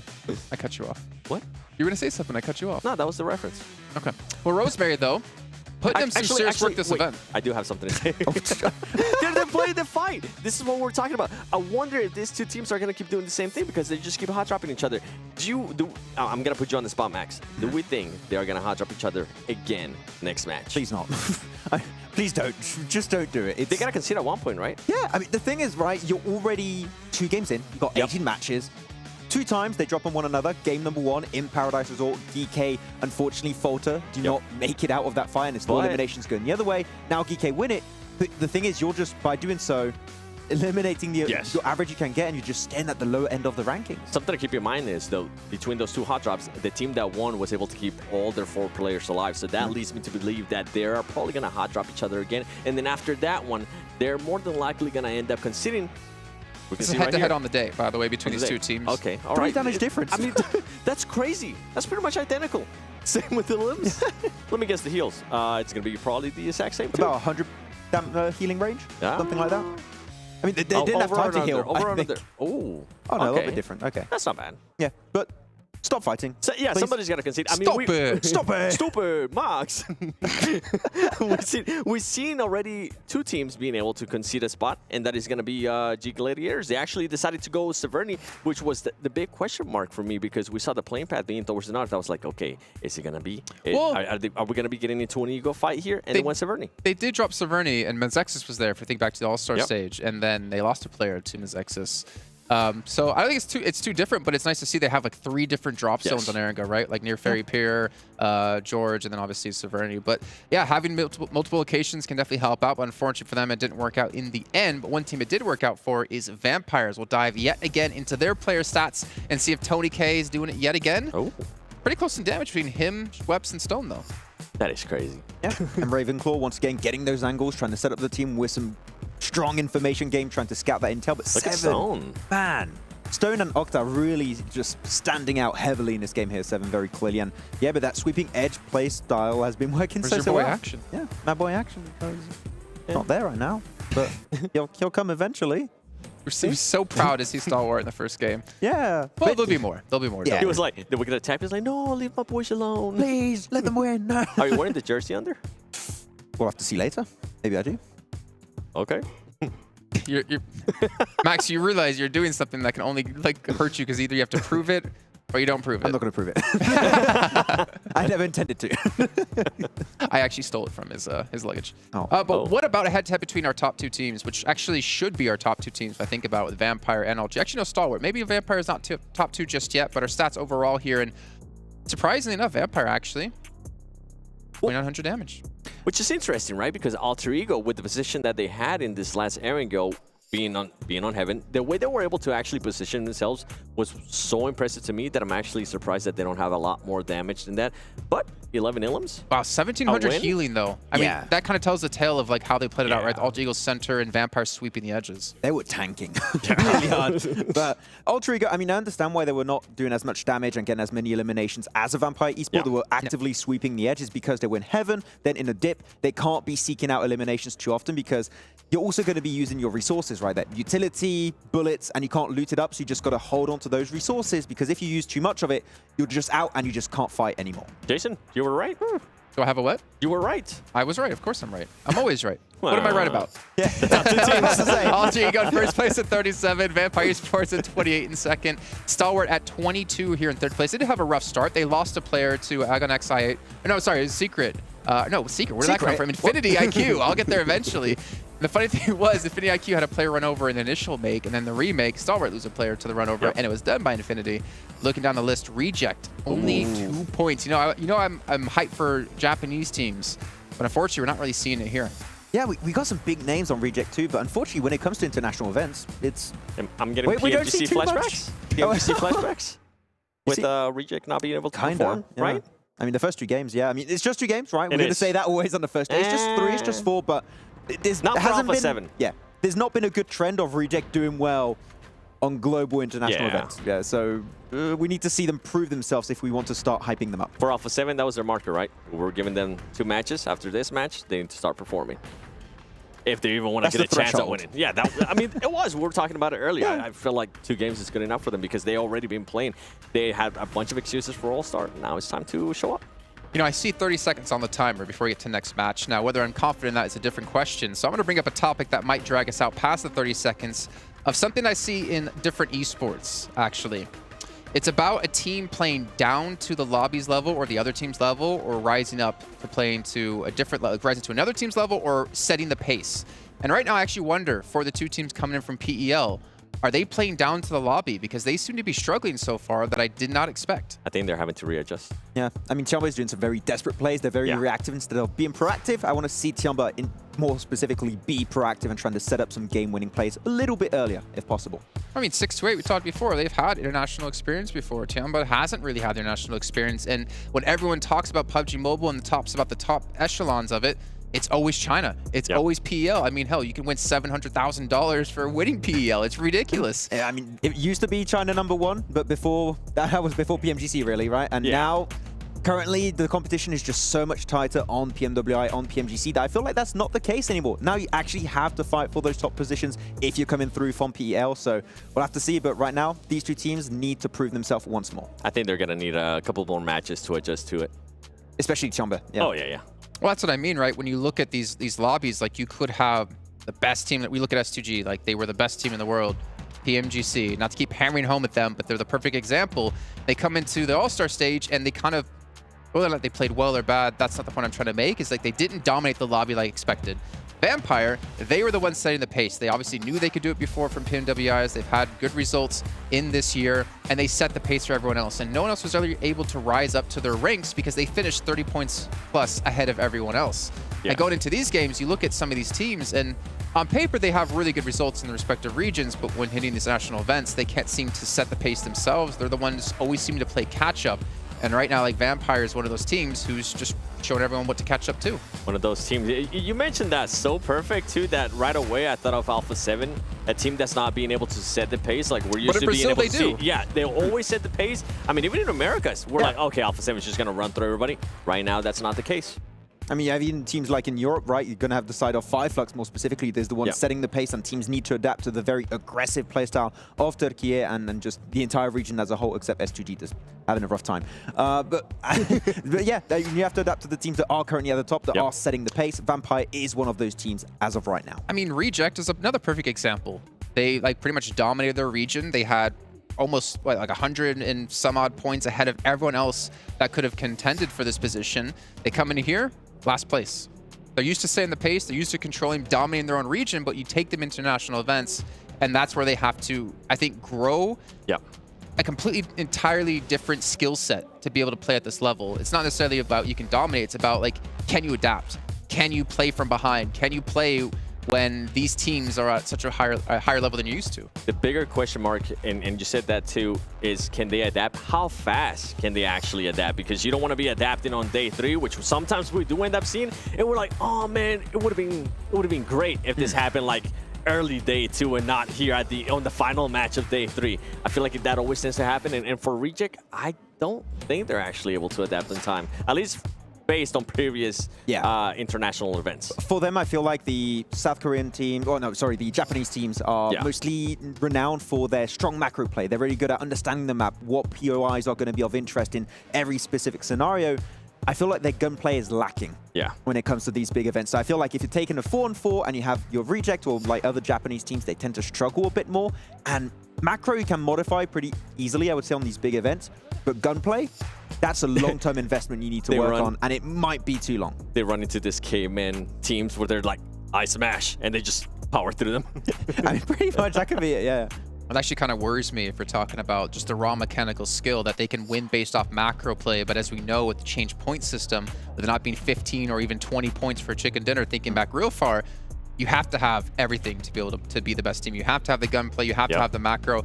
And you would feel like the gunplay is actually probably one of the easier parts, or at least I would assume, because you can go train that really easily. Macro, you have to experience a lot of matches to figure out what to do right and what to do wrong. And well, we're going to do something right. We're going to head over to our commentators with Hot Jukes and Claris to take us in to our second Aerigo of the day, match 3.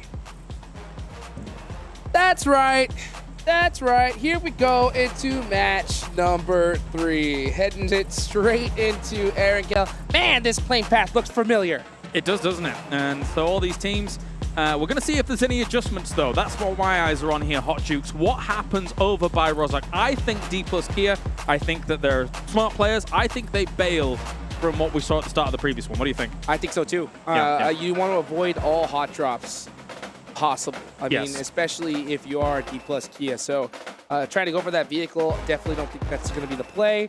But I'd be interested to see if they decide to do the same. It looks like they are looking to stretch a little bit further south. Not surprised in the slightest here.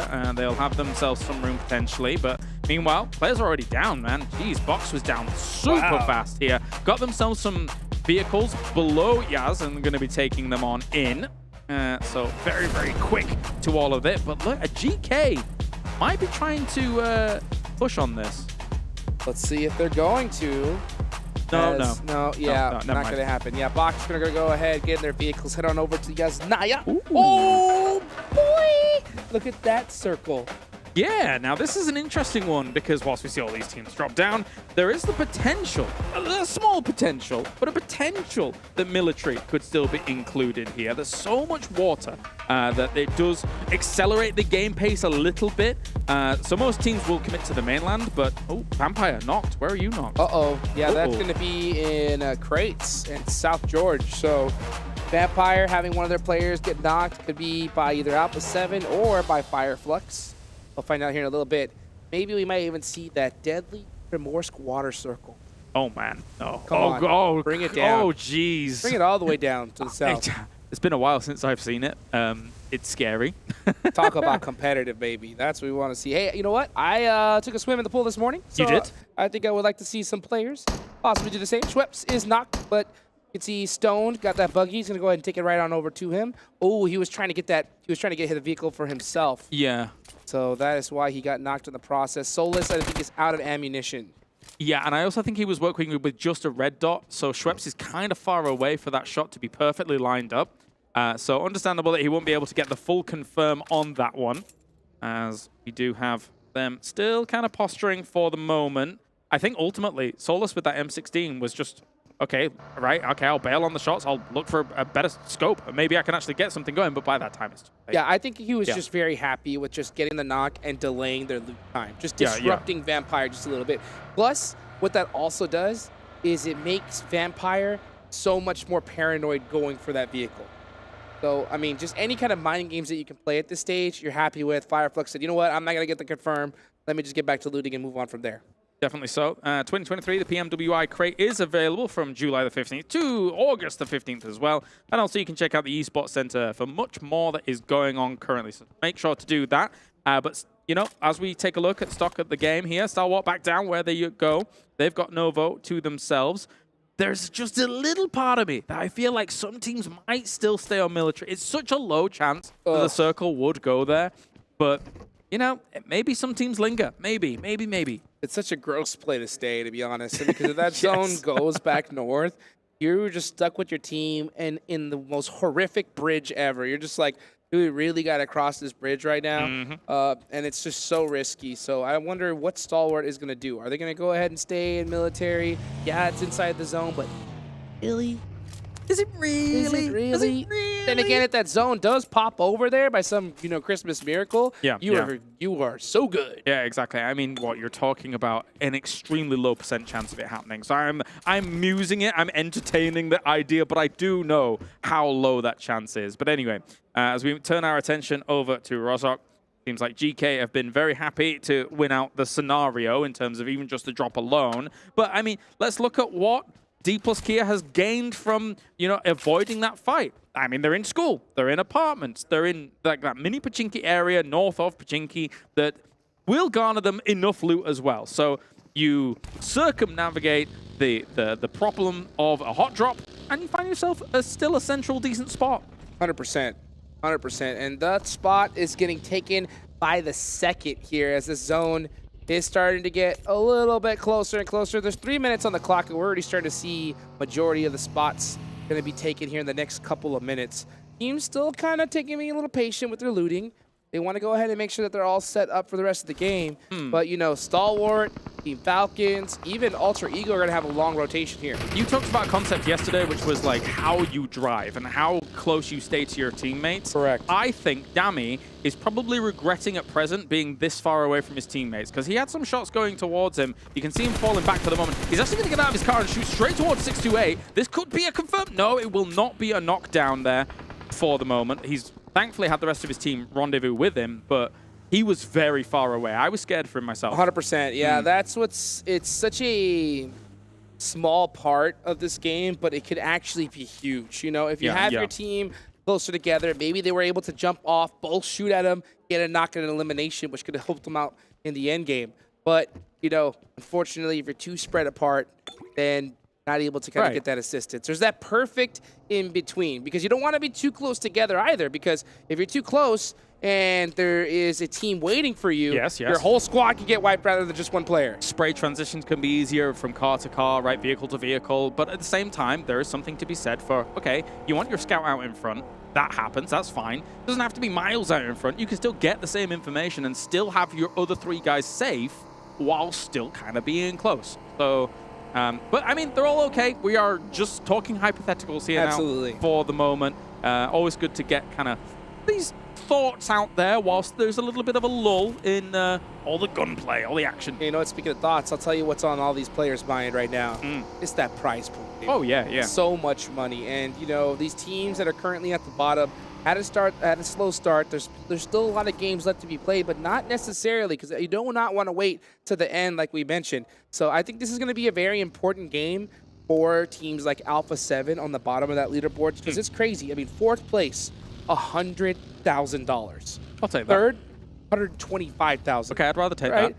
And then a $75,000 jump to 2nd with 200 grand, and then a $200,000 jump to 1st place with 400 grand. That is crazy. I've decided which one I want. Yes. The 1st place. I think that's the one I would take as well. Yeah, if I had a choice, that's the one I would like. Yeah, okay. So we've got to exert some, energy to get there. Let's see if any of these guys are going to be able to hopscotch their way towards it. We'll see, we'll see. As the circle is closing rapido, and Stalwart, Falcons, and Gladiators are still the teams here, completely in the blue. There are a few other teams with members on in, as they're trying to scramble their way forwards. I like that rapido there, dude. I think I'm rubbing off on you. I try. Yeah, I'm trying to, endear myself to you, That's know? what I'm talking about. Be part of your cult. No, That's right.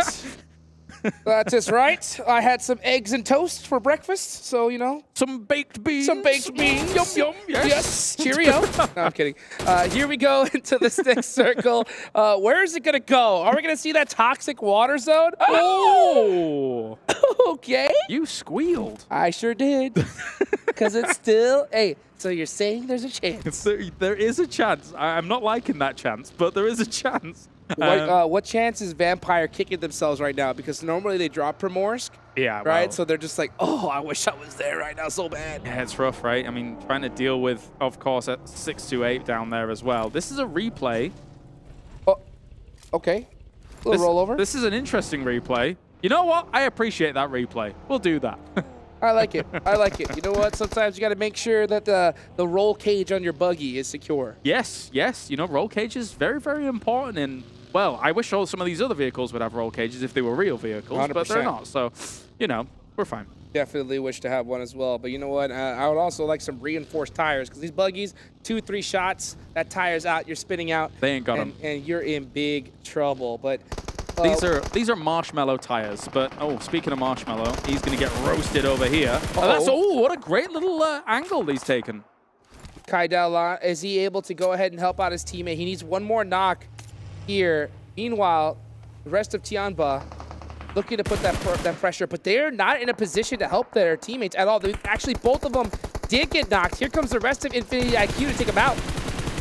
Let's go for the spray. Great shots. Very, very nice indeed here, as Jianyu moving up to try and reinforce this position. But here comes the boogie. He actually evades it and also evaded the nade. Is he going to be able to get this? No, he will not. Bensu coming on in. Tianba out in 16th. And it does give rise to the idea of, they were saying on the desk, so far, it's only a few games in, but the PEL team's not exactly had the easiest of times. We'll turn our attention to 628 to see if they can do something in a circle like this, because it is good for them. That was so gross. Oh my goodness. I mean, we almost saw one of the members from Infinity IQ get naded by his teammates. Almost. Yeah, he just barely avoided it with that buggy. That would have been honestly nuts. Let's take a look here at 628. Oh, wow. It's going to take out Duelo there from Reject Tokyo. Man, they have just been losing players early on all day today. And defending their home. I mean, they've walked into the Dragon's Den here when it comes to this. 628, they will defend it quite heavily. And also, they're taking those decent off angles on the hill that overlooks Primorsk, so that you have an opportunity here to be able to provide some strong cover fire, as long as the other members of 628 stay on, this side of Primorsk to get things going. Yeah, 628's definitely going to have an advantage here. I mean, since this is a drop location, they're going to have that little extra edge of just knowing all the extra little cheeky off angles. They know this place like the back of their hand. Yep. They've looted it so many times. So they're looking to find that here. Let's see where this next zone does go. I want to see another hard shift. Come on. This is the main tournament. Let's get it extra toxic all the way down south. Ooh. Okay, it goes all the way to the west side. We haven't seen this zone in a long time. Yep, there's some compounds alongside that that beach on the far west side that actually sometimes, I mean, if we keep getting hard shifts, would actually be quite valuable. At the same time, though, the woods and the farmhouse still in play. I think maybe, if I'm correct, looking at this map, it's hard to tell. Flux might have taken up that position that I'm talking about. Looks like they are just over that ridge. That's quite strong as well, so we'll see if they can convert from there. Lighthouse still in play as well. Alpha7 holding the beach side of things. Meanwhile, look at 628 looking to do something similar and take some of this high ground. A lot of hills in this area, and this is what's so scary for these teams, because when you have these hills this large, sometimes you want to offer those 2-2 splits, 3-4 splits, but at this stage, at this high level, it is super risky to do so. It's about to get wild. There's way too many players alive for this kind of circle here, so all of these teams are going to try and crash on through, maybe play it slowly a little bit on some areas of this edge, but you need to find yourself a dip, a divot, anything you can find, but for a lot of that, we're in the swamp as well. I mean, there's opportunities to find small little areas where you can. Wow, Alter Ego with a very bold rotation do secure a place here. And meanwhile, they do get beat up in the process. You can see Tony K throwing out some smokes, looking to make the push here. Yeah, that's really bold and actually kind of crazy. But, I mean, they might make it work with the smoke trail that they're throwing down. Killer going for a spray on Star Warp. They're actually going to take little casualties already. Trying to hold that rooftop position and get those angles. He's going to go down to Icy. And that's going to make things that much more difficult for them. Stalwart doing a great job. Trades back, going back and forth between Stalwart and DRS. Delta looking to hit this nade. He really needs to. It looks good. It does look looks good. Made in the bank on a silver platter. He misses it. Can he thread it through the door? He thought they were in the shack. If they were in the shack, that hits, but they were behind it slightly. So they were playing with their opponent's expectations as to whether or not it was going to be good. DRS falling for the trap. Oh, he sees him. Dead to rights. Yeah, speaking of trap, I mean, just falling straight into DBS. it. Delta, can he get the 1v2? One more shot. Jump shot there from Stalwart. Does it hit? And Delta going to go ahead and use that broken wall to get a first aid off. So DRS Gaming absolutely crushing Stalwart Esports. Delta's played this fight really well, and Action's the off angle that just doesn't really have an angle on this from the long woods. So they've been kind of separated quite heavily in this fight. DRS has done a pretty good job of it. Icy's still here. Let me ask you the question, right? If you're DRS here, do you push and try to get that extra elimination on Icy, or do you cut your losses and try to get into this next circle? I think if you try and get into this next circle, you open yourself up to Action very quickly on the angles. So I think you probably have to finish this off and probably leave Action to his lonesome and then move. All right, well, we'll see what Carrillo's going to do. And I'll tell you what, he's going over with some nice runovers onto Reject Tokyo, which have had a really rough start here in this tournament. So far, holding up the goose egg. It's just Sara left, and he is wishing his team was holding the shack with him, which would have been a really good spot in this zone. But unfortunately, all his team is out of there, and I'm surprised to see him actually even leaving that shack. Yep, gonna try for it as we see DRS here actually being blasted by Icy. Icy is able to deal with this so heavily. They tried to leave, as you posed the question, but you can't leave when you're leaving people on off angles, leaving behind. They will just kind of cause you absolute devastation, and Icy was able to do so. This is exactly why we talked about it a little earlier, right? If they would have just pushed, took out Icy, got the elimination, they would have had a clear push inside. But instead, they prioritized rotation, and now they're paying for it big time. They lost pretty much everybody. Action has a spot in the circle as well. Icy could maybe send to, it depends if he has a vehicle, but anyway, we're seeing Infinity IQ trying to dislodge the position of Gladiators. A lot of nades going forward. That one's way off the mark. They don't have full information, clearly, with a throw like that. DRS is gone. Oh, DRS eliminated, so a mistake coming out from them. Hopefully they're able to fix that in a future match. You know, every time I see these nades, I start thinking about what you talked about earlier, right? How important it is. Expending them. Yes, to hold on to them for that late game. Those blind nades just, oh man, they come to really bite you in the end. They can. They really can. Maybe he had some different information earlier and then trying for it, but as we look back, you can see a great play by Delta coming in. You can see on the minimap in the top right as well just how far Action was. He's trying to hit some shots against this wall, but when there's only so many small spots in the wall to try and hit that shot and your opponent's bouncing around with a DBS against a close-range opponent, it's hard to hit them. Yeah, and that's what really separates, I think, these insane top players versus great players, right? The ability to find that beautiful off angle that's able to support your teammate no matter what. Sometimes you can find a decent one, but if they're behind a broken wall like that, there's not really anything you can do. So, yeah, I think that he maybe figured that he had his teammate covered. but wasn't able to do so. So that's kind of tough. Let's see where this next zone's going to go, though. 1 minute left on the clock. We got a little bit of a standstill. This is the calm before the storm. Oh, yeah, definitely is. Icy's trying to thread the needle all the way through GK to get to action. And it looks like he's going to be successful with it. He got quite far. And shots going to be coming in, though, from Meku against Box. They still need to have a little bit of a movement themselves and actually get rid of Box before they can really make a meal of this. And let's see what Box is planning to do. They are holding the north side of that circle. They do have that entire road up ahead of them, a lot of different checkpoints that they can go to in order to do that, but they got to leapfrog. They got to cover each other and push little by little. Meanwhile, you got Gladiators, Kitsune on the other side of the north here with the rest of his team. Buggy's on fire. Gonna have to make a push, most likely into Infinity IQ in the next few seconds. Where are we going? If Fireflux gets this on their compound, I swear. That farm compound is so strong. The only vulnerability it has really is actually where Infinity IQ is, as the circle's about to pop. See where it goes. Are we gonna see it head on over to... Oh, it's in. It's pretty dead center here, so Fireflux not gonna move a muscle for now. Meanwhile, Vampire finding that center position along with Alter Ego. So they are looking to just kind of share those compounds and just wait it out. Very, very strong decision from both these teams. Alongside the swamp, yeah. Those two can see one another, and they've not... Vampire really wanted to push and get rid of them earlier on, but they didn't do so whilst that stalwart fight was going on. You see Twisted Minds here, down south, trying to get rid of 628. They... Unfortunately for them, with a circle like this, which I would consider a decent circle for their drop spot, have been kind of slow on the uptake down at the south and haven't been able to really get much going there. No, you could see an off angle from Sunan on 628 on the west side of the map. So you could see them just trying to hunt down a position, but at a certain point, they're going to have to make the push, just like we saw Dplus KIA do, but Satan was just waiting for him. Yeah, very, very scary. 628 might try and just barrel into the position of Twisted Minds, but likewise, I think Alpha7 is also thinking to make a move now.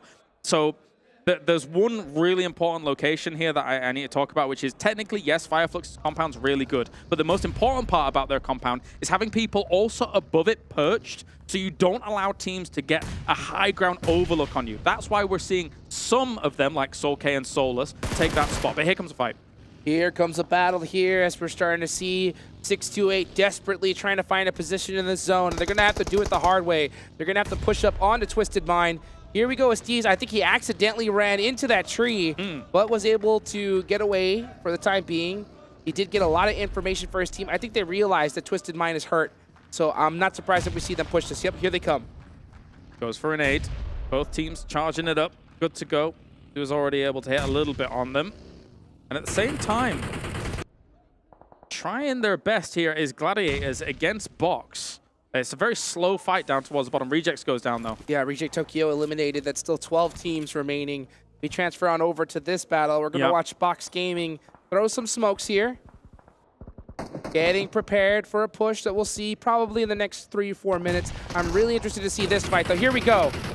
Easy, holding the shack down with that DBS. The angle's coming in, though, from Zing. He's going to hit these shots eventually, though. Yep, here they go. Molly comes up from Easy. Very well executed from 628. Yeah, forces him out with the burn, and Roll Kiss here in the distance as well. They know where he is. He's also being shot from a Mafioso. Alpha7 is rocking up on this fight. They could clear out 628. Alpha7 had their ears all the way up. They heard that third party, and all it took was a nade to finish that off. And Alpha7, with some beautiful timing, clear out the entire south side of the circle. Opportunistic. Love it. This is a great move from them to be able to get themselves well on the board. Meanwhile, still Gladiators and Box holding each other dead to rights up at the top. You can't move that much into those fields, because if you do as both of these teams, you'll find yourself in lines of sight of Fireflux, in lines of sight of potentially some of the Vampires members as well. They're going to try and make the move a little bit forwards, keep their cars in the circle as time goes on.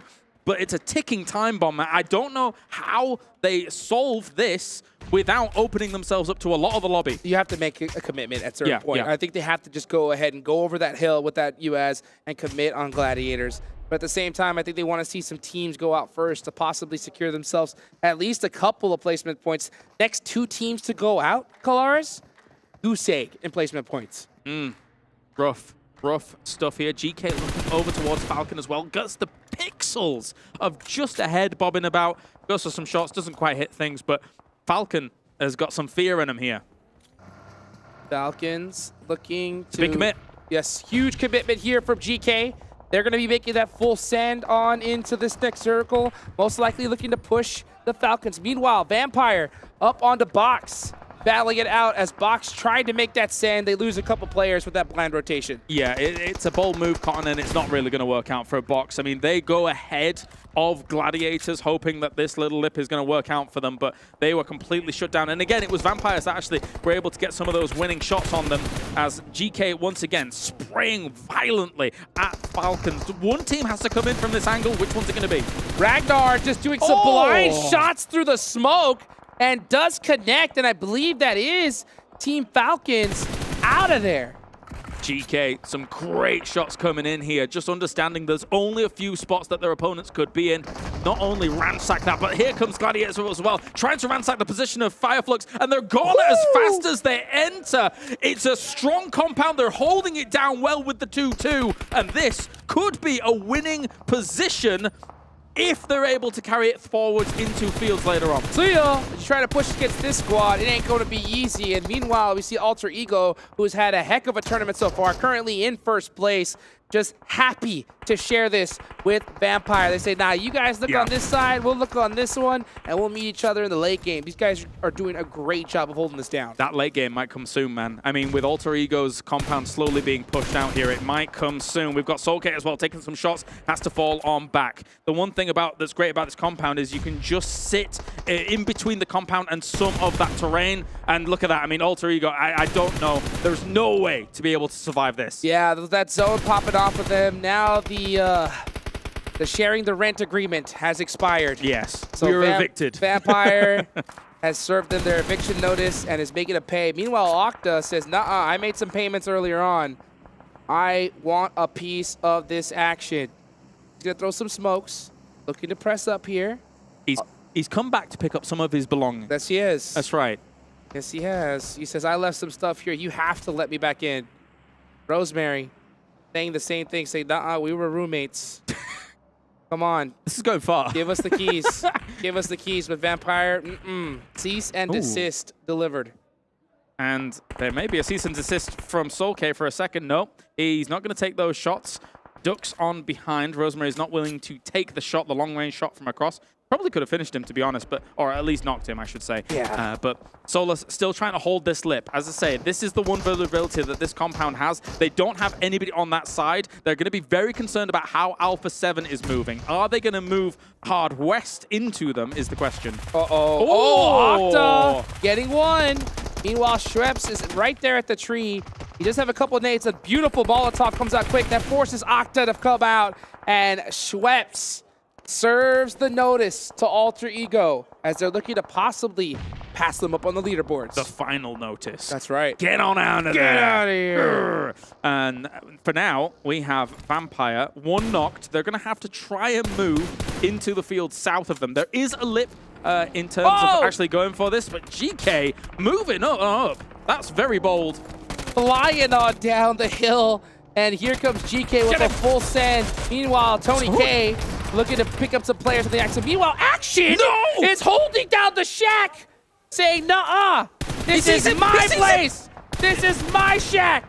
He's insane. He's insane. The S12K was doing a lot of work. Then he actually saw the feet as he came out of the shack. He knows he's there. He's charging up an 8. If he gets this. Low toss? If he gets this. Ooh. Oh, he moved. Oh! Pieces him up. Pieces him up. Oh, so close. Satan barely getting the better of him, but all his entire squad gone just like that. Unbelievably close. You've got to be careful of those shotguns when you're going into a shack like that. Meanwhile, Lutz is going to pepper the position of Alpha7, who did not go west. It's going to end up folding down to a Fireflux versus Vampire standoff here. Lutz with a beautiful off angle. I mean, this guy has the spot. Meanwhile, Alpha7 just stuck with their car wall. Oh, Solus looking for some toes.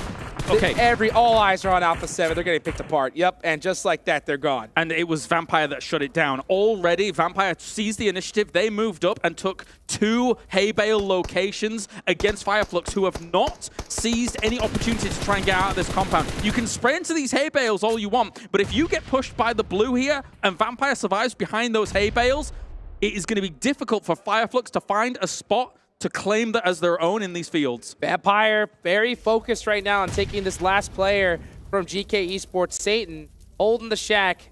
That smoke is just there to blind them from throwing nades into those windows. He's going to go ahead and get out of that shack. A great play because he knows that utility is most likely coming his way. So Vampire, 2-2 split right now. Yep. Two players focused on Fireflux. Meanwhile, one focused on GK right behind him. Exactly. You have to keep an eye on him. And Fireflux is going to move down with vehicles, use some of these smokes as well now to try and find themselves a spot. That looks like they're doing it successfully so far. Satan being in that spot makes it a little bit easier for Fireflux to make this move because they just don't have as many eyes on the Fireflux rotate. Oh my gosh, that rotation from Fireflux makes things that much more difficult because now you have to focus on them instead of Satan from GK. So they are within nade range. Here comes Soul-K. Throw in some util. He's got 3 nades and a Molotov to his name, so plenty of utility. Meanwhile, Satan left the shack. Where did he go? He's a magician. He's out of there. Look at him. Crawling along. Sneaky snake. Sneaky snake. He snuck out. He threw down that, almost like a ninja, throwing down that smoke and just ejected out of there. I will say there's a slight curve on this field that allowed Fireflux to get out of there a little bit more unscathed than I thought they were going to. So that has helped them considerably. Nice nade to open things up. Soul-K with a huge nade. That was an eviction notice. Here it comes, and one more. Right onto Schweppes. Schweppes down, barely to 20% HP. You know he's got to have another. Oh, no. Oh, the beautiful anger from Soul-K. Oh. Now it's down to 2 players left from Vampire. They fanned out fantastically in this field, and they are not giving them a second's notice as another nade will come in, finishing them off here from Ketch. Going to be wildly spraying towards that, but it's not going to work on out here. Ravenclaw goes down as well. Fireflux is all over this one. Tony K going down. That is Fireflux clutching up the win. Beautifully done for them.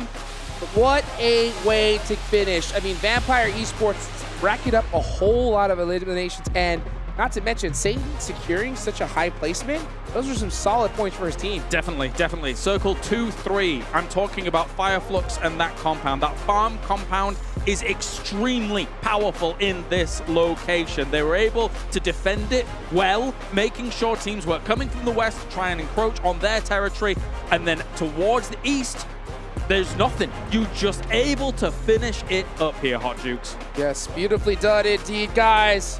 What a match. 3 more matches left to go today. Don't go nowhere. We'll be right back.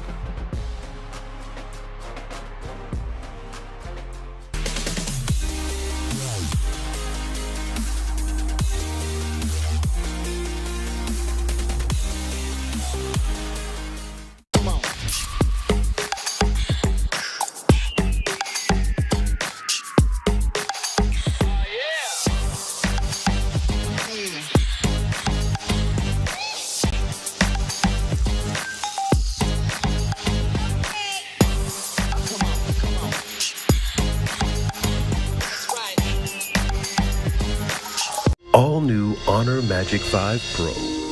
Freeze even fleeting emotions in just milliseconds. Take marvelous night shots with lightning fast exposure. The display reveals more details in bright areas with an astonishingly long battery life that just keeps going. The latest flagship chipset brings you exceptional performance. Unleash the power of magic. Honor Magic 5 Pro. Open your eyes. When you look into my eyes, tell me what do you see? Tonight, I'm going to show you the wonders of them all. I got nothing to lose. I got nothing to lose. I need warriors.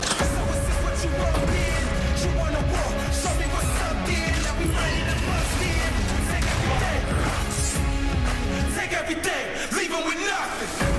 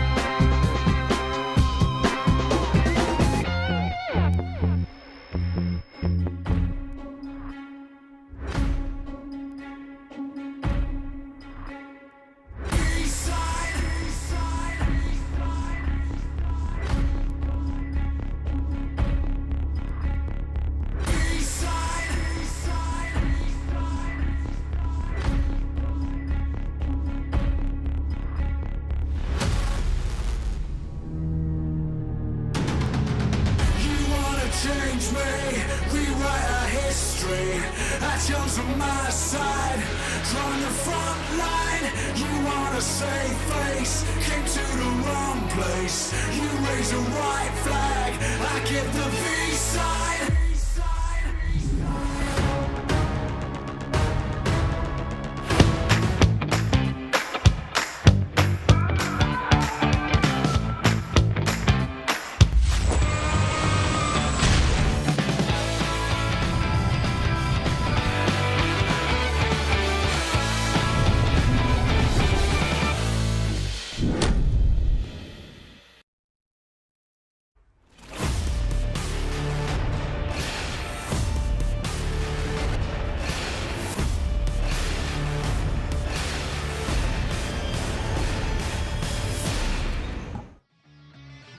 Let's go Fire Flux as they take themselves a victory here in our third match of the day, but that does mean we have 3 more to go. But before we can get into this one, I got to give a big shout out here to one of our sponsors, Honor Magic 5 Pro, powered by Snapdragon 8 Gen 2 and Honor self-developed GPU Turbo X.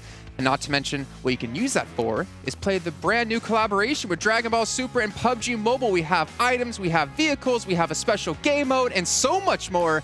And Maxman, you and I, we tried to play before the show today. We didn't have time, unfortunately, but you did get as a squad match in, right? Yeah. Actually, I went with some randoms people and actually won. He won. How many Dragon Balls did you collect? I actually got 3. I didn't get all of them. Oh. That's fine. I looked for them, but didn't find them. 10. I got 10. MVP? Yeah. Bot game. Didn't want to say that, Jason. I didn't want to say that. But yes, that's fine. That's fine. It happens. But you know what? I'm excited to play it when we're done with the show, or maybe tomorrow before rehearsals we can get it in. But we also have a special thing for you to enjoy, for you at home to enjoy, for myself as well to enjoy. And if I'm not mistaken, it's a special survey we did with all the players here at PMWI. This is players only doing their answers. And we asked them questions like, who do they think the best player is at PMWI? And also, who do you think is going to win PMWI? And currently, the votes, as you can see there, they have Alpha7, Stalwart, and S2G as potentially winning, but unfortunately, didn't work out for them. They did not make it through. But Alpha7, that's interesting. It is, because, I mean, wait, hold up a second. What does this one say? Best looking player? PMWI players. Well, if Paraboy was here, we know Paraboy would be there. They got that PMWI riz. Honestly, I respect that list right there. I'm sure a lot of people out there do. Let's see. I agree with the Tixie supremacy. Yes. What's our third one? We asked them a ton of questions here, and I'm curious, what was our third question asked? And it is, which 4 players would you choose to make a super team? We've got Revo in there, makes sense. Tony K, of course, with how he's been playing. Top in action. I feel like Maxman got in the back and actually changed some results here. I made 10,000 accounts. He made 10,000 accounts. That's a pretty strong team, to be fair. Yeah, you can't separate top and action. If you pick one, you got to get the other. Right. Yeah. You're going to have some synergy from the get-go. That's like you go to play, on the basketball court to play, and you choose like the older brother who's really tall, and of course, he's not going to ditch his younger brother. What you point at me? I'm not the tall one. I don't know. He's like the older brother that's really tall. Actually. I mean, I am older, but I'm not tall.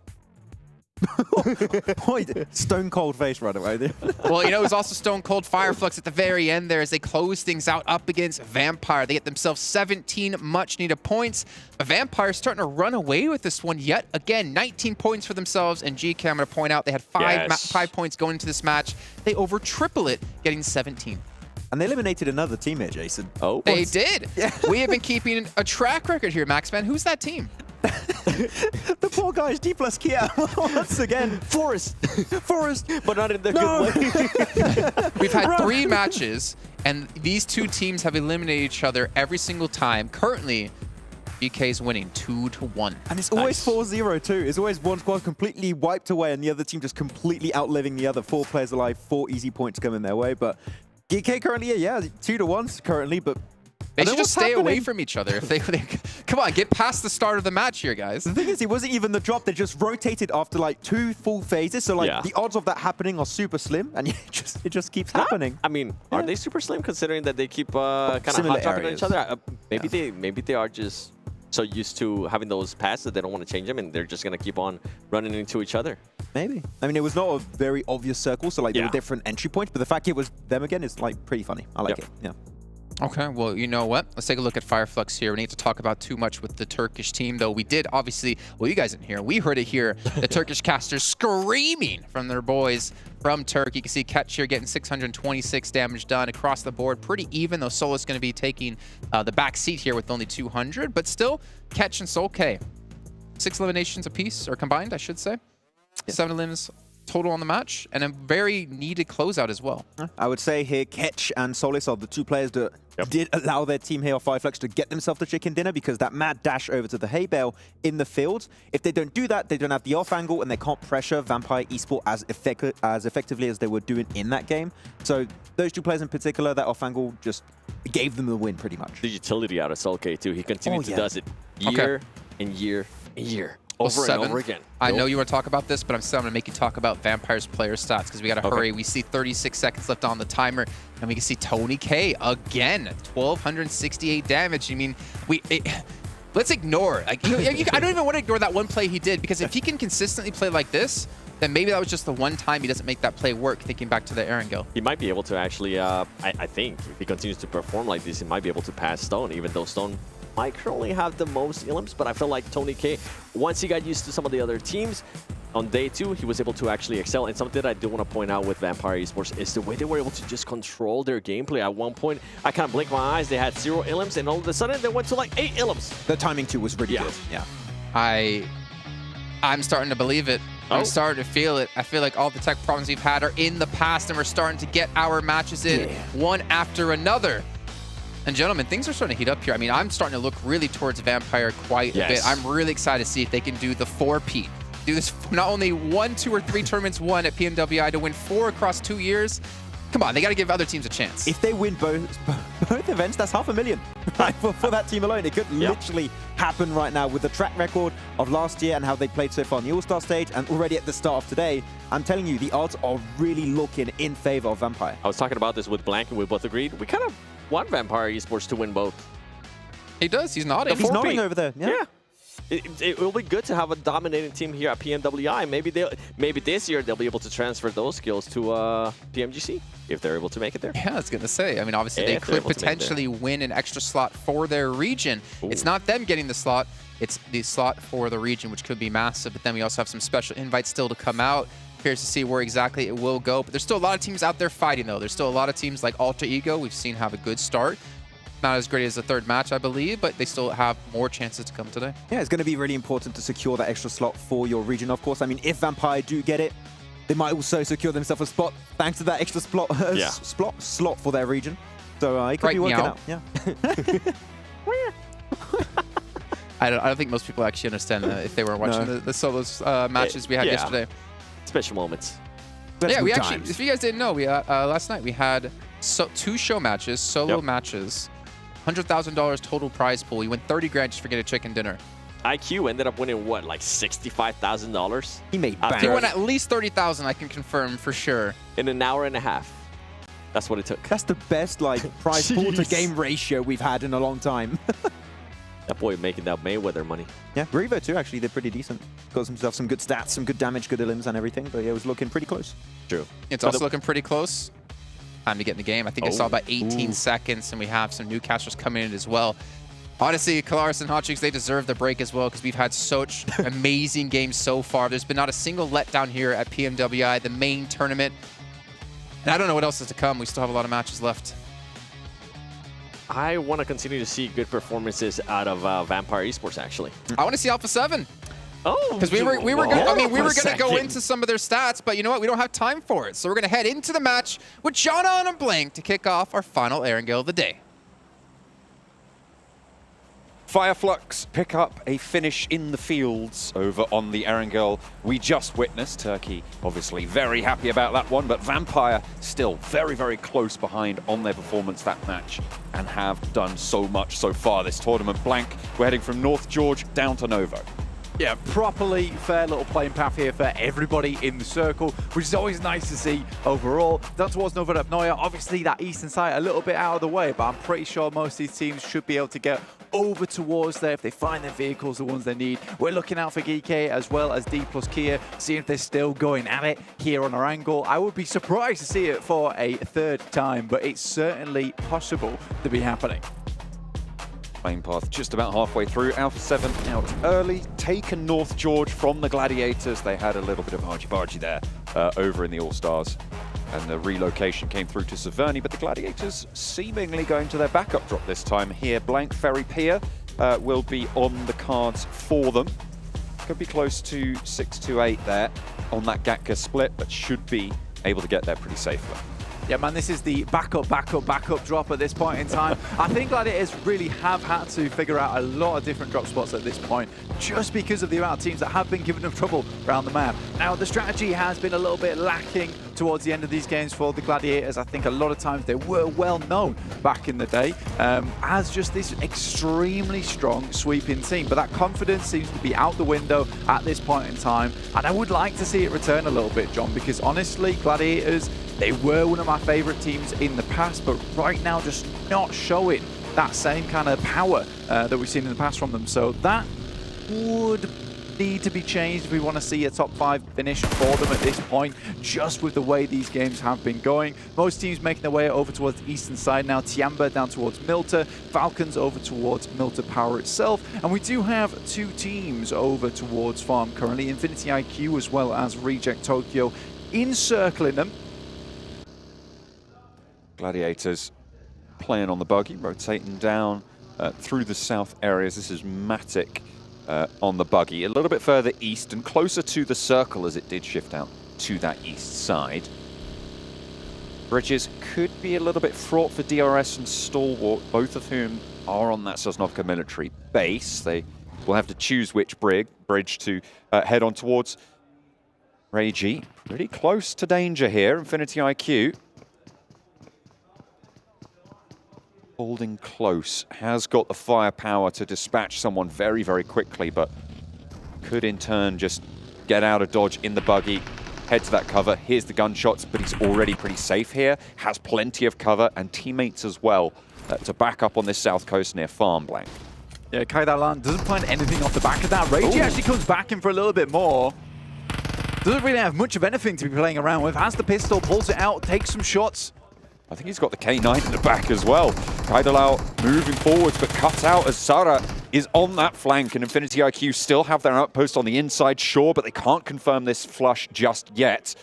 Ferrari on the inside, nade from Reiji, does a little bit to displace him, and 3 players move in. They haven't managed to find it. Slightly messy, but do manage to get the flush in the end. Nobody goes down from Reject Tokyo. Well, I mean, that was a terrifying fight for mostly Infinity IQ. Reject Tokyo comes around the corner, jumping all over the place and drops the boot down and like he was a Goomba. Sara also now falls as Hugo comes around the corner with a nice little headshot. Sara desperately tries to squeeze himself underneath the truck. Unfortunately, cannot go for the belly crawl there. No, unfortunately, you know, when you're on the knees, it's not going to work. You've got a full-on splat to be able to get under that. That's a little bit too low ground clearance, unfortunately. 1 for 1 on the trade between these 2 teams, and you'd imagine that they're looking for a little bit of a disengage here. Infinity IQ obviously already having a player knocked means it will be 2 for 1 overall once this bleed out goes through. Reject Tokyo losing a player on the south side, an important piece of ground as well to control a lot of those rotations coming in from the west. Yeah, man, it's an interesting play from Sara. I don't think it was a necessary one, to say the least. I'm pretty sure he did get caught on the burnt out UAZ at the end of the day. Kaudalan does fall, finally bleeds out there. Bensu and Hugo off in the distance. Bensu really has made up the majority of Infinity IQ at the moment. He is the powerhouse on the team. But losing 2 of their players right off the get-go, not an ideal start for them. And I think Reject Tokyo realized that, you know, this is not worth it. Most likely will need to start getting some loot on board. 628 actually stealthing their way over towards Gladiators. Matic, once again, on his journey in the buggy, gets away, and I think he has heard the vehicles rocking up towards the forested area. Certainly have heard that one. Yang unleashes the magazine, pops the reload to try and catch him in the open field. A tire, L2 actually go out there for Matic, but he's still got the momentum to get across to Kitsune and to relative safety with the rest of the team. But Meku and Tixi still a little bit split and a little bit behind, could still be cut off by 628 Blank. Yeah, they'll need to regroup, and I think for the guys on 628, they'll want to perhaps follow that one. So I am assuming that the rest of the Gladiators should be able to get up towards the rest of their teammates fairly quickly on that Furry Pier side.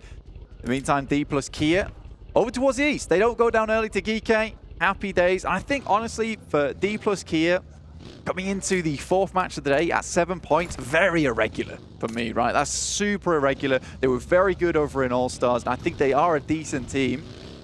I just think that those first couple of games were really not so fun for them right at the start. I mean, as Max was saying on the desk, it was either 4-0 or either way, it was just a full squad wipe. So I do think for Dplus KIA, getting over towards a different position on the map wasn't necessary because you have missed out on a whole boatload of points. Vampire already at the top with 47, Alter Ego with 40 points.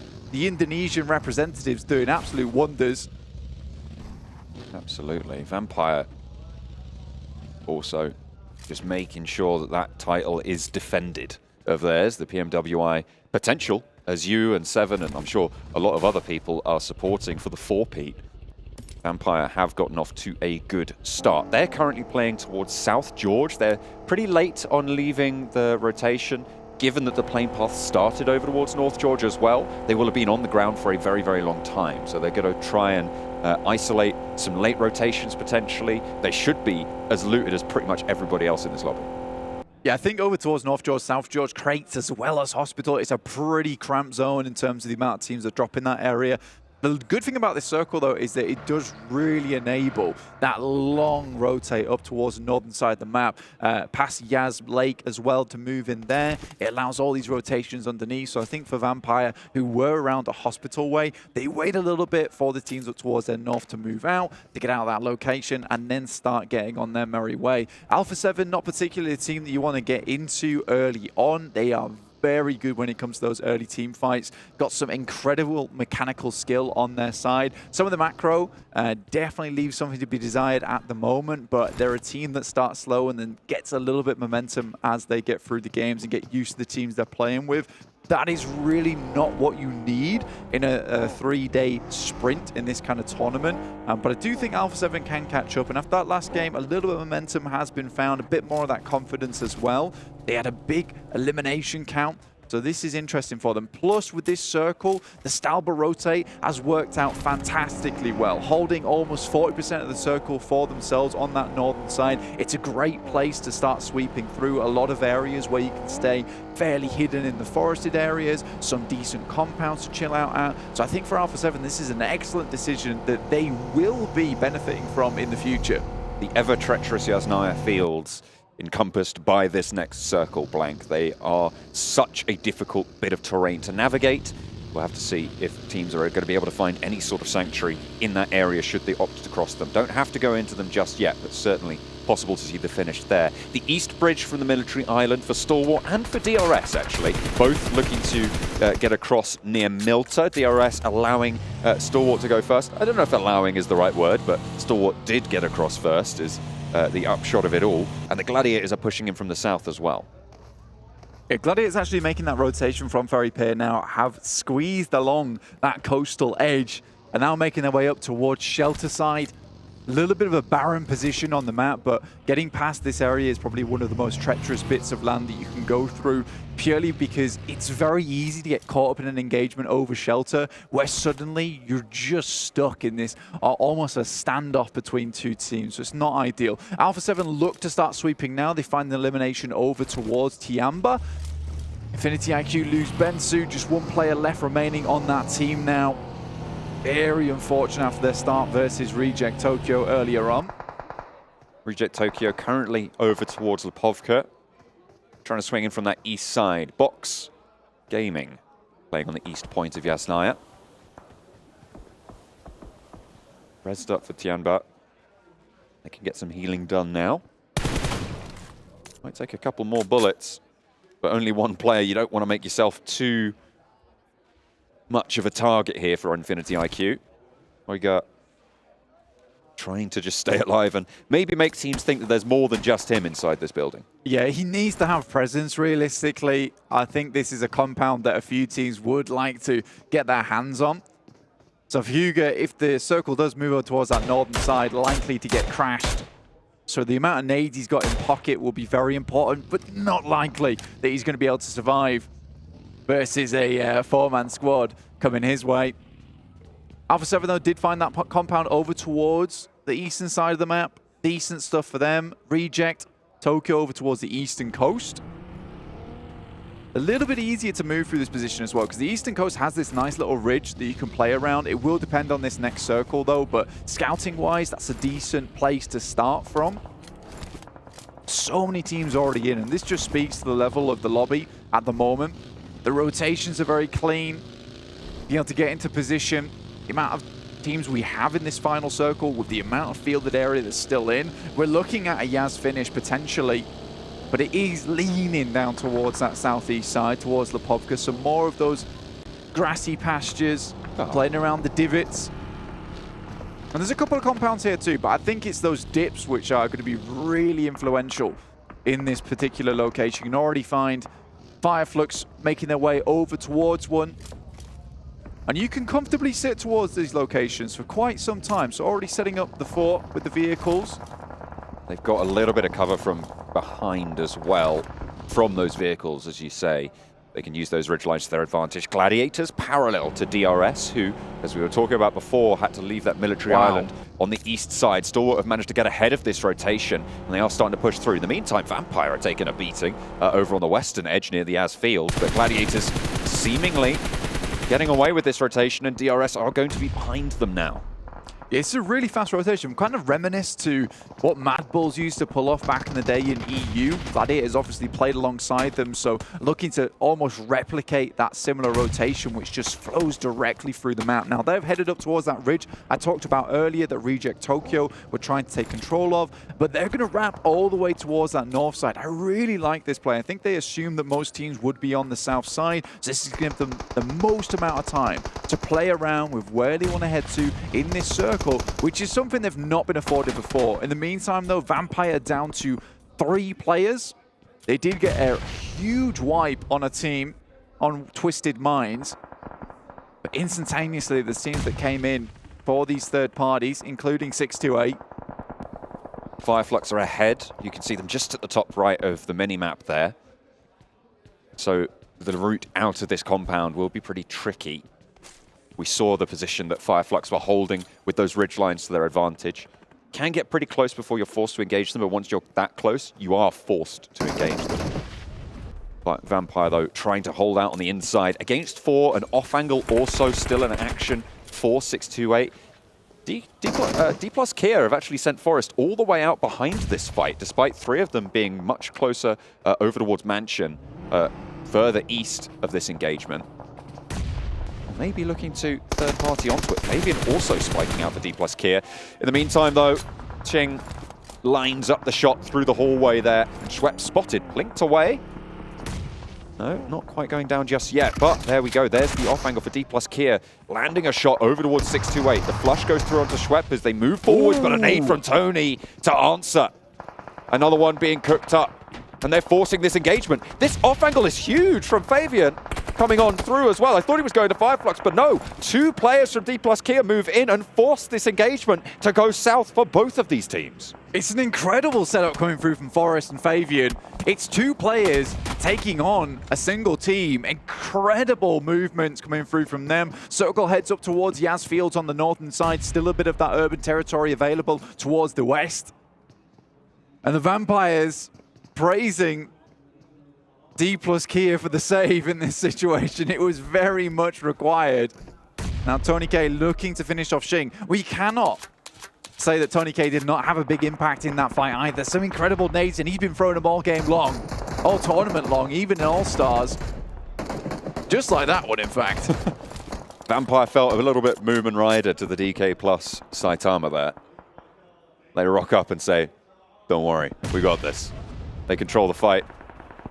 Fireflux cowering seemingly. I mean, they made a very fast rotation up from the position that we talked about a lot, that dip, that divot that they were playing in, and they moved very, very quickly to the northeast point of Yasnaya on the shift, with Fabian's attention drawn elsewhere, allowing that opening to come through. And somehow they've survived. They are all, however, gathered in one shack, and Box Gaming know all about it. Meantime, Huga on that building! Oh. As I talked about earlier, the nades had to be strong, but there's some support coming from outside, from Fireflux as well as Box Gaming, and Huga lives to tell the tale. Fireflux staying in for now. Could be under pressure from more of these teams on the south side. Potentially looking at this position to try and rotate on through. The rotation from Gladiators earlier to the north side gives them a lot of control over that north edge, but the fields in front of them will be dangerous. Yeah, right now the Gladiators have a massive amount of space. And this team loves it when they have a huge amount of space as well. A little bit cloistered sometimes, a bit claustrophobic when they get in the melee. But when they have this opportunity just to chill, relax in the meantime, have a bit more time to set up the rest of the game, that's when they typically do well. But they will have to deal with the Falcons, who have made a wide wrap through the blue towards that north side. Tixi currently outside on his lonesome. Drops a smoke, provides a bit of cover for himself as Six sends some nades that way. He'll probably regroup with the rest of the team, who has been recalled towards his position. And with Falcons being pushed in by the blue, this is an ideal time to get rid of Team Falcons. Stoned down. Ting looks to move through the auto shotgun. Good in that close range engagement. Alpha7 now trying to fend off against Falcons. The ridgeline allowing this swing down south for Falcons. They'll try and bide their time just a little bit longer, as Alpha7 are going to have to pull the trigger on their rotate sooner rather than later. Meanwhile, in Yasnaya East, Box Gaming and Sing, the last player. Hang on a minute, we're hopping back over to Alpha7 and Falcons. Frags going both ways, but at the moment, Alpha7 looking a lot better in this engagement. However, the blue zone will not let up. Revo running to the top of the hill. Kate Bush, eat your heart out. Trying to get away from that zone, but the Gladiators are rolling in for a third party on the northeast side to try and control that. Stop Alpha7 dead in their tracks on the back of a raggedy engagement here, and it's looking good to start. Meku lines up for a second, dips back and has cover from the team. Revo falls and Alpha7 swept aside. A perfect third party from Gladiators. Gladiators get a bit of a moment to breathe here, and that just makes all the difference for this team a lot of times. When they have that oversight over them, they saw Team Falcons come up towards that northern side, they dip back down again, they heard the engagement go through, instantly they're on top of that one. And for the first time in a long time, Alpha7's fight is not as clean as they'd like it to be. On an open ridge, hardly any smokes thrown as Team Falcons stumbles their way. A bit unfortunate. Alter Ego, Rosemary here, left alive for them. Second place team. Immediately he finds one onto YDD. Over. We'll look for it, but it's Dplus KIA to actually finish off the engagement. Damage done, but that is Alter Ego eliminated. Luckily for Vampire, I should say, as they were sat pretty close behind, but they stay that gap. Fireflux though, with that gap to close, they managed to make that cross nice and early, and they are now reaping the rewards for doing so. With only Box Gaming really quite close by, Tiamba moving in with the remnants, the dribs and drabs. 3 players are alive, but they're not playing together right now, and they're struggling to get across these hills. It's funny to me that Hugo from Infinity IQ has been able to hold on to this building for so long. Really good nades. There's guard dogs around him as well, keeping him nice and safe. So this is beautiful stuff. STE, Stalwart were not able to get on towards that building. Now Kike is sending some scouts up towards that northern side, towards Gladiators. They find over from Tiamba, that's down towards the south. And they're just picking off players one by one. Stage 5, 24 players remaining in 7 teams. This is very, very unusual for our usual Arangles here. Dplus KIA looking to get some more points back on the board. We said they were down towards the bottom of the lobby, but it's not where they belong. And they know that too as they start to unleash a lot of damage over towards these teams. 6 eliminations found for Dplus KIA, 4 of them over to Fabian, 2 for Forest there. Just about getting away, the buggy bearing the brunt of the damage from Osal. A regroup from Box into the buildings. They will stack themselves up to go for a push further north, because this is looking like a field finish. You can see here on the sweeping shot blank, it is pretty much just hay bales as cover. I mean, and Hugo's building. That's true. Apart from, okay, fair enough. I mean, to be fair, the fact that no one's been able to pick that up, and I think it's just because there's so many angles around this location, it's hard to make that rotate up towards that building because it is so open without feeling about 18 different players just sighting you at that point in time. You can feel it in that moment, and Stalwart certainly did. They tried to make that fight come through quickly. Hugo was able to keep them away with some beautifully placed nades. Now, for the Gladiators, this is a really incredible game, all things considered, particularly because they were in very peer. Making this rotate was not easy, but they picked the right direction and the right rotate, which obviously has encompassed some research into these games. And it feels like that similar kind of playstyle that we've seen in the past from them is coming through. And their gunfights are good, as you see on the screens right now. Not sure what happened between last and now, but it's good. Fireflux under pressure as Box Gaming finally turned their attention out that way. They've stayed in the shadow for too long, and they will fight there no longer. Box Gaming take them down, seemingly without too much effort. To be fair, they were all in one building in a very nadeable position, so you got to feel it was a little bit of a ticking time bomb. Yeah, I think for the guys on Fireflux, just really not paying attention to what was going on from Box Gaming. They dropped some smokes, were able to walk all the way up towards that location. Really well done. Nades in through the window. You saw them all just inside this building as well. So nadeable. Now, Dplus KIA rocking up on that building that they caused such hell towards Stalwart on earlier. And Hugo's instantly down, and they might just be able to take advantage of this, but Box and Duck is taking shots up there. Almost guaranteed that Fabian goes down. Play on this cover and try and get these reses. If there's a stabilization opportunity for Dplus KIA, they are going to have a strong time, but this roll-up from Box Gaming is super heads up. They managed to find their feet and run straight on in, but GK aren't going to allow them to just get this for free. The nades through Find Forest, and now just one player left standing for Dplus KIA. Saden in the corner with the DBS, but he's not even going to get the opportunity. The chance denied. Dplus KIA swept aside as Gladiators chime in as well. A potential third party, but Box Gaming are just too healthy as well. Kitsune sends a nade down that way, but it's Ragnar to start things off strong for him. Tixie's looking for another nade as the smokes are all unleashed. Keeping this position shrouded by the clouds of smoke. Kitsune's got 3 nades in pocket, sends one over the top. Box Gaming not likely to be inside the building, so tosses it a little bit over towards that left-hand side. Now Tixie goes down, it's really bad news. Oh dear, that is unfortunate. There is an answer. Matic, fantastic. Just about staying alive. And the knock went over towards Tixie on the front line. Slowing down GK on those sides. So important for Gladiators' route forwards here. Yeah, Matic is doing a fantastic job. Definitely pulling a Matic classic here, but more akin to when he's a solo at the end of the game and he's just taking names and numbers. Oh dear. Meku spotted and taken down as well to a cheeky little spray. A push forwards, and Box Gaming once again move in just the right time. Kitsune really can't do too much. He's only going to try and get these trades. He cannot save his teammates in this scenario, and Matic has to roll in to try and get something for this position. But Box Gaming looking good on their route out of Yasnaya. They found the openings and they took them with both hands. Man, right now, Matic is untouchable. The way he's moving, ethereal.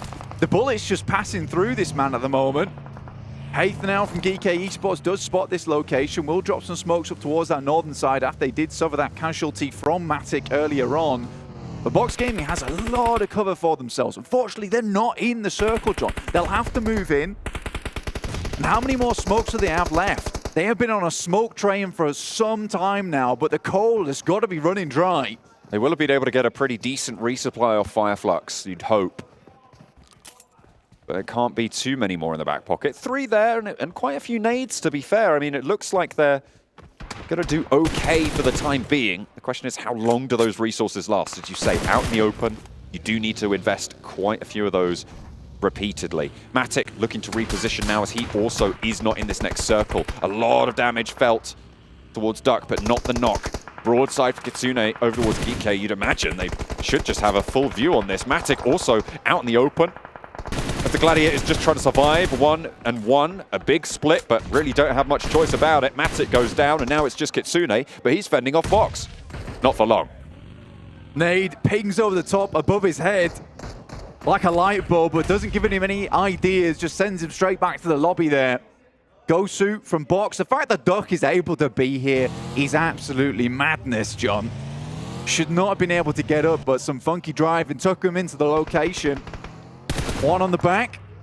Hope looks to hit those shots. Now it's a 3 versus 4. 3 for GK, trying to move in. G. Just getting these shots down range, but not really landing on the mark. That's what you want. Duck finally able to take down Ragnar. 2 players now standing. Box on a little bit closer to the edge of this next circle. See where the shift ends up going. But the team's forced into these fields, left open. A wide swing up to the north from Gosu gives them a huge off angle.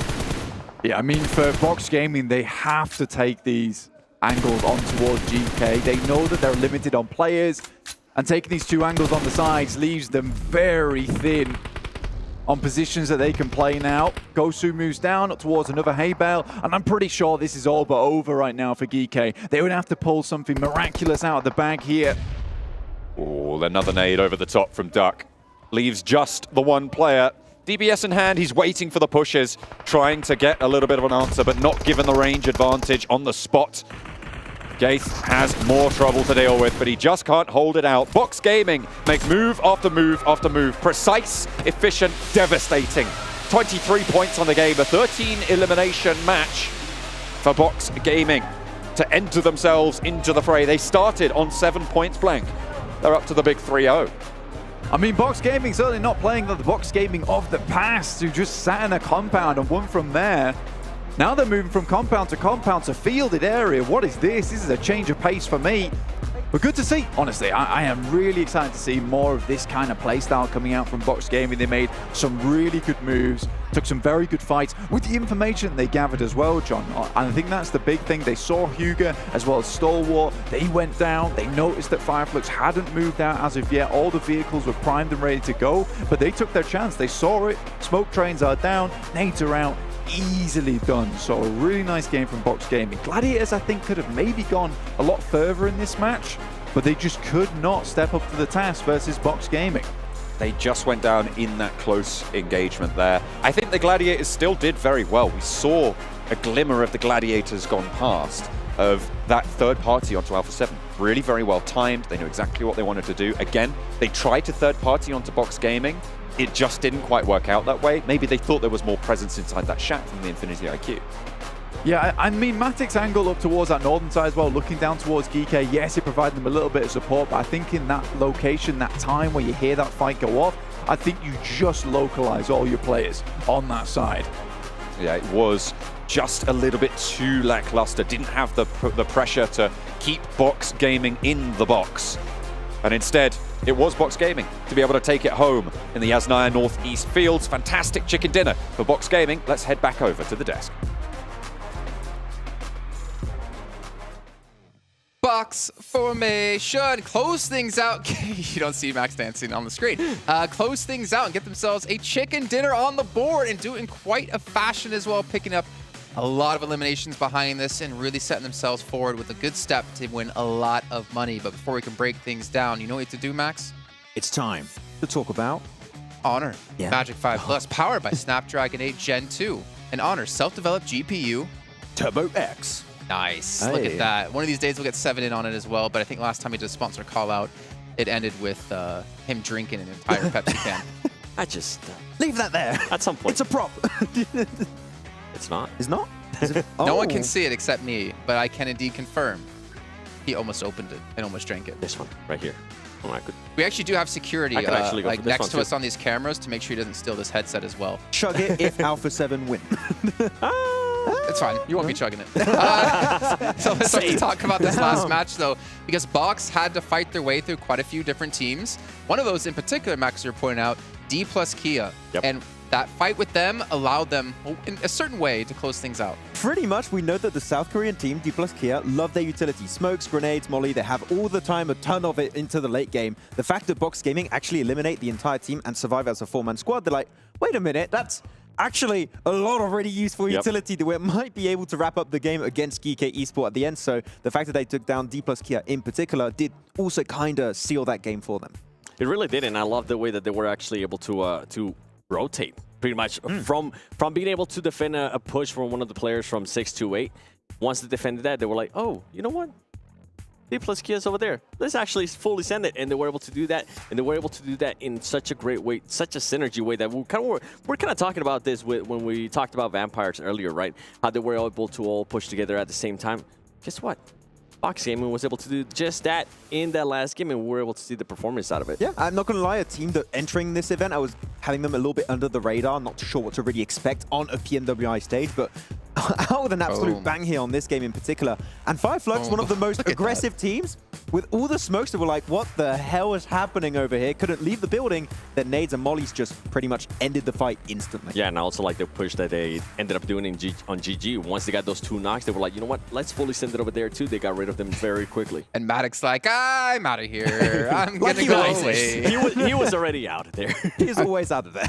And there's a lot we actually want to talk about in this match too. We'll get to the rankings in a second as we continue to see Box close things out on the final moments. Confidence was definitely reigning for them, and they looked as confident as ever, taking them 23 points. I mean, the second highest team was 11 with Dplus KIA, and we'll get into how they got those in a moment's time. But a fantastic game out of them, and also GK realizing we just avoid Dplus, we'll have a decent game. Well, GK was super quiet pretty much throughout the whole match. That's why they ended up only with just 2 Illims, but they were able to set themselves up in such a great place where they can at least secure a two-place finish. Oh. Hey, Alpha7 6 eliminations. They don't get the placements, but proving they can fight.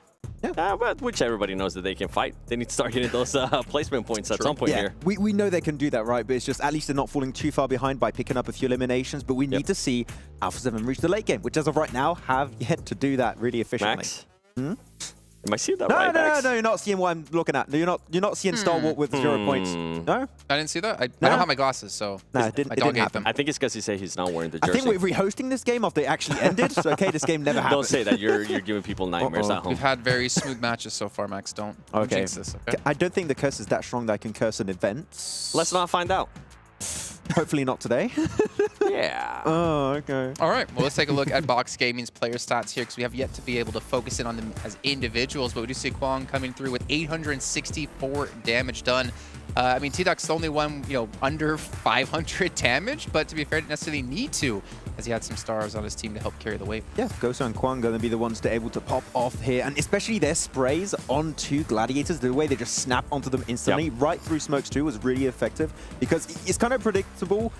There's a few positions in the field you can really play, and they just knew exactly, so laser it through, and I think using a headshot came through from Ghost at some point in that game, and it was just so hard because the fights were so quick, Seven. The moment they pushed on the Flux, the fight lasted 10, 15 seconds, similar way onto the Dplus KIA fight. The fact that they were so quick and able to survive as a 4-man team allowed them to just instantly approach the next obstacle. In a final circle like that, and knowing that those smokes are going to be going away soon too, and knowing that they're not going to have that much cover, you want to finish out those fights as soon as possible, and they were able to do just that. So I am surprised we didn't see GK Esport take more control on the West while Gladiators were fighting Box Gaming. I was like, okay, they can get 2, 3 off angles. You did ask, like, why aren't GK doing anything right now? Exactly, and the fact that they just stayed onto the western side of the circle, not doing too much with it, allowed Box to just, well, take full control the moment Gladiators fell. And I think for GK, it kind of goes back to what I was saying. They were just being super passive that game. They were just trying to secure those placement points. Well, I mean, you look at, Satan on the team, and I feel like he's very similar to Matic as well, because he's kind of off. Like every so often I look at the map feed and I'm just like,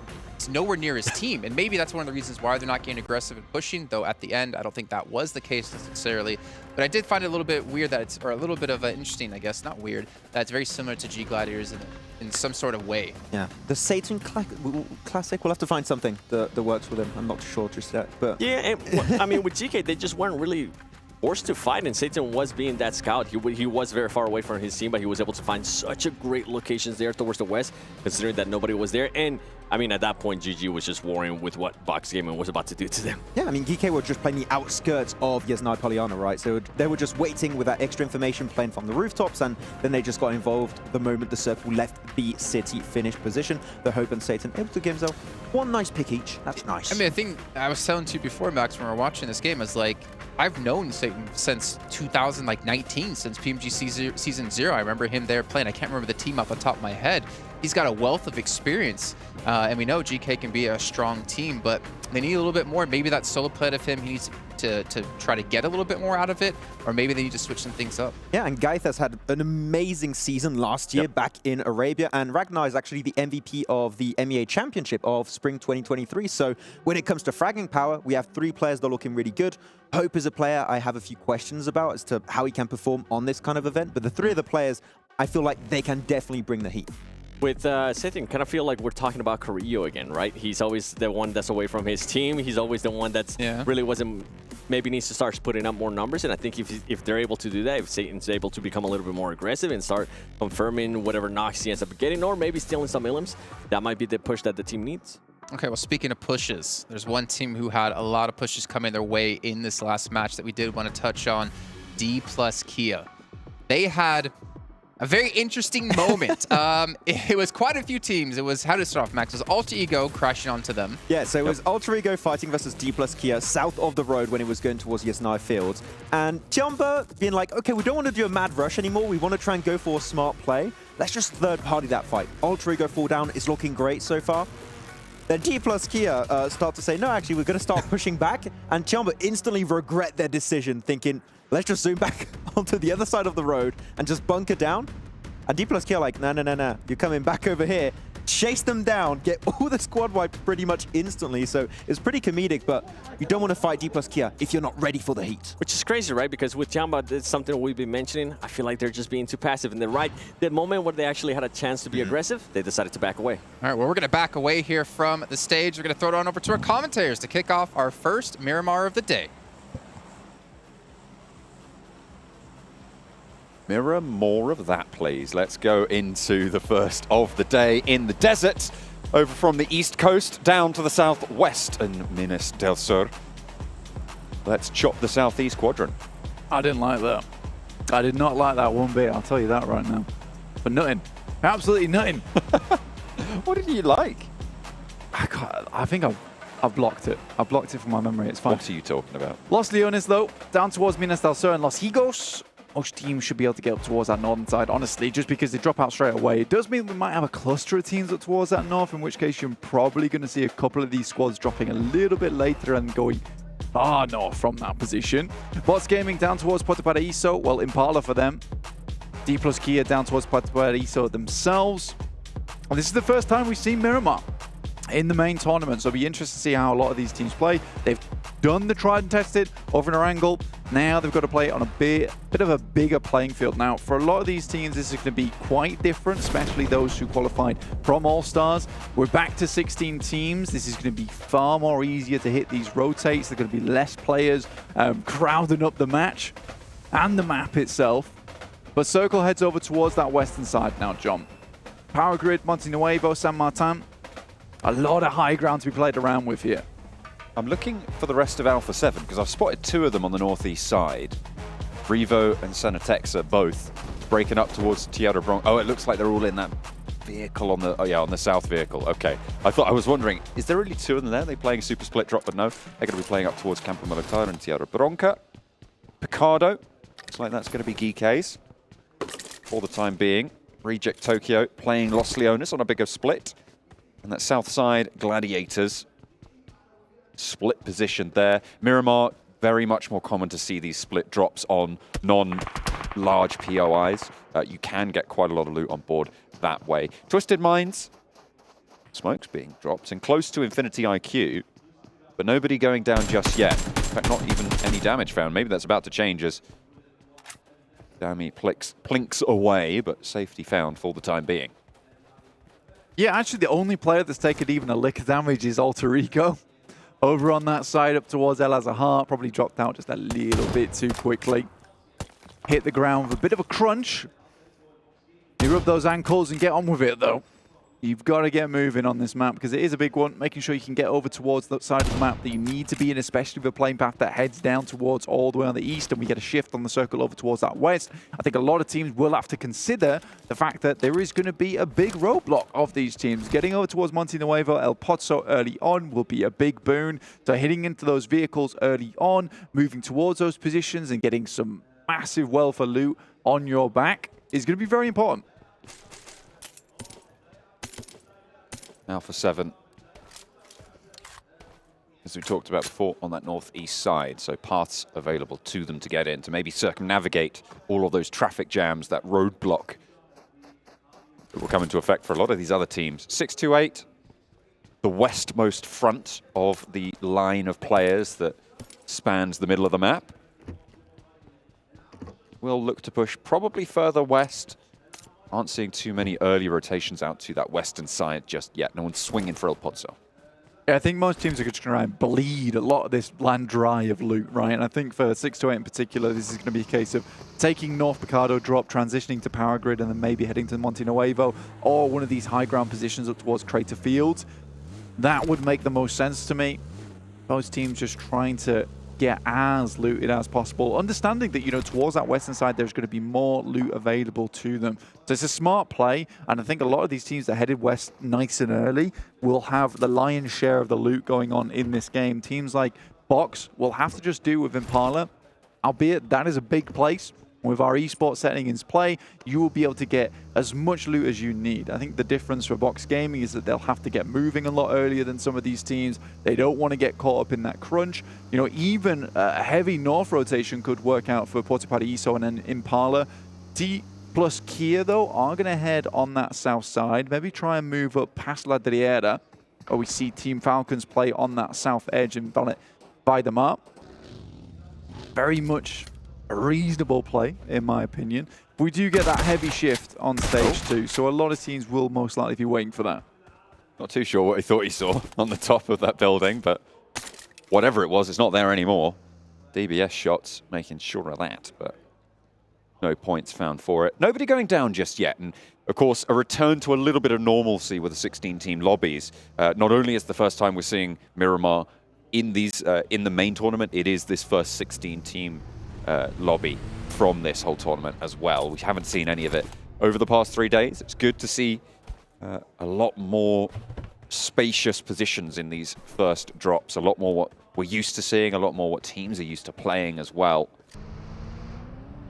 It looks like we have our first breaks to the west. It's Twisted Minds moving towards Monte Nuevo, and 628 just started to eke west of Power Grid. Yeah, sort of interesting. We are seeing Stalwart not really pumping the damage meters and those points meters as much as we sort of expected. I think there was about 4 of us over here that predicted Stalwart to win this tournament, in fact. It's true. But at the end of the day, it's just not coming to fruition. I think it was only Barney who predicted Vampire. Yeah, he's a smart guy. He's a smart guy. He knows what he's talking about. And you guys at home would be smart as well to pick yourself up some PMWI special awards. You could pick that up in the 2023 PMWI crate, and that's only available through July 15th to August 15th. You do see some of the players in-game actually sporting some of that equipment. You should be able to get an eye on what you could potentially snag, because it does look very cool. I'll tell you that. For nothing. For nothing. Wow. That's pretty good value. I get free information. I don't even have to give a cent. Amazing. Perfect. Big fan of that one. Yeah, man, I'm just giving out free advice. Left, right, and center.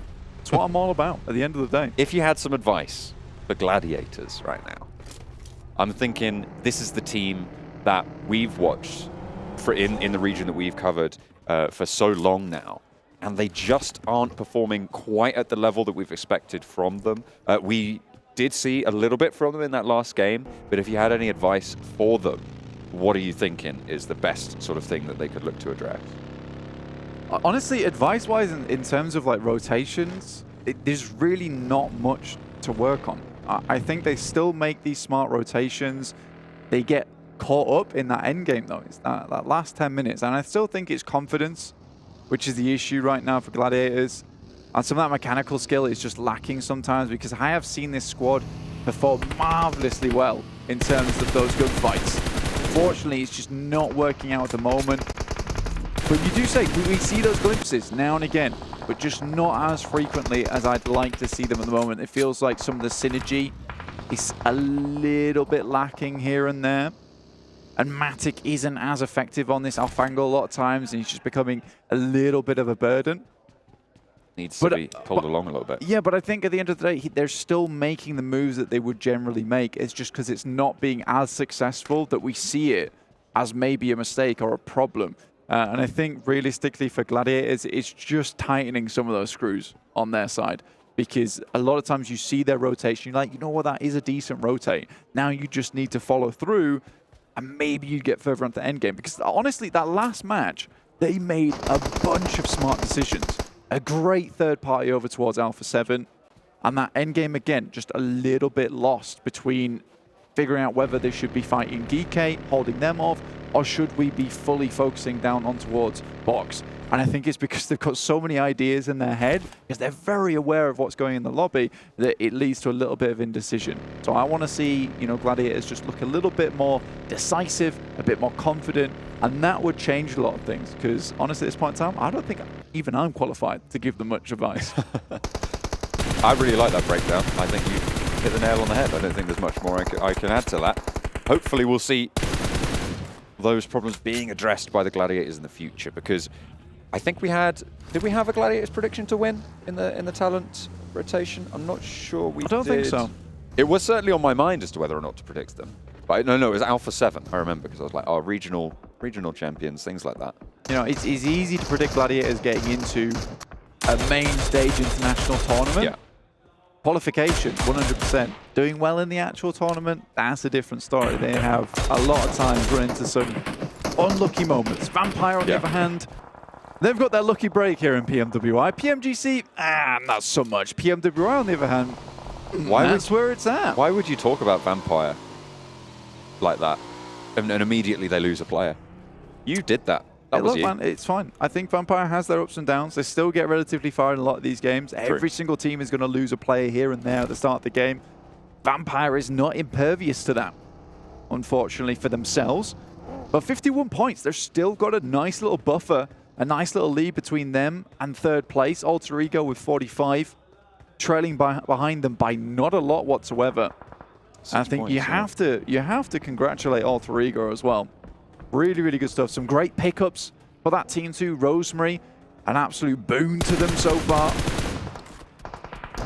Certainly displaying plenty of skill so far, nice and fresh for the roster. And they are certainly ultra eager to perform. Oh, 100%, man. 100%. I think that they've been traveling a lot recently too, so it is nice to see them all come back together and still do very well on a stage like this. Reject and GK, though, currently at loggerheads, both sides. You got GK on the high ground and Reject desperately trying to get through this pass, which is difficult. Circle heads out off towards that western side. You can see that on the top right hand of your screen. With 628 currently holding some extremely strong spots. Great scouting position from Xing. And Yang Won and the rest of the squad, they're all in a very, very prominent compound that sits right on the edge of the fielded area. So they'll have great sight lines up towards Alpha7 and Dplus KIA, who has made one hell of a wide rotate. That's a thick boy up towards El Pozzo.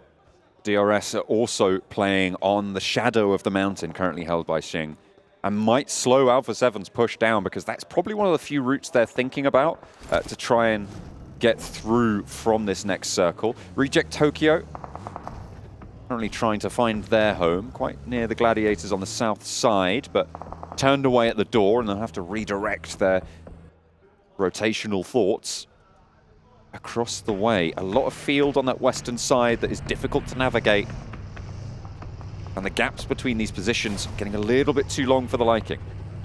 Yeah, there's a lot of space in the circle, which is really unplayable, honestly. Until you hit that end game, for instance, that northwest field, horrible position to be in, until you maybe the last 4 squads, you can send it to one of those little hay bale shacks. Down towards that south side on the north edge of Monte Nuevo, pretty barren ground as well. The moment Box and Vampire are struggling to make it through over this ridge that passes on the west side of San Martin, because Stalwart is holding a really strong position for themselves. Best thing that Vampire could possibly do is try and take out some of the squad members of Box, but back in that last game, they're feeling confident, already taking down Schweppes. Oh, Tiamba, 2 knocks sent their way. Reject Tokyo trying to eliminate them from this shack. More preoccupied with getting the flushes, in fact, actually, for Reiji. Doesn't maybe know exactly where the opponents are standing, but he breaks out and tries to make something happen against Reject Tokyo, but it's not going to go through. 2 players from Reject Tokyo knocked in the meantime, but they managed to take control of the Shack and have a little bit of respite now. The Gladiators closest to go for this push should they want to, but they're just a little bit too split to make it happen fast enough. Yeah, Matic's already up. If you can open this up with a big nade and absolutely explode onto this engagement, maybe the chance that they can take care of this north side push. And I think getting rid of Reject just after Tiamba's fallen, that'll be a very nice position for Gladiators to start pushing towards that northern side. Alpha7 move in, but easy. Already finding 1. 1 for 1 on the trade as the rest of Alpha7 move through. Twisted Minds far too split to be able to hold that one out on the western side. Rokus, the only player close enough really to have an impact on the fight and doesn't get there in time or wasn't in the right position. Either way, they back off with 1 player down. Alpha7 have swept down that western side. And the shift again goes hard northwest. This fielded area that it encircles, Blank, is so open. It can house about 2 teams in the hayfield, in the hay barns. 2 or 3 maybe if they're lucky, but then they are sitting ducks for everybody to shoot at. Yeah, you kind of have to wait for it to confirm itself up towards that northwest side before you really take advantage of that, which is why you'll see so many teams rocking out on the edges of that ridge and on towards the mountain on that northeast side. We've got DRS, we've got Alter Ego, 628 in a position to do it. Twisted Minds to an extent, they did just lose a player. Alpha7 right now in a really strong spot to actually translate this game into a win. They don't have anyone at their backs. They can just play this one safe, play it calm, keep control over Twisted Minds and Falcons down towards their south. And if this does move in towards that field, they have an instant position to shoot towards one of these middle arenas. Stalwart staying in the conversation on the overall standing. 6th place, 29 points. Nothing stand out from them just yet, but certainly still there. Box, however, kind of the flip side. We saw that in the last Erangel, earning 23 points, 13 elimination game.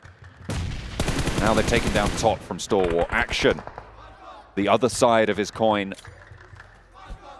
trying to keep a little bit of suppression on the position, and the rest can come through from Stalwart. Dami moves off the top side, very low. Most likely will fall there, and he does. Reiji have to pick up that kill. Gets the elimination on board. Really well done.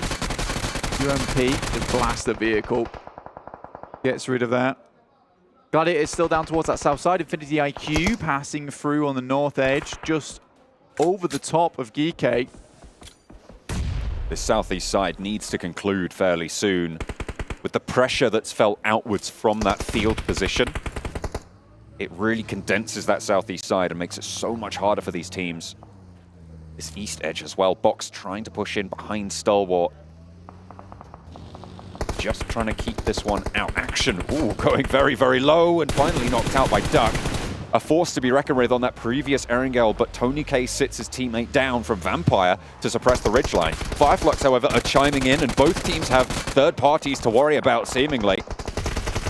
It's not fantastic, but the spray is good, and Gosu under a lot of pressure here. Reload comes through, and the UMP finally finds the mark. Took a little bit too long for their liking. Duck launches a nade, doesn't quite get the knock in response, and the flush hasn't come through just yet. Stalwart getting the worst end of this deal. 1 player down from Box, and there's only 1 still active. Icy on the ridgeline spotted. Really hot stuff from Duck again. Playing strong for Box Gaming. Now with the blue at his back, needs to put pressure on. Spray to the legs, 15 bullets in the bag. DBS is there as the secondary, needs to close the distance before swapping. Gets it out now and has got that advantage in this close range trade, but the blue zone's tickling. It's doing more than that. And it is Vampire to chime in as well with the points. Stalwart on the east side, stay alive. Desert the player to watch over on Stalwart. It certainly is so. Able to get his team out of a sticky situation, but their power has been drained like the color out of Top's hair. A little unfortunate. Alter Ego do move in with 2 to scout out the position from 628. In the meantime, Kitsune taking shots over towards Geeke, but another team chiming in that we talked about earlier. It's Infinity IQ. Meku to try and keep his IGL safe. Kitsune crawling back behind the headland. The blue zone, 20 seconds to move. Infinity IQ eliminated in the meantime, and Kitsune can get rest here. No threat from that southwest side. A lot of cover found. Now, can the rest of Gladiators move in? Because there is not a lot of cover forwards. There's not a lot of positions that aren't already occupied in their path.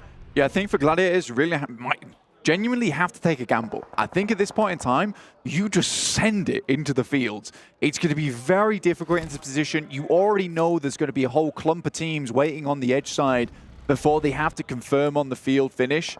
Right now, it's looking like it could even head over towards 628's compound, which is incredibly good. It has a building in there where you can lie flat on the rooftop, have some great angles, and people just can't see you up on that position if they're not playing the high ground, which is why you haven't seen 628 employ that position yet, because still some of this high ground on the ridge is available. But as we push into that further end game, that's when it's going to become very influential. Rules takes down Stone from Vampire. The fact that they've made it this far is a testament to the skill of this team alone.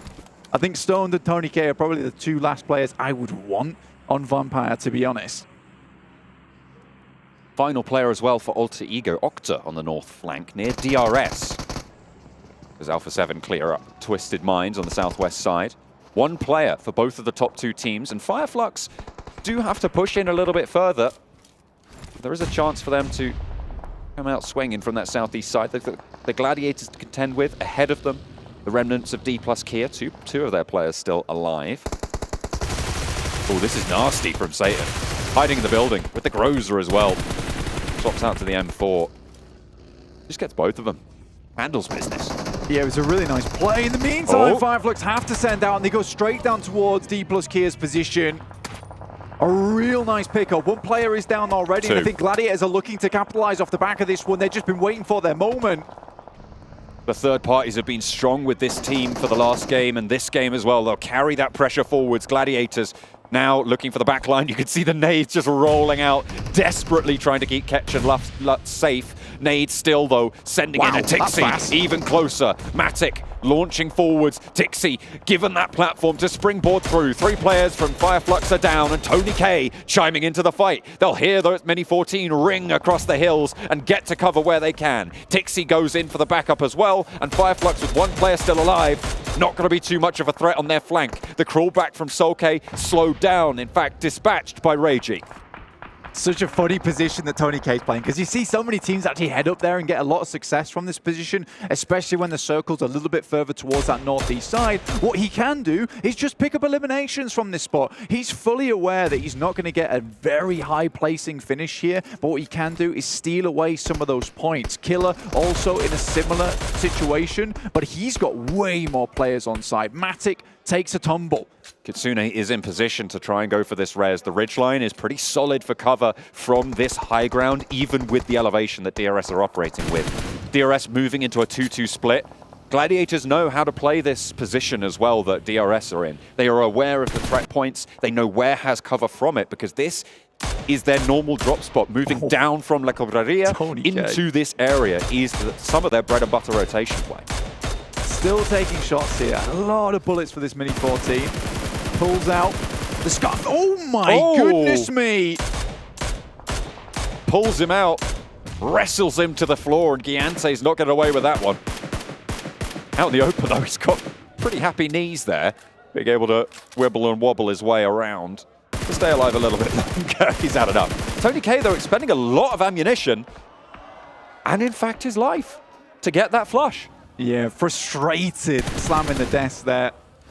And it's fair play. I think right now for Gladiators, realistically, they just need to wait for these players to come off the high ground, and then they can start thinking about assaulting this position that 628's holding. They just want to get rid of these angles before they move in. A lot of teams down towards that south side, though, and Meku, on his approach, gets exploded in the vehicle. Luckily, it's just a knock. It is resable. And they have the cover to do so. Reject Tokyo can't swing onto this position with Falcons in the way, with Alpha7 just over that ridgeline as well. The main fight for me, as you talked about just now, Blank, is Gladiators into 628's position. Yeah, realistically, it's the winning play for Gladiators. Unfortunately, this spot is quite difficult to assault, especially at this late in the game. I think their main boon is the fact that 628 only have 3 players. So moving on to that spot, it's not as covered as it could be. But again, those angles you gain from this building, which is such a prolific compound here on Miramar, is really, really big. And moving across this road with the sight lines coming down from the teams on that southwest, like Team Falcons, Reject Tokyo, as well as Alpha7, that's what makes it tough. Reject Tokyo healing up, getting ready to make their move. Reiji, unfortunately, takes a lick of damage there. That might slow his roll just a little bit, but they don't really have too much time to worry about that. 5 eliminations so far, sorry, 8 eliminations for Reject Tokyo. Miscounted that on this game already. So they've been successful no matter what. With 6 teams remaining, they'll want to ladder up a little bit further. I mean, getting the hydraulic press between Team Falcons and Alpha7 is never an ideal situation, though. And the best they can hope for is for both these teams to take shots towards one another, just scare them off from this position. And now it's confirmed. That compound is a winning play. 628 have been so happy with the move that they made up towards this position from San Martin. Alpha7, though, Carrillo steps into the fire just a little too close. Gets burnt, forced back. Reject Tokyo taken so low, but they can just get these heals up. Falcon may be looking to actually move further out and in for a third party. Alpha7 with Carrillo down, maybe looking to move forwards and get this res, but the nades from Falcon are trying to get a third party onto both of these teams. Pretty prime real estate for them, but the damage hasn't really been done either way to facilitate that for Falcons. DRS in the meantime move up towards that compound in the center. Reject take a knock towards Sarah. Alpha7 look fairly healthy. Carrillo got just a little bit too close, right? And I mean, the hair gel, it is quite flammable. Ooh. Reiji taken low, but his teammate not so lucky. 2 players now for Reject Tokyo. Delta also, DRS, sorry, from the northern side for DRS, trying to move in. And 628 rebuffing them as Reject Tokyo getting cleaned up on the southwest side, unfortunately. Their run will be drawn short, but they did get a whole helping of points there. Gladiators, they're swinging out wide. They're not going into the compound blank. We thought that was the winning play, but they move out and go for a third party. It is a refreshed Gladiators playbook, and they are playing it to a T. I mean, you would have thought they'd go for the third party between DRS and 628 whilst their attention was compromised, but they think that this position and the side swipe is way more important. Nade actually a little bit closer on the smoke goes down.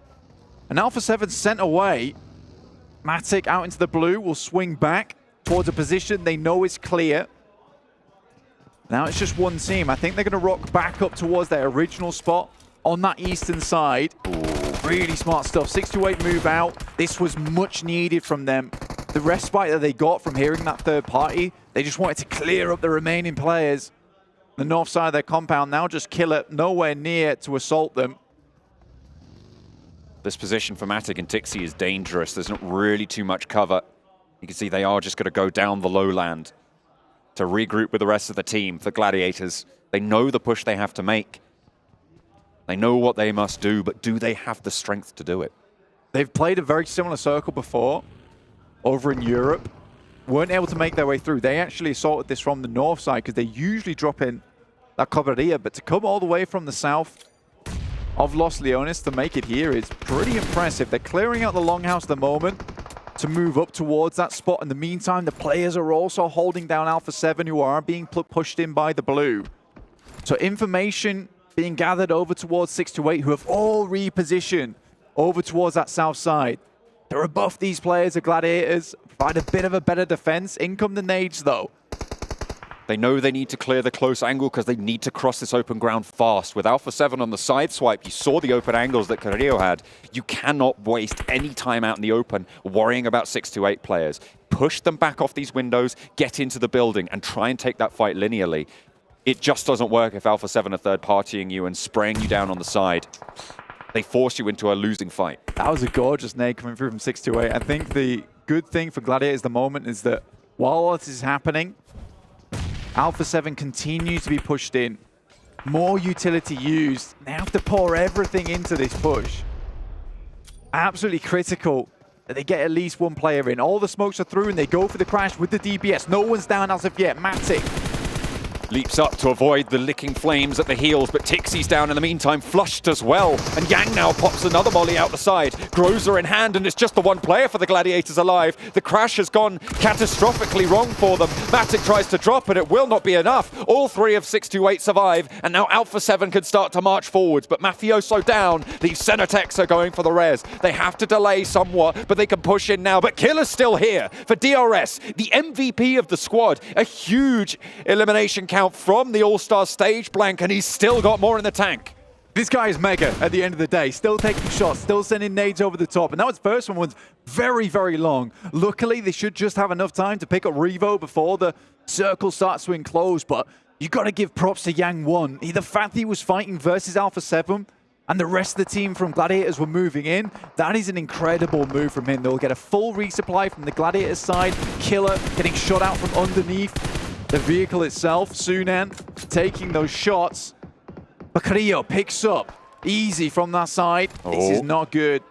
Alpha7 able to get an opening knock, but Yang 1 again on such a huge side swipe. Slows Revo down. Now turning attention to the backline, but there's a teammate already pushing forward. Cenetex drawn short out in the open. Has to just go completely raw into this fight. Gets the cross. Fire. Oh, Yang 1 perfect on the timing. And two players fall to the scope.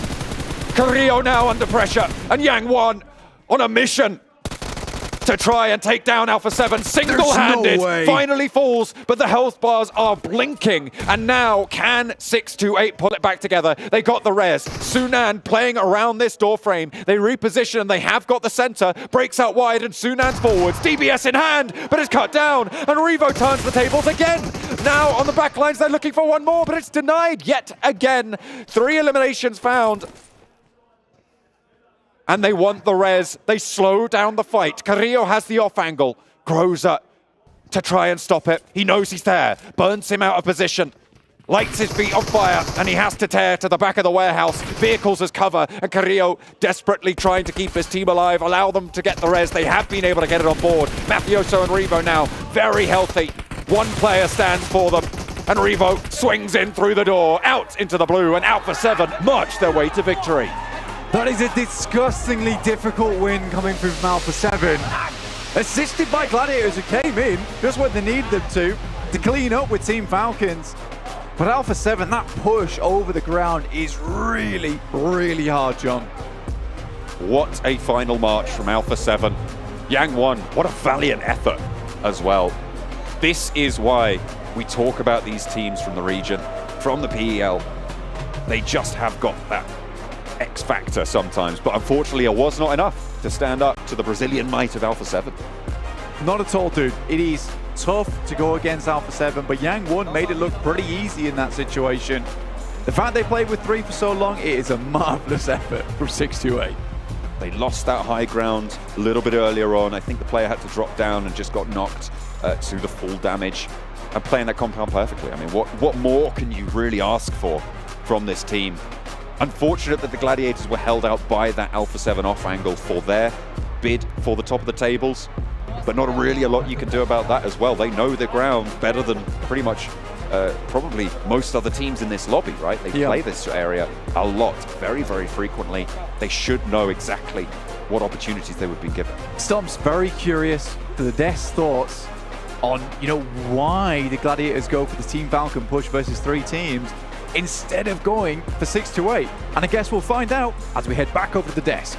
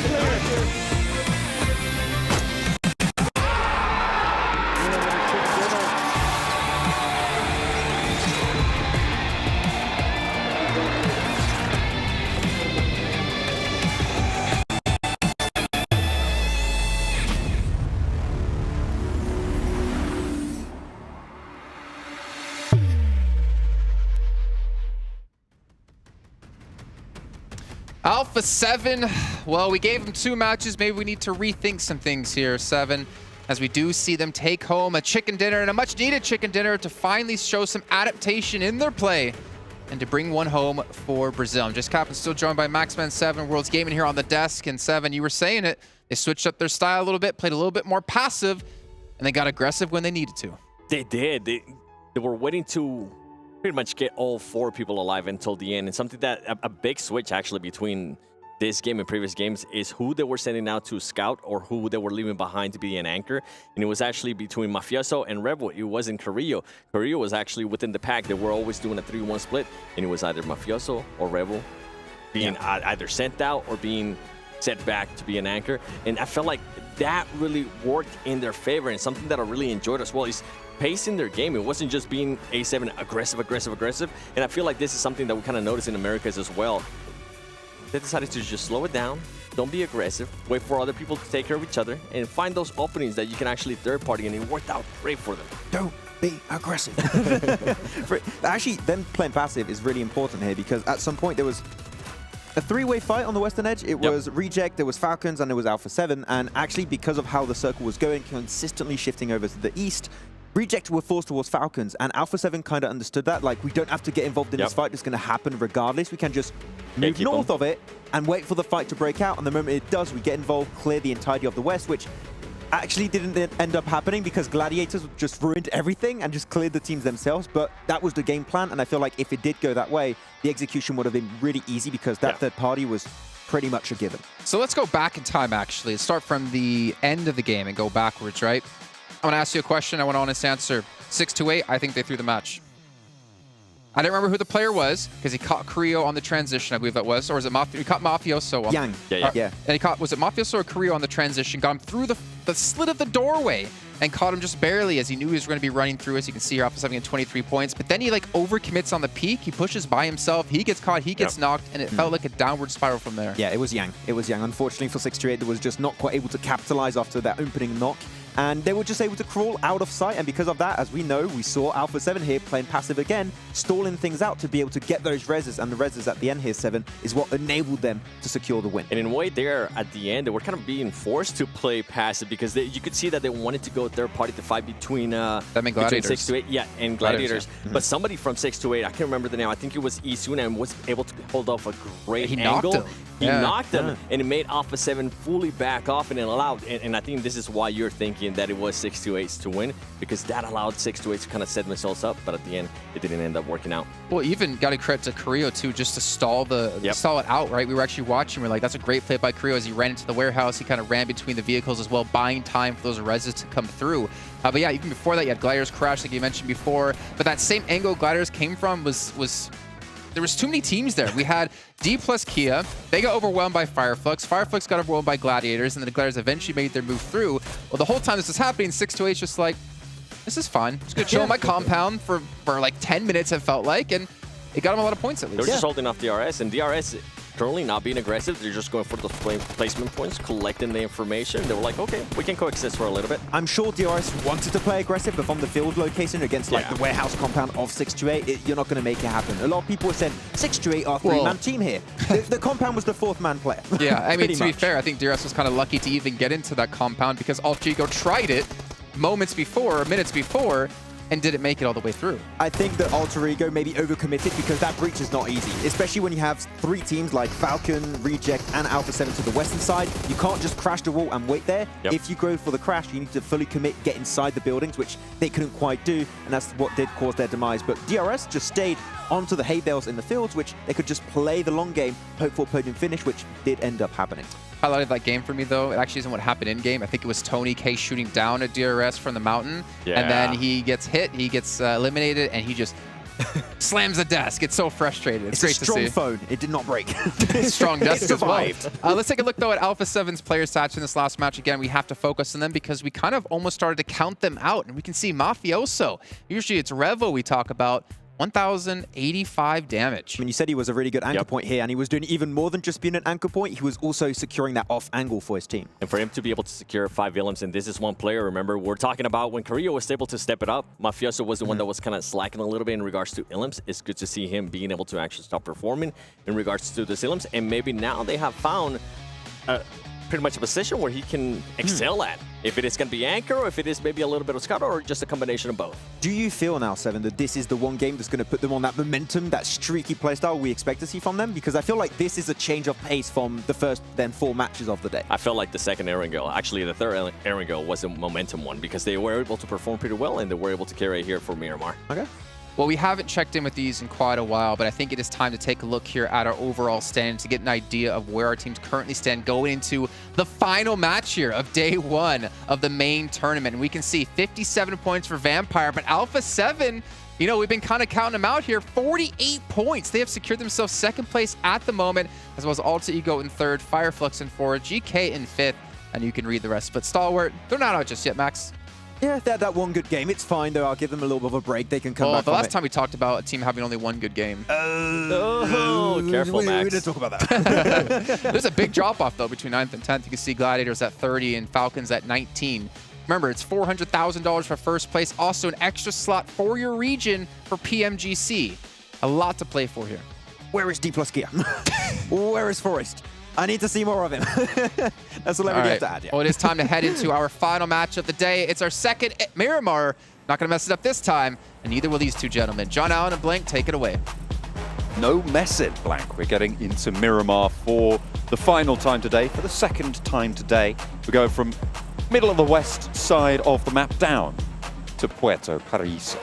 Yeah, we basically got the same playing path, just opposite. Just switched it around a little bit. So the completely different playing path. Yeah. Opposite. It is different. That's what opposite means. Yeah. Yeah, oppositely different. Okay, yeah. Same but different. Is that Same, okay? same. But different. There you go. You're on board now. I like it. We're all on this plane together. We're all feeling good. It's the final day. Final match of the day. Goodness Not the me. final day. Goodness Not me, the final wow. day. Not the final day yet. All right, we've still got 2 Hold your days to horses. go. All right, I'm getting ahead of myself big time. Trying to go to the future. I don't want that. I want to see all the games because I know they're all going to be just as good and as action-packed as last one. I think the funny thing is for me on that last game is that the 3rd party came through over towards Team Falcons from Gladiators. And I think the Gladiators actually kind of ruined their own game for themselves. Because if they hadn't helped with that engagement, they would have had more time to get in towards that compound for 628. Alpha7 wouldn't have been able to 3rd party because they would have been still dealing with Team Falcons at that point. Because Alpha7 actually played a big role in that engagement between 628 and Gladiators. There was a lot of firepower coming their way that Alpha7 were able to capitalize on. So I think that is just an unfortunate scout, really. I think you don't expect 3 teams to be existing in that area for such a long time. So you hear the 3rd party, you assume it's just 1 team remaining. So I think Gladiators, again, making some correct decisions. Just a little bit further into this game this time around on Erangel. They had a great game there as well. So Gladiators starting to warm up just a little bit. But I think for Alpha7, fantastic match. Once again, Revo bailing them out with the auto shotty. Doesn't have the DBS, doesn't matter. Still does work. It feels like Gladiators have very consciously decided more 3rd parties. That's their whole sort of shift that I think I've seen over these last couple of games. I don't know if you'd necessarily... You're looking like you want to say something about that. I mean, that has been some of their playstyle for a long, long time now. They've been very good at it. I think it was quite difficult to do in the All-Stars just because there are so many teams there. It's difficult to go for a 3rd party without inviting another That's party. probably, yeah. Yeah. I get that. Which is a struggle, but I think Gladiators have always been a very opportunistic team, and they're great at it. They did it in European Championships. They did it over in PMPL as well for EU. I think they can certainly keep going with that, but I think we've harped on about Gladiators long enough, so let's take a look at some of the teams in the lobby. Fireflux at the moment makes some good initial rotations, but they seem to be suffering exactly from what Alpha7's maladies were over in the Allstars, which is a case of great first 15 minutes, man. The rest, questionable. I think they are just sitting around in compounds a little bit too much, and I think it was acceptable on the map where they won, where they just sat in a compound and the circle came to them. I think they'd love that every single time. Oh, that'd be great, That'd be great, but it doesn't always work that way. So I think for Fireflux, it's just those extra couple of minutes on top of there. What's your next rotation? What's your next move? Low, almost landed it. Almost landed it. Nearly stylish. Yeah. Unfortunately, he didn't stick the landing. Scuffed on the hems. Yeah, not great. That is actually in style, by the way. Scuffed hems? Yes. Is it? I have some T-shirts like that. I don't define myself as the epitome of style, though. Yes, you do. Don't try. Don't. No. Don't. No. You can't, don't back down now. People can't even see me on camera. It's fine. Blank thinks of himself as the height of a fashionista. And I can't say I disagree most of the time. I'm pretty tall. What is the height of a fashionista? Well, 188. 6'1". 188. 6'2". 6'2". Yeah, I'd say. I'm like bordering 6'2". 188. You'll never 188. I'm probably taller than that. It's been a while. What do you mean tall? No. Pull the other one. What do you mean? There's no way you're that tall. Okay, fair play. You're smaller though. Fireflux, on the other hand. I'm a perfectly appropriate height. Thank you very much. Okay, fair play. Let's get 7 in here to talk about Whatever you say. Yeah, 7 would make me feel better right now. Let's get Kalaris to talk about this. Yeah, that'd also be nice. Twisted Minds not having the best of tournament so far. 16th place, 10 points. I think we've seen a lot of these names. It's a little unfortunate because we've seen Rollkiss over in EU. We have. Has done great work over there. He did. Obviously never on the top of things. Crypto, on the other hand, an amazing player. Real clutch factor coming through from this guy, but they are just not matching up to the weight of the teams in this lobby, which is pretty crushing. There is some incredible teams here at the PMWI Main Tournament. The best teams in the world. Which is to be expected, honestly. I think we've invited a real good slew of amazing teams that we could probably expect to see through to the PMGC, at least some of them. The majority of them, maybe. At least 2 of them. A medium amount. Maybe 3. Maybe. And one of these teams will win their region another PMGC slot. That's true. And I feel like that is, as the desk was talking about earlier, right? That's probably one of the biggest factors here. It's pretty big. Is it's going to introduce more, quite frankly, prize pool into the region, allowed for more investment in their region over the long run. Not directly, but to indirectly boost that region's longevity would be such an incredible asset. And if you have a bad tournament, you have a bad PMPL or a championship, and you come second place in the point standings towards PMGC, you still make it in. True. So you secure yourself another break point. Because some of these regions, I think they've got 5 slots. So you pull it up to 6, which is really, really nice. But then you can also suffer from the fall-off factor. You could be an S2G. The S2G factor. The S2G factor. The Game Lord factor before that. It can be a real problem when you have these rosters, these teams who come through, perform incredibly well, grab themselves one of these spots. I'm not saying that they underperform because they feel the pressure's off, but they, for some reason, don't do as well as they did in the previous season. Then they turn up to PMGC or to the next global finals, PMWI for S2G, and they just don't perform in the manner that you expect them to.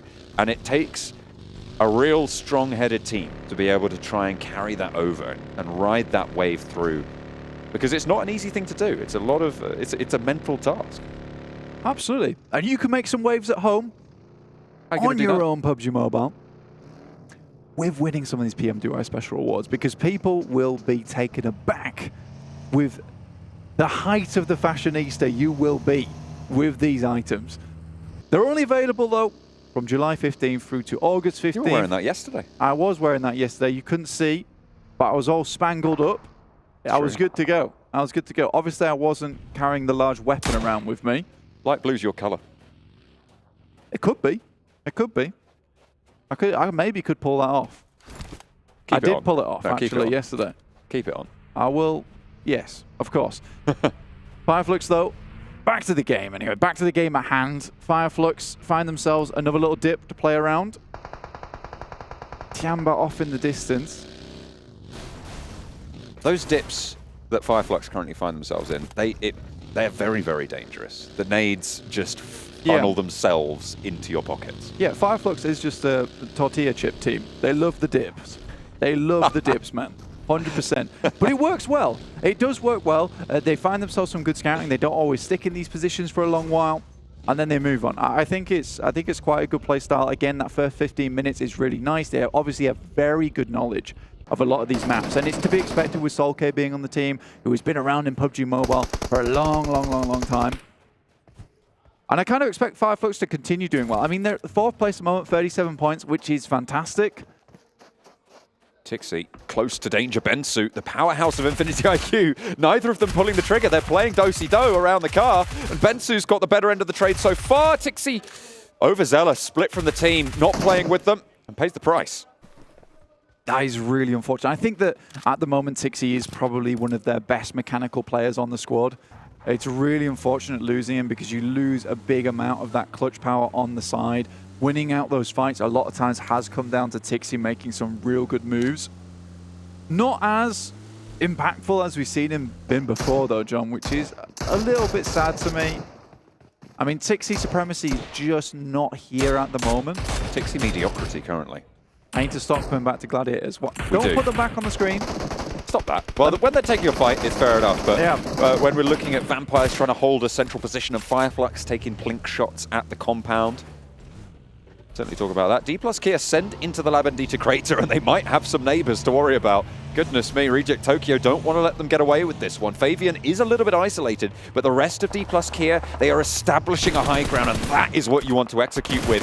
Forrest able to suppress that close range position and keep his teammates safe. They send one down in, they lay the trap, and it looks like Reject Tokyo might have just bit. Yeah, Lufa tries to scrub Forrest off the top side, not able to quite make that one happen though. Forrest finds that cheeky little angle. I think they expected all of them to be heading in towards Labendita crater. Not to be. They gave them the old fake out there. Sunan, 628, taking the shots over towards Geekate. Taking a bit more stock of this circle as well. Hacienda del Patron involved, Saint Martin. So some real big amounts of elevation inside this circle from the eastern side over towards the west. So we are going to cut a lot of these teams off into their own individual battlegrounds for the time being. 6-8 again in a pretty solid position. We saw Yang Wan, be a devil in his own right. Tianba able to use the backup with the DBS and the auto shotgun. Really not much you can do about that. Duello goes down. Reiji trying to get away from it. Last player standing for the squad. They were able to get quite a few eliminations. I think it was 8 overall, Blank, in that last Miramar that we just saw. This time around, they're not so lucky. Reject Tokyo, it feels like a team that has always consistently had that chance, but just never quite pushed past the line. Now, for Reject, I think they've been a consistent esports team making it towards these international events. And absolutely. They obviously are performing very well in their region of Japan, but right now, it's not able to put up those performances on international stage. But it's always great to see them here, and I think that the Japanese teams are constantly improving. And I'd say that they probably are at the level of some of the they deserve to be here. SEA teams as well as European teams from about a year ago. Because I do think that PUBG Mobile teams in general have just leveled up in such a gigantic way over the past year. It's really crazy. When we've had more and more coaches move in to the scene, providing really valuable knowledge to these teams overall. Providing infrastructure, I think, or even, well, equally as importantly, right, is providing that infrastructure. When you look at teams that just play with themselves, the players are the ones doing the analysis, doing the coaching, and trying to figure out and execute on these plans. It's not as, it doesn't have the longevity that having a coach, having a real infrastructure behind a team gives. You see that with teams like Vampire. Coming into PMWI, they have got that position. Obviously, Satani, we talked to him quite a lot on the English broadcast. We love to hear from him. He's got a lot of valuable insight, and I feel like he's a great staying hand for the roster. Yeah, I think I said it last year as well, is that he has just brought a bit of, and what we kind of need a lot of times, a bit of discipline, because you always hear him right? They're on to win a lot of cash already. Absolutely. But he comes in quite humble every single time. I think that's what he does for his team a lot. He keeps them humble because you see them in game. They are an aggressive team. They really like to take the highlight. They love being that center of attention in game. But at the end of the day, they still have these moments where they play it slow before they really unleash absolute madness on the lobby towards the end game. And it's difficult to put them down at that point. So it's really, really good to have that person that keeps you grounded a lot of times. 628 still looking over towards GK. 628 haven't moved far at all. We know they like to drop over towards this north side of Picardo in the first place. Didn't transition over to power grid. Circle didn't really require it to happen, but a lot of teams on that side. Alter Ego trying to push their way in. Do find an initial knock. Not much more than that. It's northwest side. Troublesome. Rosemary isolated on the back. Cooked away there. Oh, wow. Taken out of the running. This central ridgeline. That's a circle and a half. Is the most important feature in this circle, as generally these ridgelines will be. But yeah, you're right. A lot of open ground nearby. Yeah, this is going to be like the yin-yang circle because we will just have a line of players through the middle of this ridge. It can hold a lot of teams in there. Stalwart found initial bit of damage over towards Alpha7. They have recovered. A nade goes back, and Icy's got to be very careful because the double nade there's great, but one comes back. Top's on the top side. In fact, KIA just has to hug the wall as best he can. Become one with the rock here to get that first aid kit off. Trying to stay alive. The heals need to come through. Icy is far more isolated than the player knocked. I think that's Revo. Some great nades, actually. Getting taken down, which means that Icy can't get rezzed. Wow. The numbers are still in the favor of Alpha7. Top taken low with the nades over the top bursting perfectly. Mafioso just about tickles the ridge, which stops it going further with the next nade, but looks to put more up there. Can't quite get the angle that they got in the first time. And finally, Nerzed moves in for that res onto Icy. In the meantime, Twisted Minds, third party from the west. It's a well-placed smoke on the top side. Really denies a lot of the sight lines coming through from top, looking down towards this team. Kind of invalidates this position that top's playing. Action's still playing backstop for them. Nerzed now comes with a nade of his own, sends it all the way across. There's a little dip that currently Alpha7 is holding in. They can't step out too much with Twisted Minds on these angles over towards their way. In the meantime, 628 have moved up towards the central area of the ridge. Team Falcon's also there. Dplus KIA have sent a couple of players towards that position, or at least just one. It's Favian, last remaining. And Fireflux now need to think about getting in towards the circle, because this is where we do see them start to falter a little bit, get a little bit too concerned with that outer edge, and we know that they have some extremely good splits in the end game. But it's getting towards that position in the first place to start controlling stage 7, stage 8. That's where they're really efficient. DRS pop a shot over towards Stalwart. Find a little bit of an angle, that northeast side. Have that set up firing line. As we hop on over to the south edge of the circle. 628 on the high ground with Sunan. Gladiators trying to move in underneath them. And the shadows are treacherous in their own right, with GK holding out underneath Sunan. The rest of 628 a little bit further forwards, closer to the circle. Falcons, very central. Box Gaming already pick up one of those knocks over towards Fireflux. It's taken them a while to move away from this position. They tried to set up some form of defense. Lutz goes down, leaving them at 3, and Box Gaming continue to sweep inwards. Fireflux have had a bit of a lackluster defense here. A tepid one. Solus off the distance, will have his vehicle pretty much taken out of the way. The Infinity 2 also looking this way. They're just underneath the compound.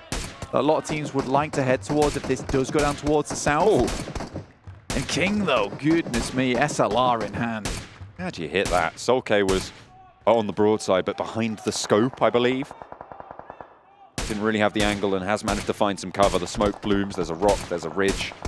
He can stay safe for the time being, but he's going to have to move and likely won't be able to get out of there in its current state. Does get a heal on, and Ketch actually rolls through for the save. Solke and Ketch, though, now main meal on the menu. for Falcons as they try and ride strong, but a really solid set of shots from Kitsune to find one and the flush very, very quickly for the Gladiators on the south side. A little bit of an opening maybe on the south. Yeah, pretty instantaneous here. And again, a lot of teams would like to move their way through on that south side. Schweppes will pick up Solkay. They find a bit of shelter. This is a position that can hold these two players for quite some time. Quite difficult to get across that terrain. The fact they were able to make that run under the purview of a lot of teams, not easy. They're swiftly getting towards position, punch the nitro. But Box is following. GK trying to skirt. Sunan still sits atop the mount, launching Thunderbolt after Thunderbolt downwards and transmitting that information back over to the rest of his team as well.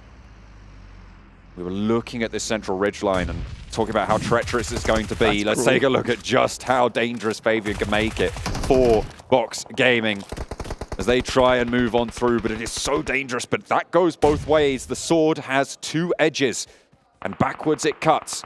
Infinity IQ take down the last player from Dplus KIA. Gladiators also coming a cropper. Yeah, get them caught up on this south side of the ridge. A lot of sightlines looking their way. 2 players down. I would say it's very unlikely that Matic's able to get both of them up, but you can certainly try, give it a go. Falcons did move further up towards that north side, and Box just sidled in on the east. Vampires yet to move as of yet. They did take down a player from DRS earlier on. Meku is shut down. Still pretty tricky to call this game. There are so many teams yet to conclude their embroilments. Gladiators will conclude their game here, though. 13th place. Middle of the tables is where they will end their day. 9th place. Unlikely to be leapfrogged by Falcons. Currently quite far behind them. The Falcons do have a high ground position. They can run along this ridge line and maybe prove to be troublesome in this lobby overall. Good shots from Sunan. Oh. Satan takes a fall to the depths of hell there. The first circle only, though, and will be pulled back by GK to the land of the living. Next, though, from Falcons might have other ideas. Close enough and in a distance. Look at that. Guy. Xing unleashes. Bombards the position, re-knocks it. That's a lot of time now had to invest, and with that time, they have earned the forward position. Sunan and Xing move on in, looking for the execute. Nate's downhill from Falcons as well, as Ferrari goes down. Teams. A lot of teams trying to vie for this south high ground. Vampires taking out players coming through from DRS. Killer notably out. Best player currently on the squad of DRS too, so unideal. Vampires have had eyes towards that position for a long, long while. Waiting for them to make their move. Solkay will equally be shut down by the Vampires. They snatch more of these eliminations away, but they will have to move. And I think Fireflux's position is probably one that you would be looking up. Might head over towards that north side as well, as they all jump in towards vehicles. Fireflux get taken out in that position. Box Gaming on the east side of this mountainous ridge. Will have quite a lot of control there, but they have to get up if they want to get to the west side of the circle at all. They want to have that access. As we hop to the northwest, Stalwart, all 4 players alive. No eliminations, though, so far. Close to Alpha7 with one of their own. Just a little bit south of that. Also got Alter Ego to worry about, who have managed to rack up 3 eliminations, but they're playing with 3. Better than nothing, though, holding on to that second place position. 628. Still going strong down towards the south side, despite losing a member. Sunan was split off from the team a long, long while, but constantly providing information back. Finally, the rest of the team did regroup with him. And Alpha7 will remove Alter Ego. They have been stuck on that position towards the western side for quite some time. Just 2 players left alive for them as Revo falls. Harassment from Falcons up in their nest atop the mountain. 628 have not been able to dismount them. The high ground just a little bit too unassailable.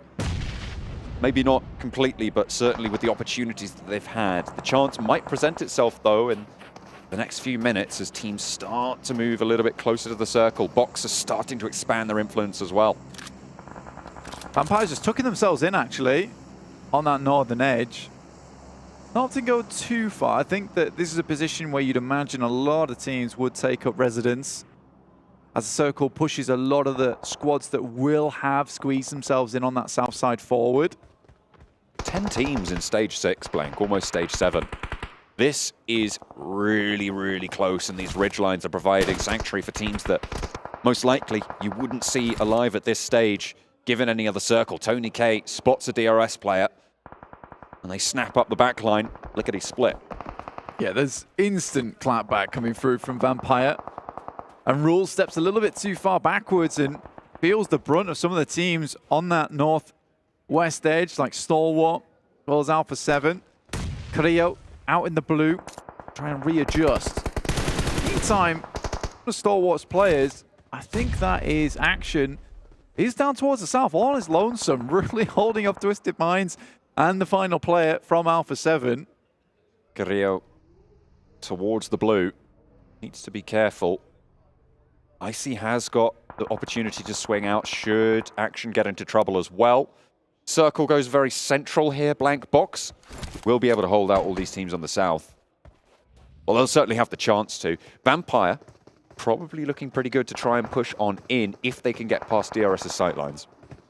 I think DRS is a little bit preoccupied with Stalwart, currently taking that 2-2 split on the northwest edge to deal with Twisted Minds, Alpha7, and DRS. So I think for Vampire, taking that long stroll up the slope to perhaps try and third-party versus this would be a really smart idea. Currently, Box Gaming, though, they're about to get a whole heap of eliminations if they play this one right. As a lot of these players on the south side will have to drop off from their high ground down towards Box Gaming sightlines. Scary prospect. Okay, trying to move past, but AXA has other ideas. Wow. The pump action. This late in the game, still having that in the arsenal is a risk, but it's going to work out here. Falcons hold out a push, and still there's more to do as GK Esports trying to stop the push from the south of 628. AXA continues his bombardment, his barrage of bullets as they roll downhill. Unfortunately, his teammates not so lucky. His opponents either. 628 moving through, swelling the ground on the south side. Just to put that in perspective as well, AXA had to miss 0 shots on that SG to make that happen. Yang's got plenty more shells to unleash from the auto shotgun here, though. And it will be good for 2 knocks. Falcons dismounted. And now 628 can play on with 3. We saw what they could do on the Erangel. Can they in the previous map on the Miramar, can they convert it this time around? The 3-man 628 buff. There's no 3 in their esports title. There's certainly 3 in the game here, and they're doing fairly good work. The Infinity still alive. Vampires have now taken control of that northern side. If they win out this game, they will have found themselves a massive buffer going into day 2. It feels like a repeat of the All-Stars. Finished that first day off with 78 points. Bear in mind, there was a lot more eliminations available with the 18 teams in the All-Stars. So can they break their own record on a day 1? Already up to 5 eliminations. An extremely good spot for themselves. Finding Yang 1-2. Wow. Really, really solid stuff from the north side. Stalwarts drawn a little bit short here. A knock sent their way as well. They're grouped up. They don't really have any forward position. They will have quite a lot of info over the ground, and it's quite a flat area that they have to push across.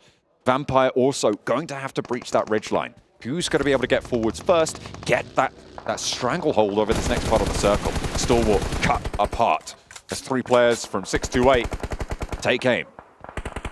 Xing finds Ravenclaw from Vampires, though. And Bensu, once again, that powerhouse from Infinity IQ, will pick up one of the players from Box who have just not held onto this spot very well. Stoned is sent back as they res their player, Ravenclaw, and Stalwart will be finally forced out of the blue. And I think Vampire most likely will turn a lot of their attention over towards Stalwart. In the meantime, 628 descend upon the guys from Box.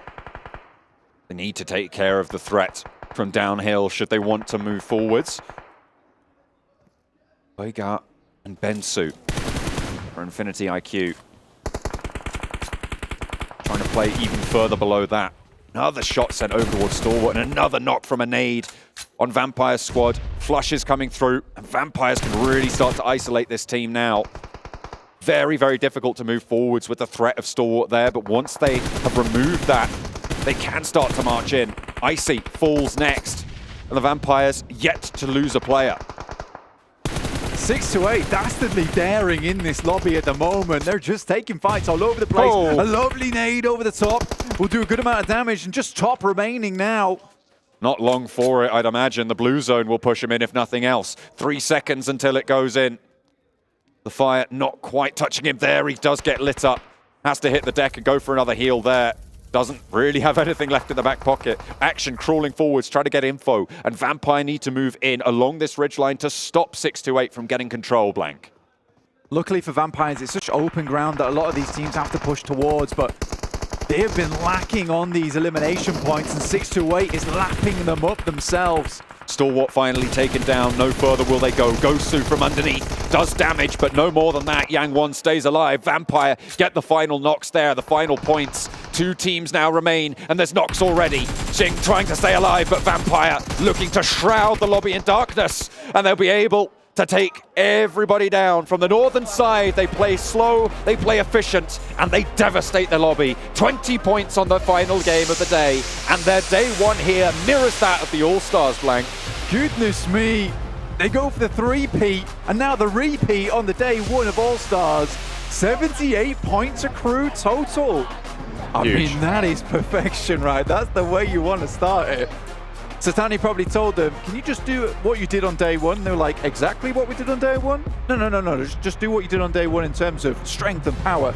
Okay, we'll get the exact same points. It's absolutely fine. That is ridiculous coming out from Vampires. What a way to end it.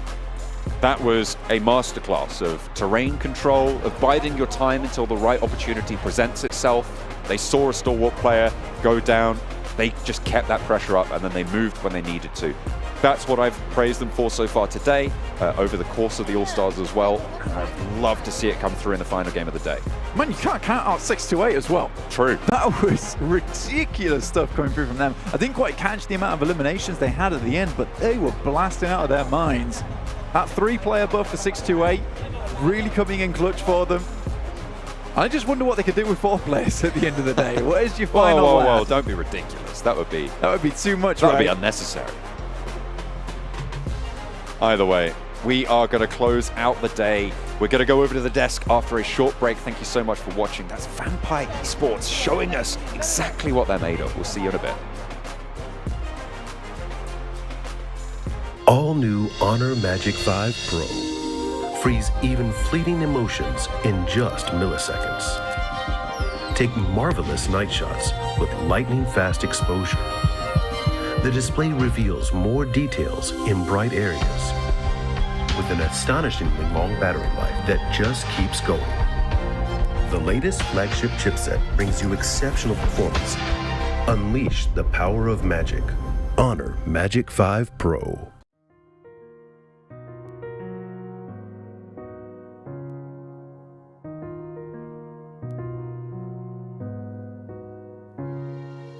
الحياة لحن، ولأننا جزء من مقطوعة عظيمة تحركنا، تلمسنا، تصنع من لحظاتنا ذكريات بديعة. لأن الوجبة، التجربة، المغامرة، حياتك بعد جديد في هيلتون الرياض.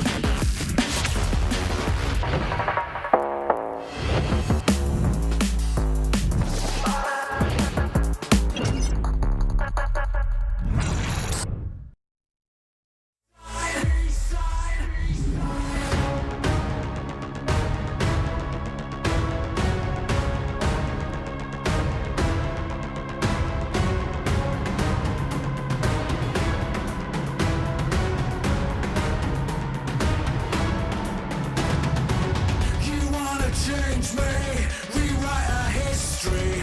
Actions on my side, from the front line. You wanna save face, came to the wrong place. You raise a white flag, I give the peace sign.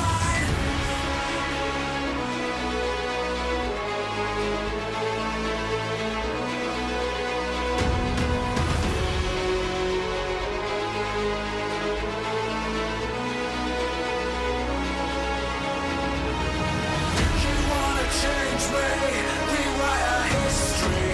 Actions on my side, from the front line.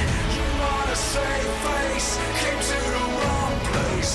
You raise a white flag, I give the peace sign.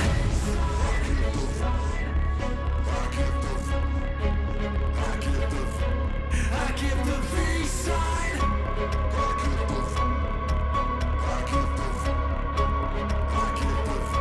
I give the peace sign. I give the peace sign.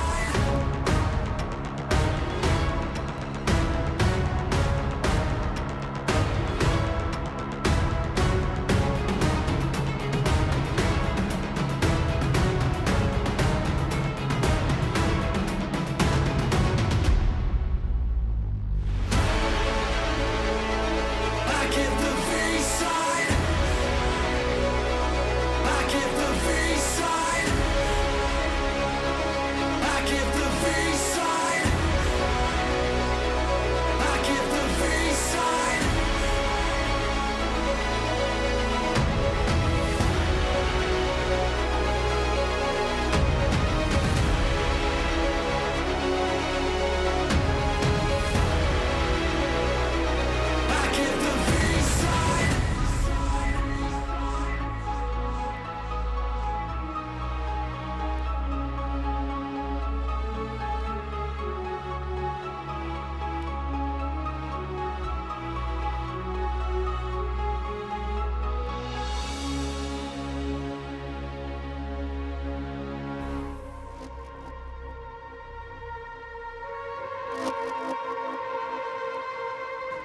To just think, Vampire Esports were just one more win away from breaking their own record from last season here at PMWI. They get themselves 2 on the day, almost certainly able to keep themselves in first place as well. They're on track to take home the trophy yet again, and of course, $400,000 in their pocket. Jason Kaplan, we got Max Van Severals Gaming to help break down this last Miramar. Our last match of the day, and gentlemen, that was indeed a clinic yet again by Vampire. The kings of third parties, I think it's fair to say. Once again, they're like, all the fights happening, and it's in the late game circle. We're just going to full send it, get themselves like a few eliminations on board once again. A lot of control on the circle to make sure they have all the angles they need to secure themselves. Once again, another win. And I mean, Vampire, we expected them to do well here, Seven, and they proved it once again. They are worthy of being the champions. Not gonna lie, I kind of wish they would have broken that would have been record. nice. That would have been nice. And you were saying the kings of third party. There's still 2 days left. It could happen. Oh, okay. First day, though. Imagine the message Yoda said. What I do want to talk about before you sidetrack me even more is you were saying about how they're the kings of third party. The kings of pacing, because they are able to decide when they want to take on those fights. And I think we saw that perfect too, the way they were able to clear out the North. I mean, after they took on DRS, they were the only team in the North, and now at that point they were able to just kind of scout. Okay, do we want a third party that fight? Do we want to wait? And I think that's what it kind of comes down to, right? And I wouldn't be surprised if somebody from Vampire Esports actually ends up breaking another record that Action might have. Yeah, you have a few contenders actually. You have one in particular I think you're thinking of, but there's like 3 players that could make it happen this main event. Well, here's our match rankings. Another 20 points added to the tally of Vampire Esports. We really have to give credit to 628. We've been giving, honestly, them and Tianba a lot of flack, I would say, is the nicest way I could say it today so far. But 628 in the last couple of matches have definitely stepped up here, and honestly proud to say that. But also Infinity IQ, 8 points. You see Box Gaming at 9. As you look further on down the list here, speaking of Tianba, 5 eliminations. So a good start, but not going to be enough on the day. they were finally showing us the aggressiveness that we wanted, right? Even if they didn't get the placement points, they finally got those eliminations. I mean, something that we were kind of being a little bit critical of them back in Erangel. Yeah, actually, one team I want to bring up that we didn't mention just yet is Falcons. That I think did scout and go for a really strong compound in the center. I think it was phase 4, phase 5 around that moment, and then send it to the lower edge of where 628 actually are, which, as you said, are being aggressive, so it's not an easy position to hold. I thought they would just wait it out in the compound, and if they did, maybe actually made it on the podium finish, but Falcons, I think, were trying to read too much into the game and just kind of became their own worst enemy at that point. Okay. I agree with you. Well, I'm actually curious if we can maybe see some stats before we get down to a stage for an interview, which I'm hearing is coming up shortly. If we can maybe take a look at Vampire's stats in this last match, because again, things are getting very interesting for them, even maybe on the day as well. Maybe we can see both back to back, because this team, what's going to stop them at this rate? I really don't know. Like, they dominated when it came to our All-Star stage, and they're dominating yet again here in our main event. Tony K is just doing it time after time after time, up to 1,000 damage here, where the rest of his team is around 500. He gets 6 eliminations as well. Maybe Tony K is going to be the one to break the record. Man, having one player potentially breaking the record is like, okay, that's impressive. Having 3 potential contenders to break the record in Tony K, Schweppes, and Stoned, that's so impressive, Seven, right now. The fact that they are just consistently bringing points in as a 3-man squad, and Ravenclaw setting up the team, as always, with the off angles and the scouting. Is, like, the synergy, the team coordination is just ever present in every single map. And once again, if it wasn't Stone being able to get those elims, then it's going to be Tony K. If it's not Tony K, then it's Schweppes. And then, as you were mentioning, Ravenclaw being able to get those off angles, and I feel like that's what's impressive, and that's something that we've been talking about for the longest time. It's not just one player, it's not just 2 players, it's the whole team being able to frag out. And then it's going to become a race, right? I feel like if at one point they're all very close to that record, you think it becomes a race between them? They're like, I'm going to break it. I made you. Oh, misclick. Oh, sorry, guys. No. I don't think it's going to happen. Well, yeah, if for $400,000 on the line, it might not happen, but I feel like it's still on the back of their mind. It's like, hey, I want to hold that record now. Hey. I don't know. I think Sertani's going to get out the belt and be like, I need my other Rolex, son. You guys better focus up. Let's take a look, though, at 628 here and their stats this last match, because, again, this is another team that's rivaling for this top place position. Sunan going to be coming in with the 1,100 damage, so we do have that one standout player at the moment in terms of damage between the 2 teams here in that last match. But Zing's going to come in with the 5 eliminations. And, again, a majority team effort. Yeah, and Yang has been, even though it has been, as you said, Jason, a team effort, I would say Yang currently is the player that stood out a little bit more to me, especially on that previous Miramar match number 5, but match number 6 has also been good presence from Yang and from Benson, and of course in his stats, his eliminations and damage ratios. But yeah, good on Miramar. But it's what we said about Dplus KIA after day 1 of the All-Stars. We want to see more presence on Are you saying that this could be our new Dplus KIA? No, okay, that's that. Maybe not that far, but we want to see more from them on the Wrangle, because Miramar is just not going to cut it. And I feel like they have showcased their fragging power, though, right? Because if we went back and look at their games, I don't think they have averaged less than 3 elims per match. It was at the beginning of the day where they just weren't able to get those placement points, and at the end, they were able to get those placement points and those elims. So we could see something along the lines of what DRS was able to do on the second day, and also Dplus KIA. Yeah, some teams just need to take their shot and just stop waiting, just go for it. You know, when you feel like the vibe's there, just make it happen. And hop on your Ferrari and go for it. Yeah, hop on your Ferrari and just take a ride, and maybe you'll find someone else with a Ferrari. Who knows? But you know what? We are talking about teams who have done well. Fireflux, unfortunately, hasn't done amazing so far today, but at least for us, we do have an interview on the stage with Barney to actually check in with the team. We are joined by Lutz from Fireflux. An impressive performance today, we have to say. You know, the desk have been talking about it. We've been talking about it backstage, but we want to hear from you. Obviously, a difficult final map, but how do you feel your performance went today? Thank you for the question. We are actually feeling, because of we had a good games and we had a bad games, we just, for today, feeling a middle. I don't know, I don't exactly know what I say, because it was standard day for us. سألنا لوتس من فريق فاير فلوكس كيف كان اليوم الأول بالنسبة لكم، كيف كان الأداء فيها، واللي ذكر أنه كان اليوم كان شوي صعب. في مباريات كان أدوا فيها بشكل مرة ممتاز، في مباريات كانت شوي صعبة، لكن بغض النظر بإذن الله راح يرجعوا لنا بكرة بشكل أفضل. A question that we're quite curious about, just from your point of view, what are the main differences between competing in your region and also then competing against the best teams from all around the world? And first, the the play with the in front of the spectators, it was exciting for us, like every time. But and like that, how I say, sorry. So we're thinking about things like, is the skill bigger? Is it just like the rotation's different? Yeah, rotation is different, and gun skills is so much powerful in this because of we meeting with the best players in the world. That's the reasons, I think, yeah. سألنا لوتس إنه كيف التنافس بالنسبة له هنا في PMWI ضد أقوى الفرق العالم مقارنة في الريجن اللي هو فيه، لكن وذكر إنه صحيح إن المنافسة تختلف شوي، وصحيح إنها برضو متعبة وأصعب، لأنه بشكل طبيعي إنه جالس يلعب ضد أقوى الفرق في العالم، وكان جدا ممتعة، لكن بإذن الله راح يتعلم منها وبيرجع لنا بشكل أقوى بكرة بإذن الله.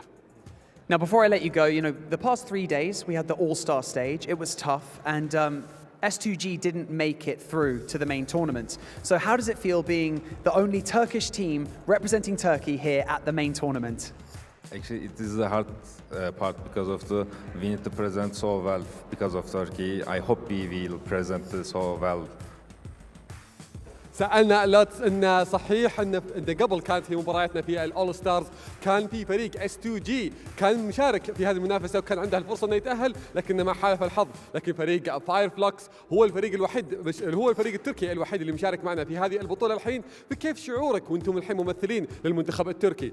قال إن بصراحة إن حمل ثقيل في هذه المنافسة، وبإذن الله راح يشرف، وبرضه إنه سعيد في مشاركته هنا على هذه المنافسة، وبإذن الله راح يشرف المنتخب التركي أو خلينا نقول الريجن التركي بشكل كامل في هذه المشاركة.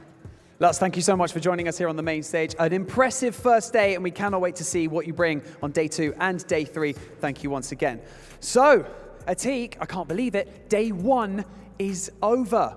PMWI, day 1 of our competition. That's it.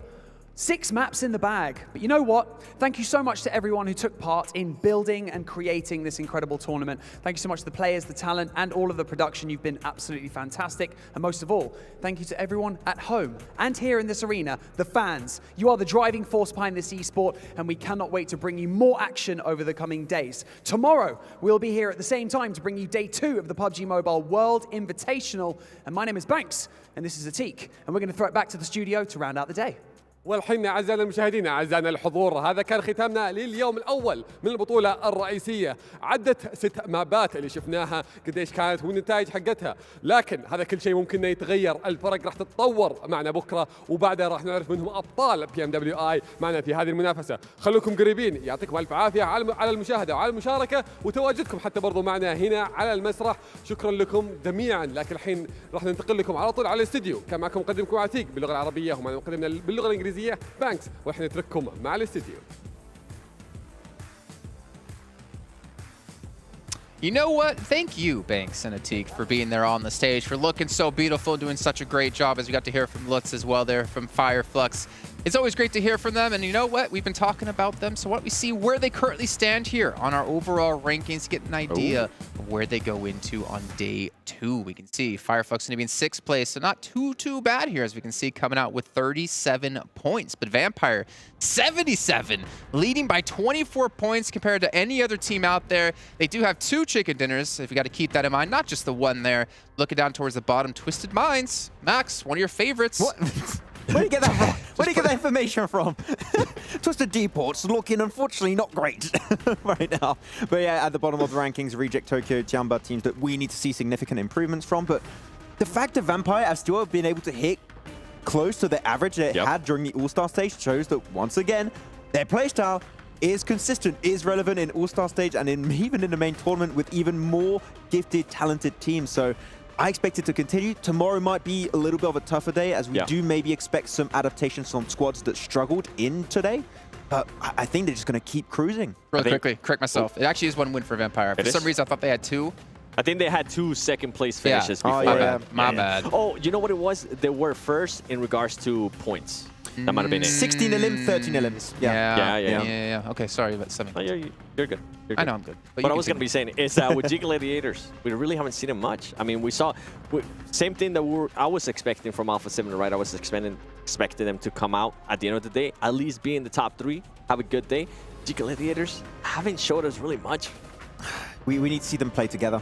That's the main issue that we keep repeating once again, and it seems like they're just not. It's not even that they don't know how to fix it, it's that they're not willing to fix it. It seems it's just a playstyle they're used to, and they're just going to stick to their guns and just see if it works out, which as of right now it hasn't. It's a short event, so 2 days. I don't think they can make a comeback with these results unless they change the core of their strategy. It's funny that you say watch them play together because we see them play together when they are forced to by the zone or by teams, and they do so well. And I'm like, oh, please. I know when we were both watching matches, we were like, please, just screw Pot up a little bit more. Matic, you guys do so well. Go back to the team. Well, you know what, Max? You've been talking about fixing things. You know who doesn't need to fix something? KFC, because it's delicious. Ooh. And we have our Colonel's Choice by KFC here for you. I'm not going to make you guys predict this time because you know what? That's just mean. There's so many great plays today that it's hard to really choose. Let's take a look at what our Colonel's Choice will be today. And it's going to be Flux. Okay. I thought That's it up might against be that Vampire, one. right? Yeah, when Solis and Ketch actually went for the off angle to secure the win because Vampire could not make it out and away of the boozer in here 7. And game-winning play, very clearly. What an angle. I mean, look at those shots. Kidding me? It wasn't. No, it wasn't. I know. I know. That's what I'm saying. I'm glad we finally got something different than the DBS. Oh, okay. I thought, what was the sound you made? That's not.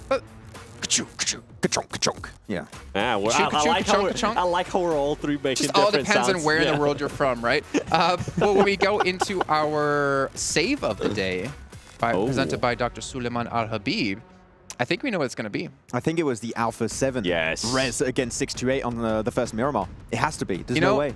I wasn't going to make you predict, Max, because you only can set yourself up for failure here. If you get it, you look good, but if you don't get it, it's like, eh.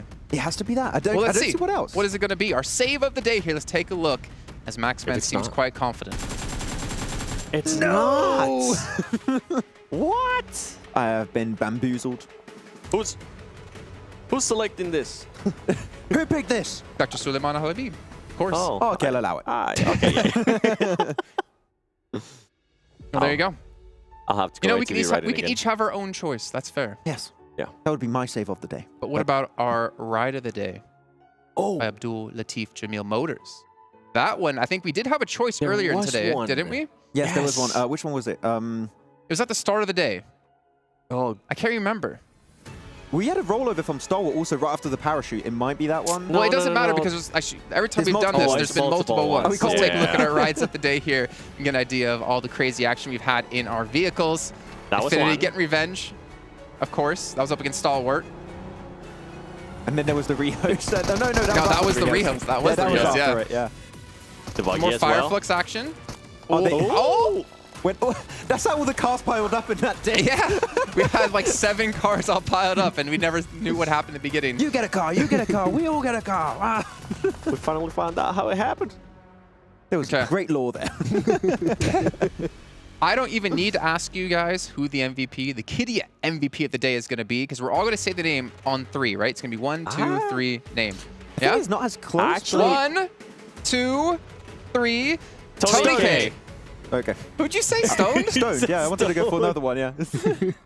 Let's take a look. Who's our KIA MVP of the day? Okay, fair enough. Yeah. Good job. Well, I had to jump right there. Oh, yeah. You know what? To reach and go. It was so nice. We're going to have to do it twice here. 3 average eliminations for Tony K. I mean, obviously coming into the roster as well, like he has been a fantastic pickup here for Vampire. I mean, he said sorry, not Tony K. Sertani said he wanted to have more aggressive players on the team. I think he got it. Definitely the great pickup right now. And one of the most impactful pickups of 2023 without any doubt in my mind. And successful at that. And as we said, I think they're just going to keep cruising. Their playstyle is so successful that they might already have in the bag. It's early to say, but who can contend right now because they're just so consistent. What I love to see out of him, too, was the survival. Right? The survival time, because we always see players being able to perform really well, but when their team is actually not performing that well. And right now, Tony K, we're having one of the best fraggers in the best team. It's like he couldn't ask for anything better. And that's why I was saying he or Stone could probably end up breaking actions. But you didn't. You said Tony K, and we got to do a little...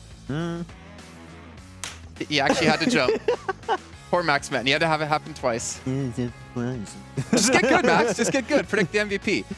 Well, that's going to round out our day here, but not before, once again, I give a big shout out here to Honor Magic 5 Pro, powered by Snapdragon 8 Gen 2, and Honor self-created. Yeah? Self-developed GPU with Turbo X. White shot, please. White shot. Come on, White shot. White shot. Please. Come on. White shot X. Yay! Well, that's going to do it here. I need to work out. You couldn't hold the pose? What? My legs hurt. Oh, no. Well, if you weren't on a box, you wouldn't have had to squat. I ran but that's earlier. going to round out our first day here of PMWI Main Tournament. Remember, it's $2 million on the line. The best teams from all around the world competing for their lion's share of that $2 million. We'll be back tomorrow at the exact same time for some more PUBG Mobile action.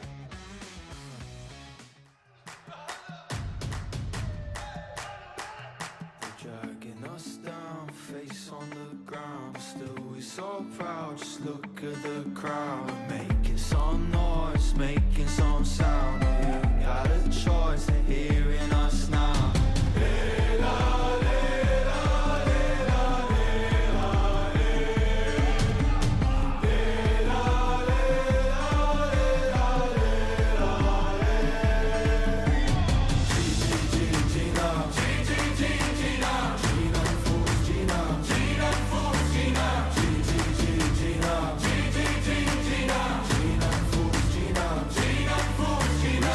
Paradise through dirt in our eyes for us. Oh, actually, I'll try, actually, I'll fight for us.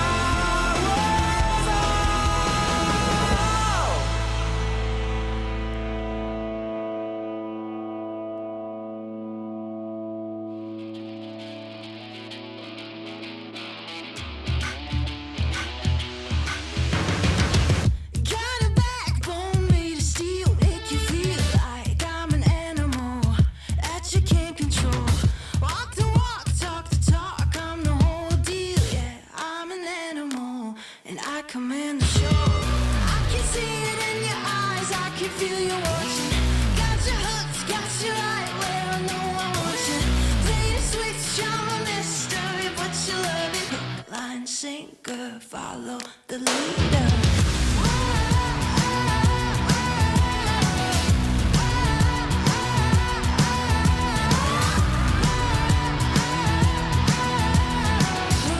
Sinker, follow the leader. Bring you right there to the edge, make you sweat like you can never take the heat, but it's never too hot for me.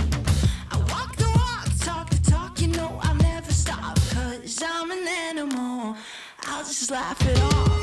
I can see it in your eyes, I can feel you watching. Got your hooks, got your right where I know I want you. Play the switch, I'm a mystery, but you love it. Line sinker, follow the leader.